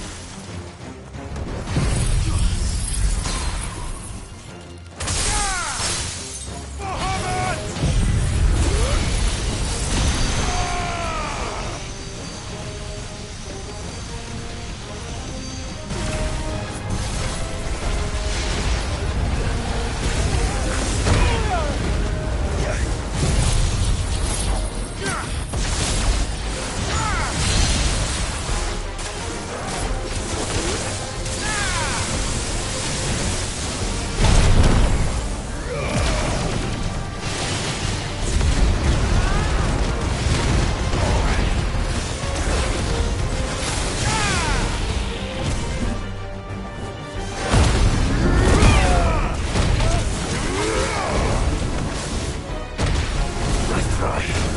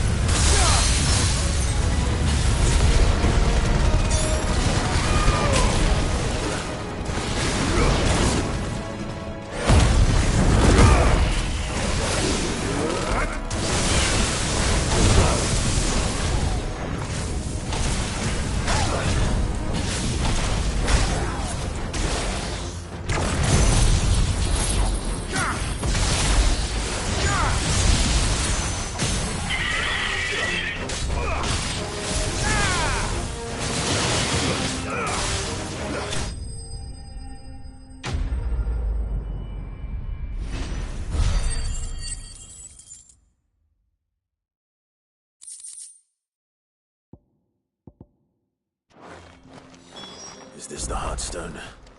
I expect Lady Goditha will know.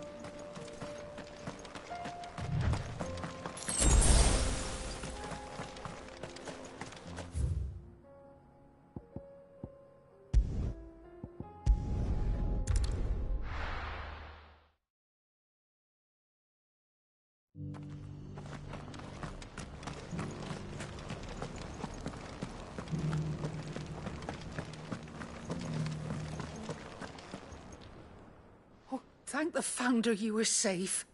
The Griffin is slain then? And the Heartstone claimed.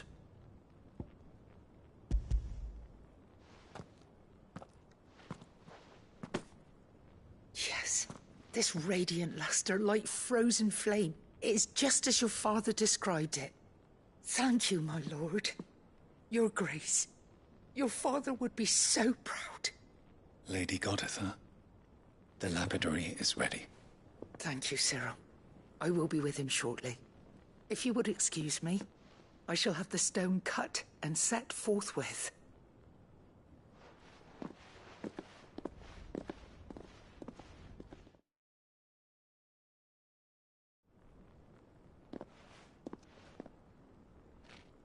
The armbands are complete. Pray, take them. They are yours, after all. Heartstone is harder and more enduring than garnet, or even ruby.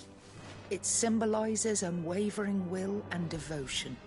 And the graven vines encircling the stone represent the unbreakable bonds between you. It's a message.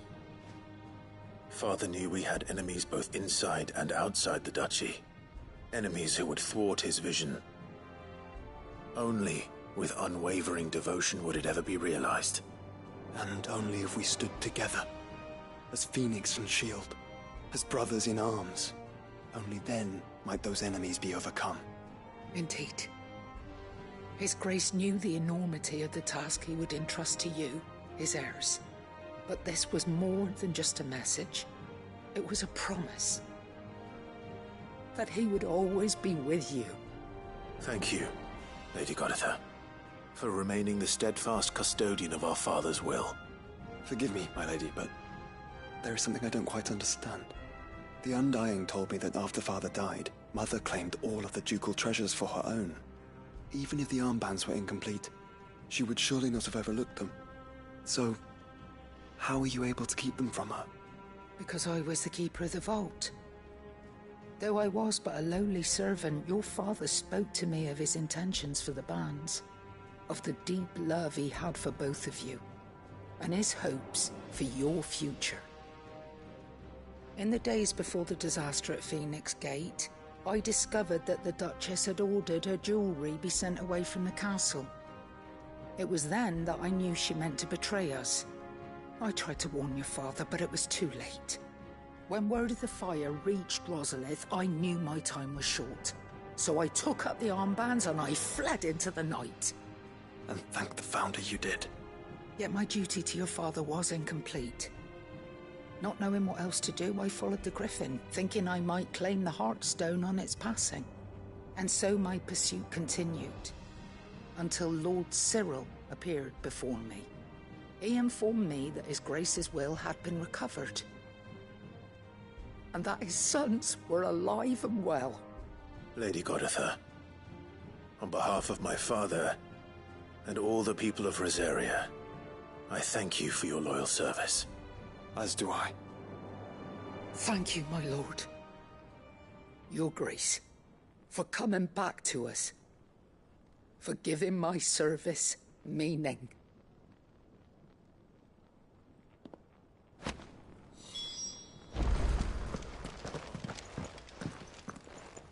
The bands suit you well. It must be gratifying to finally receive the inheritance that was denied you for so long. It is. And we thank you for the part you played, Cyril.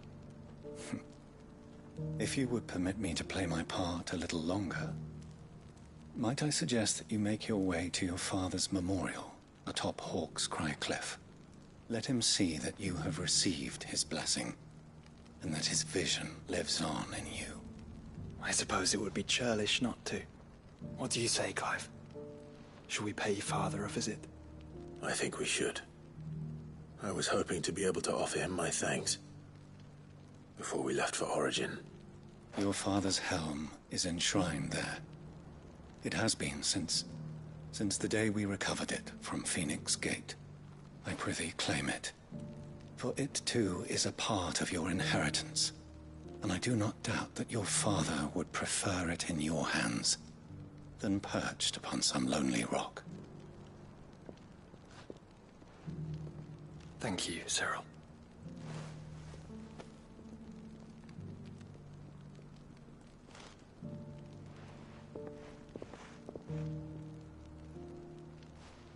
Come on, Clive.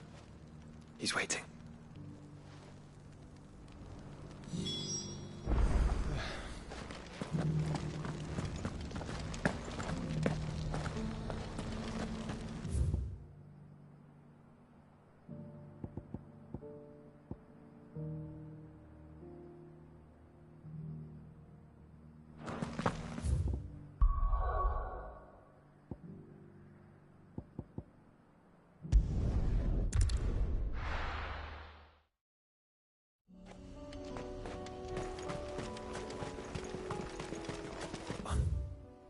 Wavering will and an unbreakable bond. Do you really think we're strong enough? To save the world? Of course. To have overcome Father's political enemies? Of that I'm less certain. Especially knowing what we know now. What Mother was truly capable of. But perhaps these bands would have helped. Knowing he was with us would have made all the difference.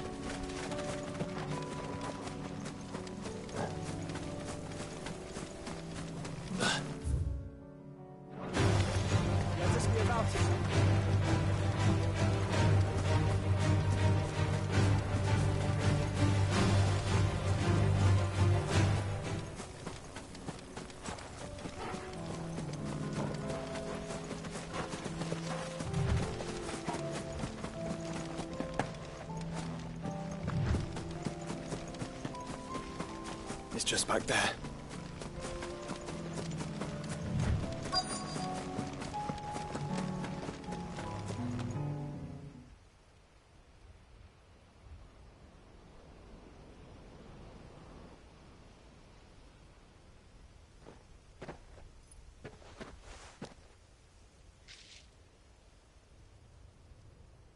Father always fought for what he believed was right.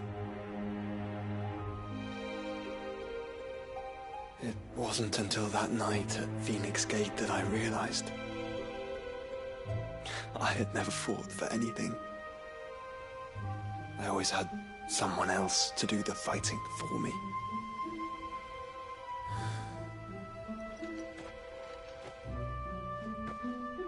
No matter how fate conspired against him, he never lost heart, never looked back, never stopped fighting.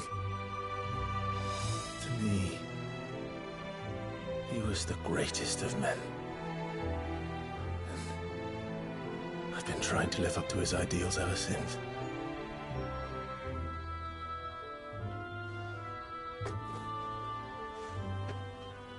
We all have, Clive. We all have. And we'll keep trying. Because that's what he would have wanted. What he would have done himself. Even if it meant standing against the very gods in the heavens. I shall be borrowing this, Father, if I may. That you might watch over us as we follow in your footsteps.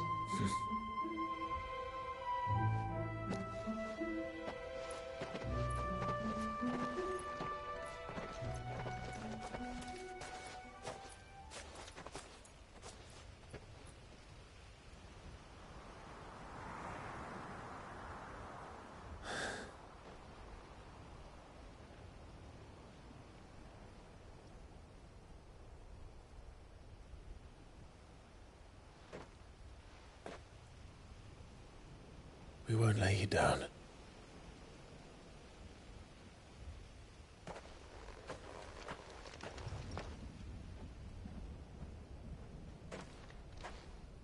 Onward, then? Onward. To the end. And to a new beginning.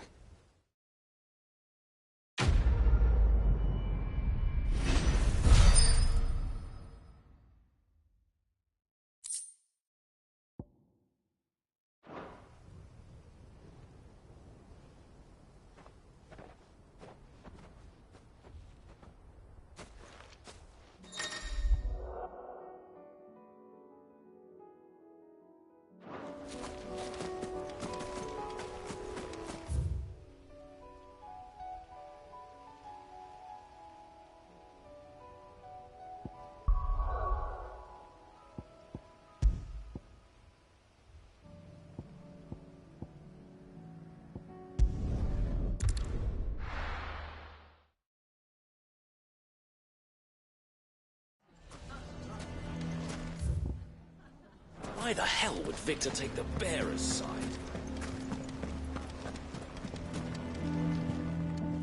Here to help me pack?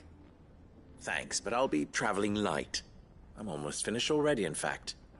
You're really going to go through with this, then? I am. But before I go, there is one small issue I'd like your assistance with. Well, two, in fact. If it's within my power to help you, I will. It's the children. I refuse to let them share in my disgrace. And if I leave them here, they surely will. Our friendship would see them ostracized forever. But I can't take them with me either. I can think of only one place where they are certain to be safe, and provided for, and loved. The Hideaway. Of course.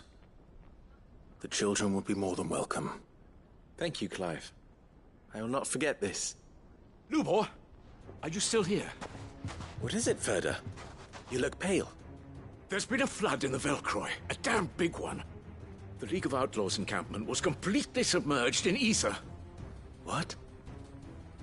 Every last one of the bastards has turned, and they're headed this way. Bandits are one thing, but Akashic bandits are quite another. The town guard won't stand a chance against them. We need to evacuate. There's no time to lose. Ferda, gather the men. The Akashic may strike at any moment. We must make ready to cover the townspeople's escape. Well, what are you waiting for? Yes, my lord. Clive, change of plan. The children stay with me for now. I need you to find Conrad and Natalie. Tell them to prepare for a full and immediate evacuation. Understood. I'll do what I can to convince everyone else. Wish me luck.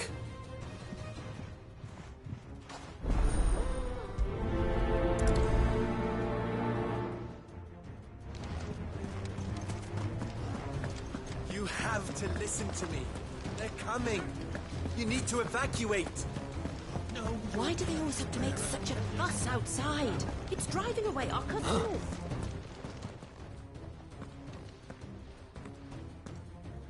Ah, it's you.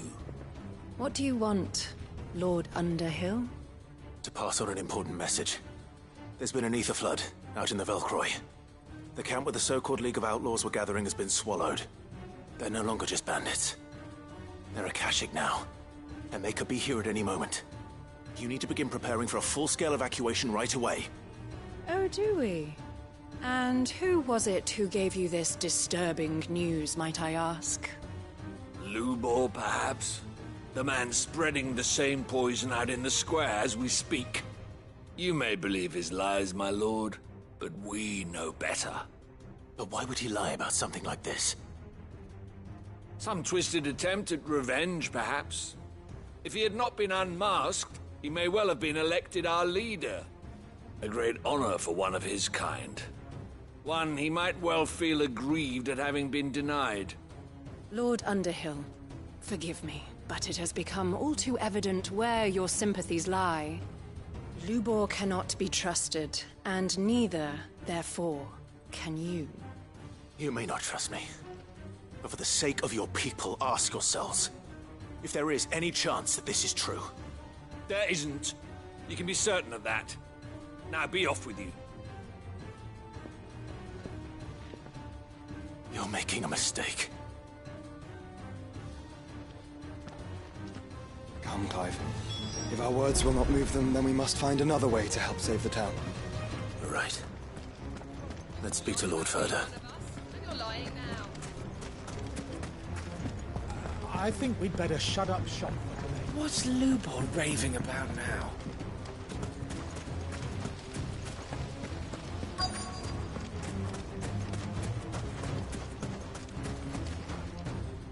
Lord Furder. Cid, what's wrong? I went to warn Conrad and Natalie about the Akashic, but they wouldn't listen. They've convinced themselves that nothing Lubor says can be trusted. The bloody fools. Which means the town guard can't be counted on for support. But I can. If there's anything I can do to help you defend Dalamil, you only have to ask. I appreciate it. Cid! Further! I've been looking for you everywhere. Victor? I thought you'd left. I couldn't abandon a friend in need. And Lubor is in need at this very moment. Come quickly.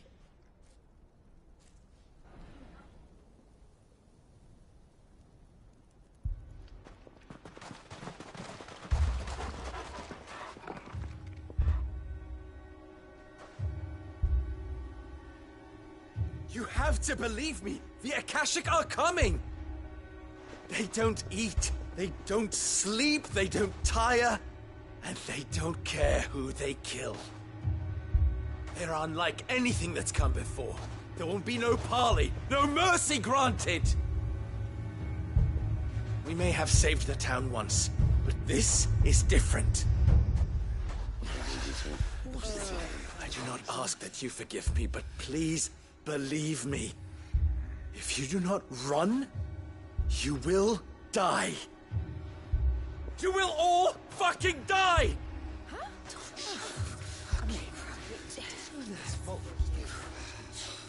You'd like that, wouldn't you, bearer? Yeah, with us out of the way, your kind will be free to claim Dalamil for yourselves. You should run! Run, bearer! Yeah, run! Run! Far, far away! Run! Just go! Yeah. Yeah. Yes! Go! Come on, then. Go on! Go! Just go. Just go. Lubor. Wait. Someone's coming. Come on! Stop! You're hurting him!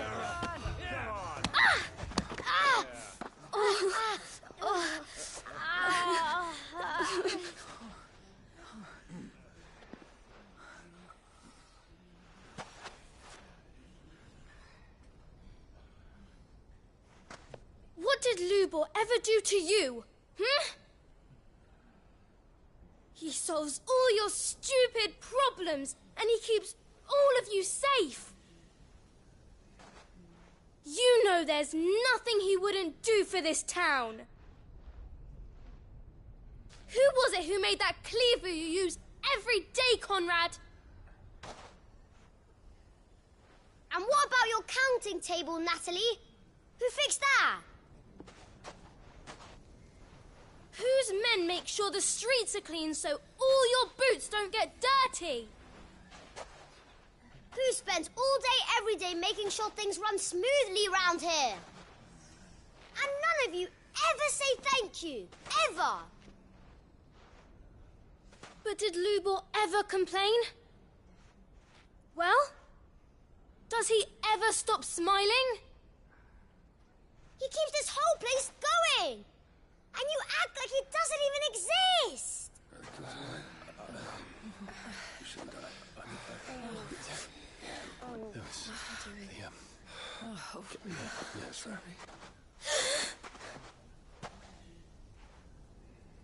Lubor, we've heard enough. Wait! We will not run. The town guard will not abandon the very place it is sworn to protect. And I will not give up for lost the stores that we labored so hard to fill.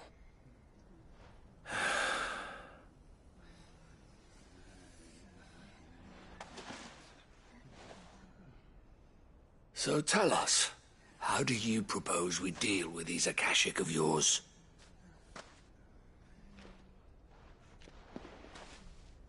We won't run, but we will fight. All right, then.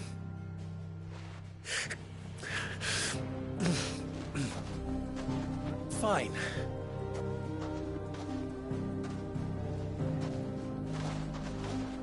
Gather round if you don't want to die.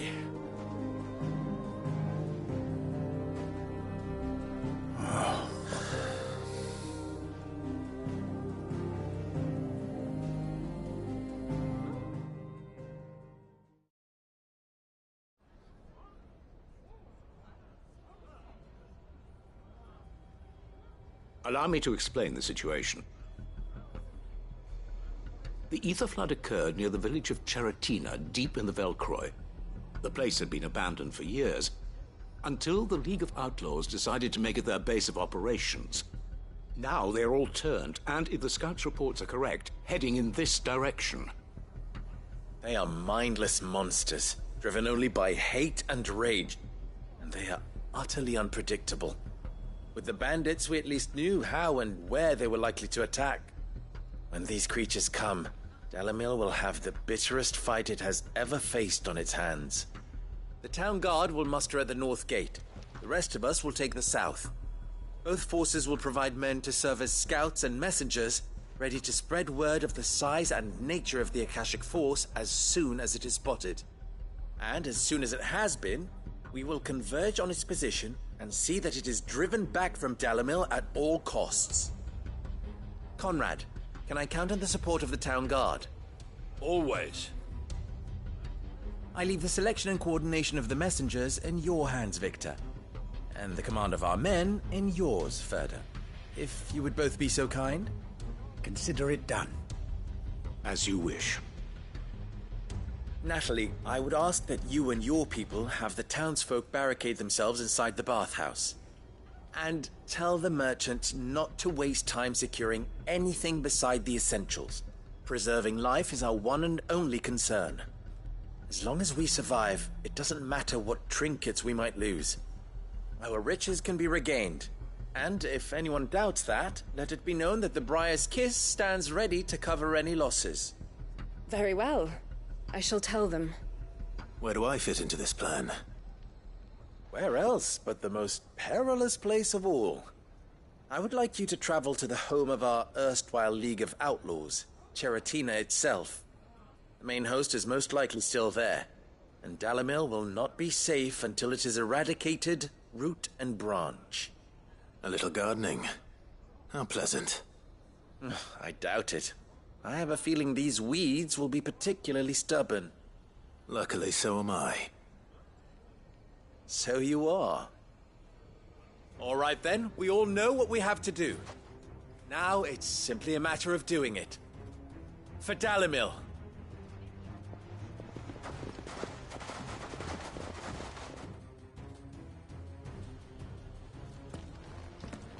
Looks like everyone's ready. I'd better not keep them waiting.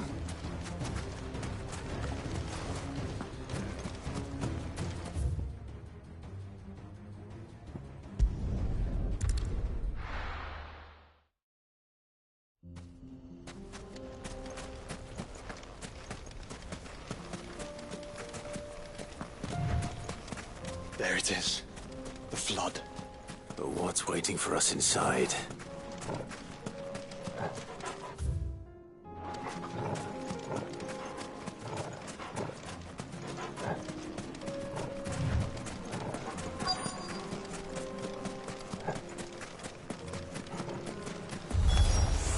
We can't leave a single one alive.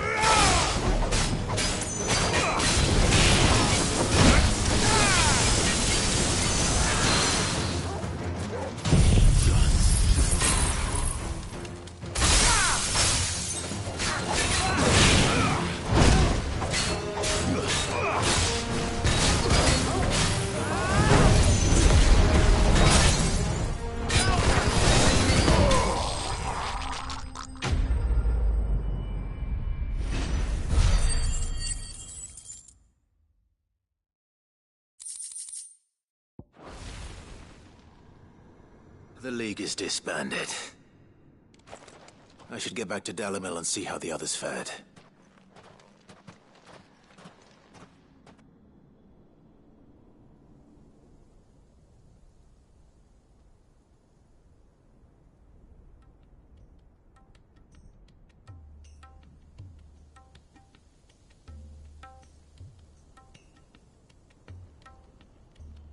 All the Akashic we were able to find have been dealt with. Seems that might be the last of them. Last of them here, perhaps. Lubor, Sir Clive has returned. Clive! What news from Charatina? It's done. Root and branch. I knew you wouldn't let me down. Thank you, my lord. Friends, the Horde has been driven back. The Akashic have been defeated. And we need not fear the arrival of any more, thanks to Clive. Victory is ours. We bloody did it! We saved Dalimil. Lubor, allow me to apologize. After all you have done for this town, we should never have doubted you. But we did. And for that we are truly sorry. We only hope that you can forgive us. We need you, Lubor. Dalimil needs you.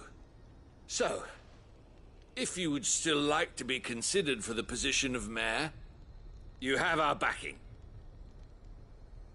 You do remember that I'm a bearer, don't you? We do. But that is not a stain on your character. It is a stain on ours.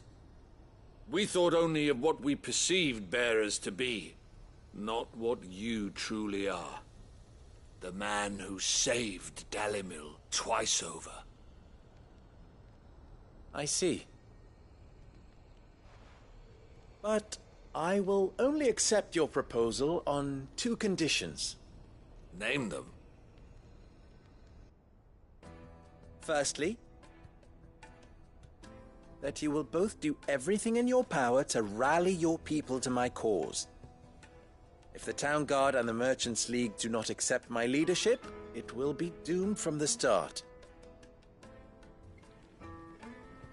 Unity is the key to defending Dalimil, and I do not doubt that we shall need to call on our combined strength again. When that time comes, I will expect us all to pull together, just as we did today. Of course. You have our word. And secondly, you will accept that if I am to lead you, the mistreatment of bearers must end here in Dalimil. Any bearer within our walls shall be afforded the same rights as any other citizen. They will not be judged by what they are, but who they are. As we failed to do, and came so close to losing everything. We agree to your conditions. And we have only one in return. That you continue to work for the good of Dalimil, as you always have. Condition accepted. Well then, it seems my mayorship is all but confirmed. Do I get some sort of special hat?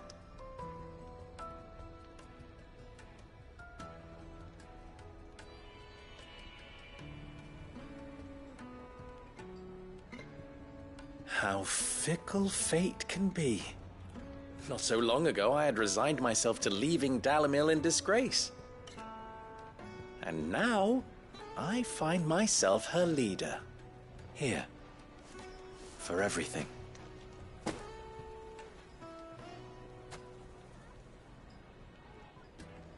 Lubor. About the children. Fear not. You are, of course, relieved of your responsibility. I would sooner face another horde of Akashic than see them brought up as outlaws. I'll make sure they're safe here.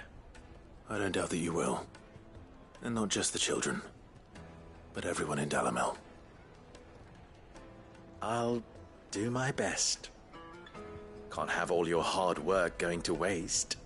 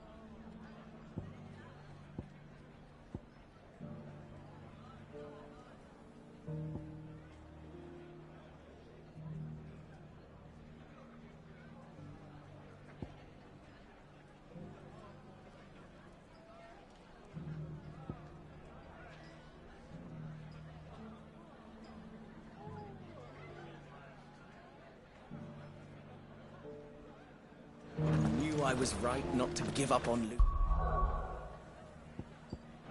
Oh.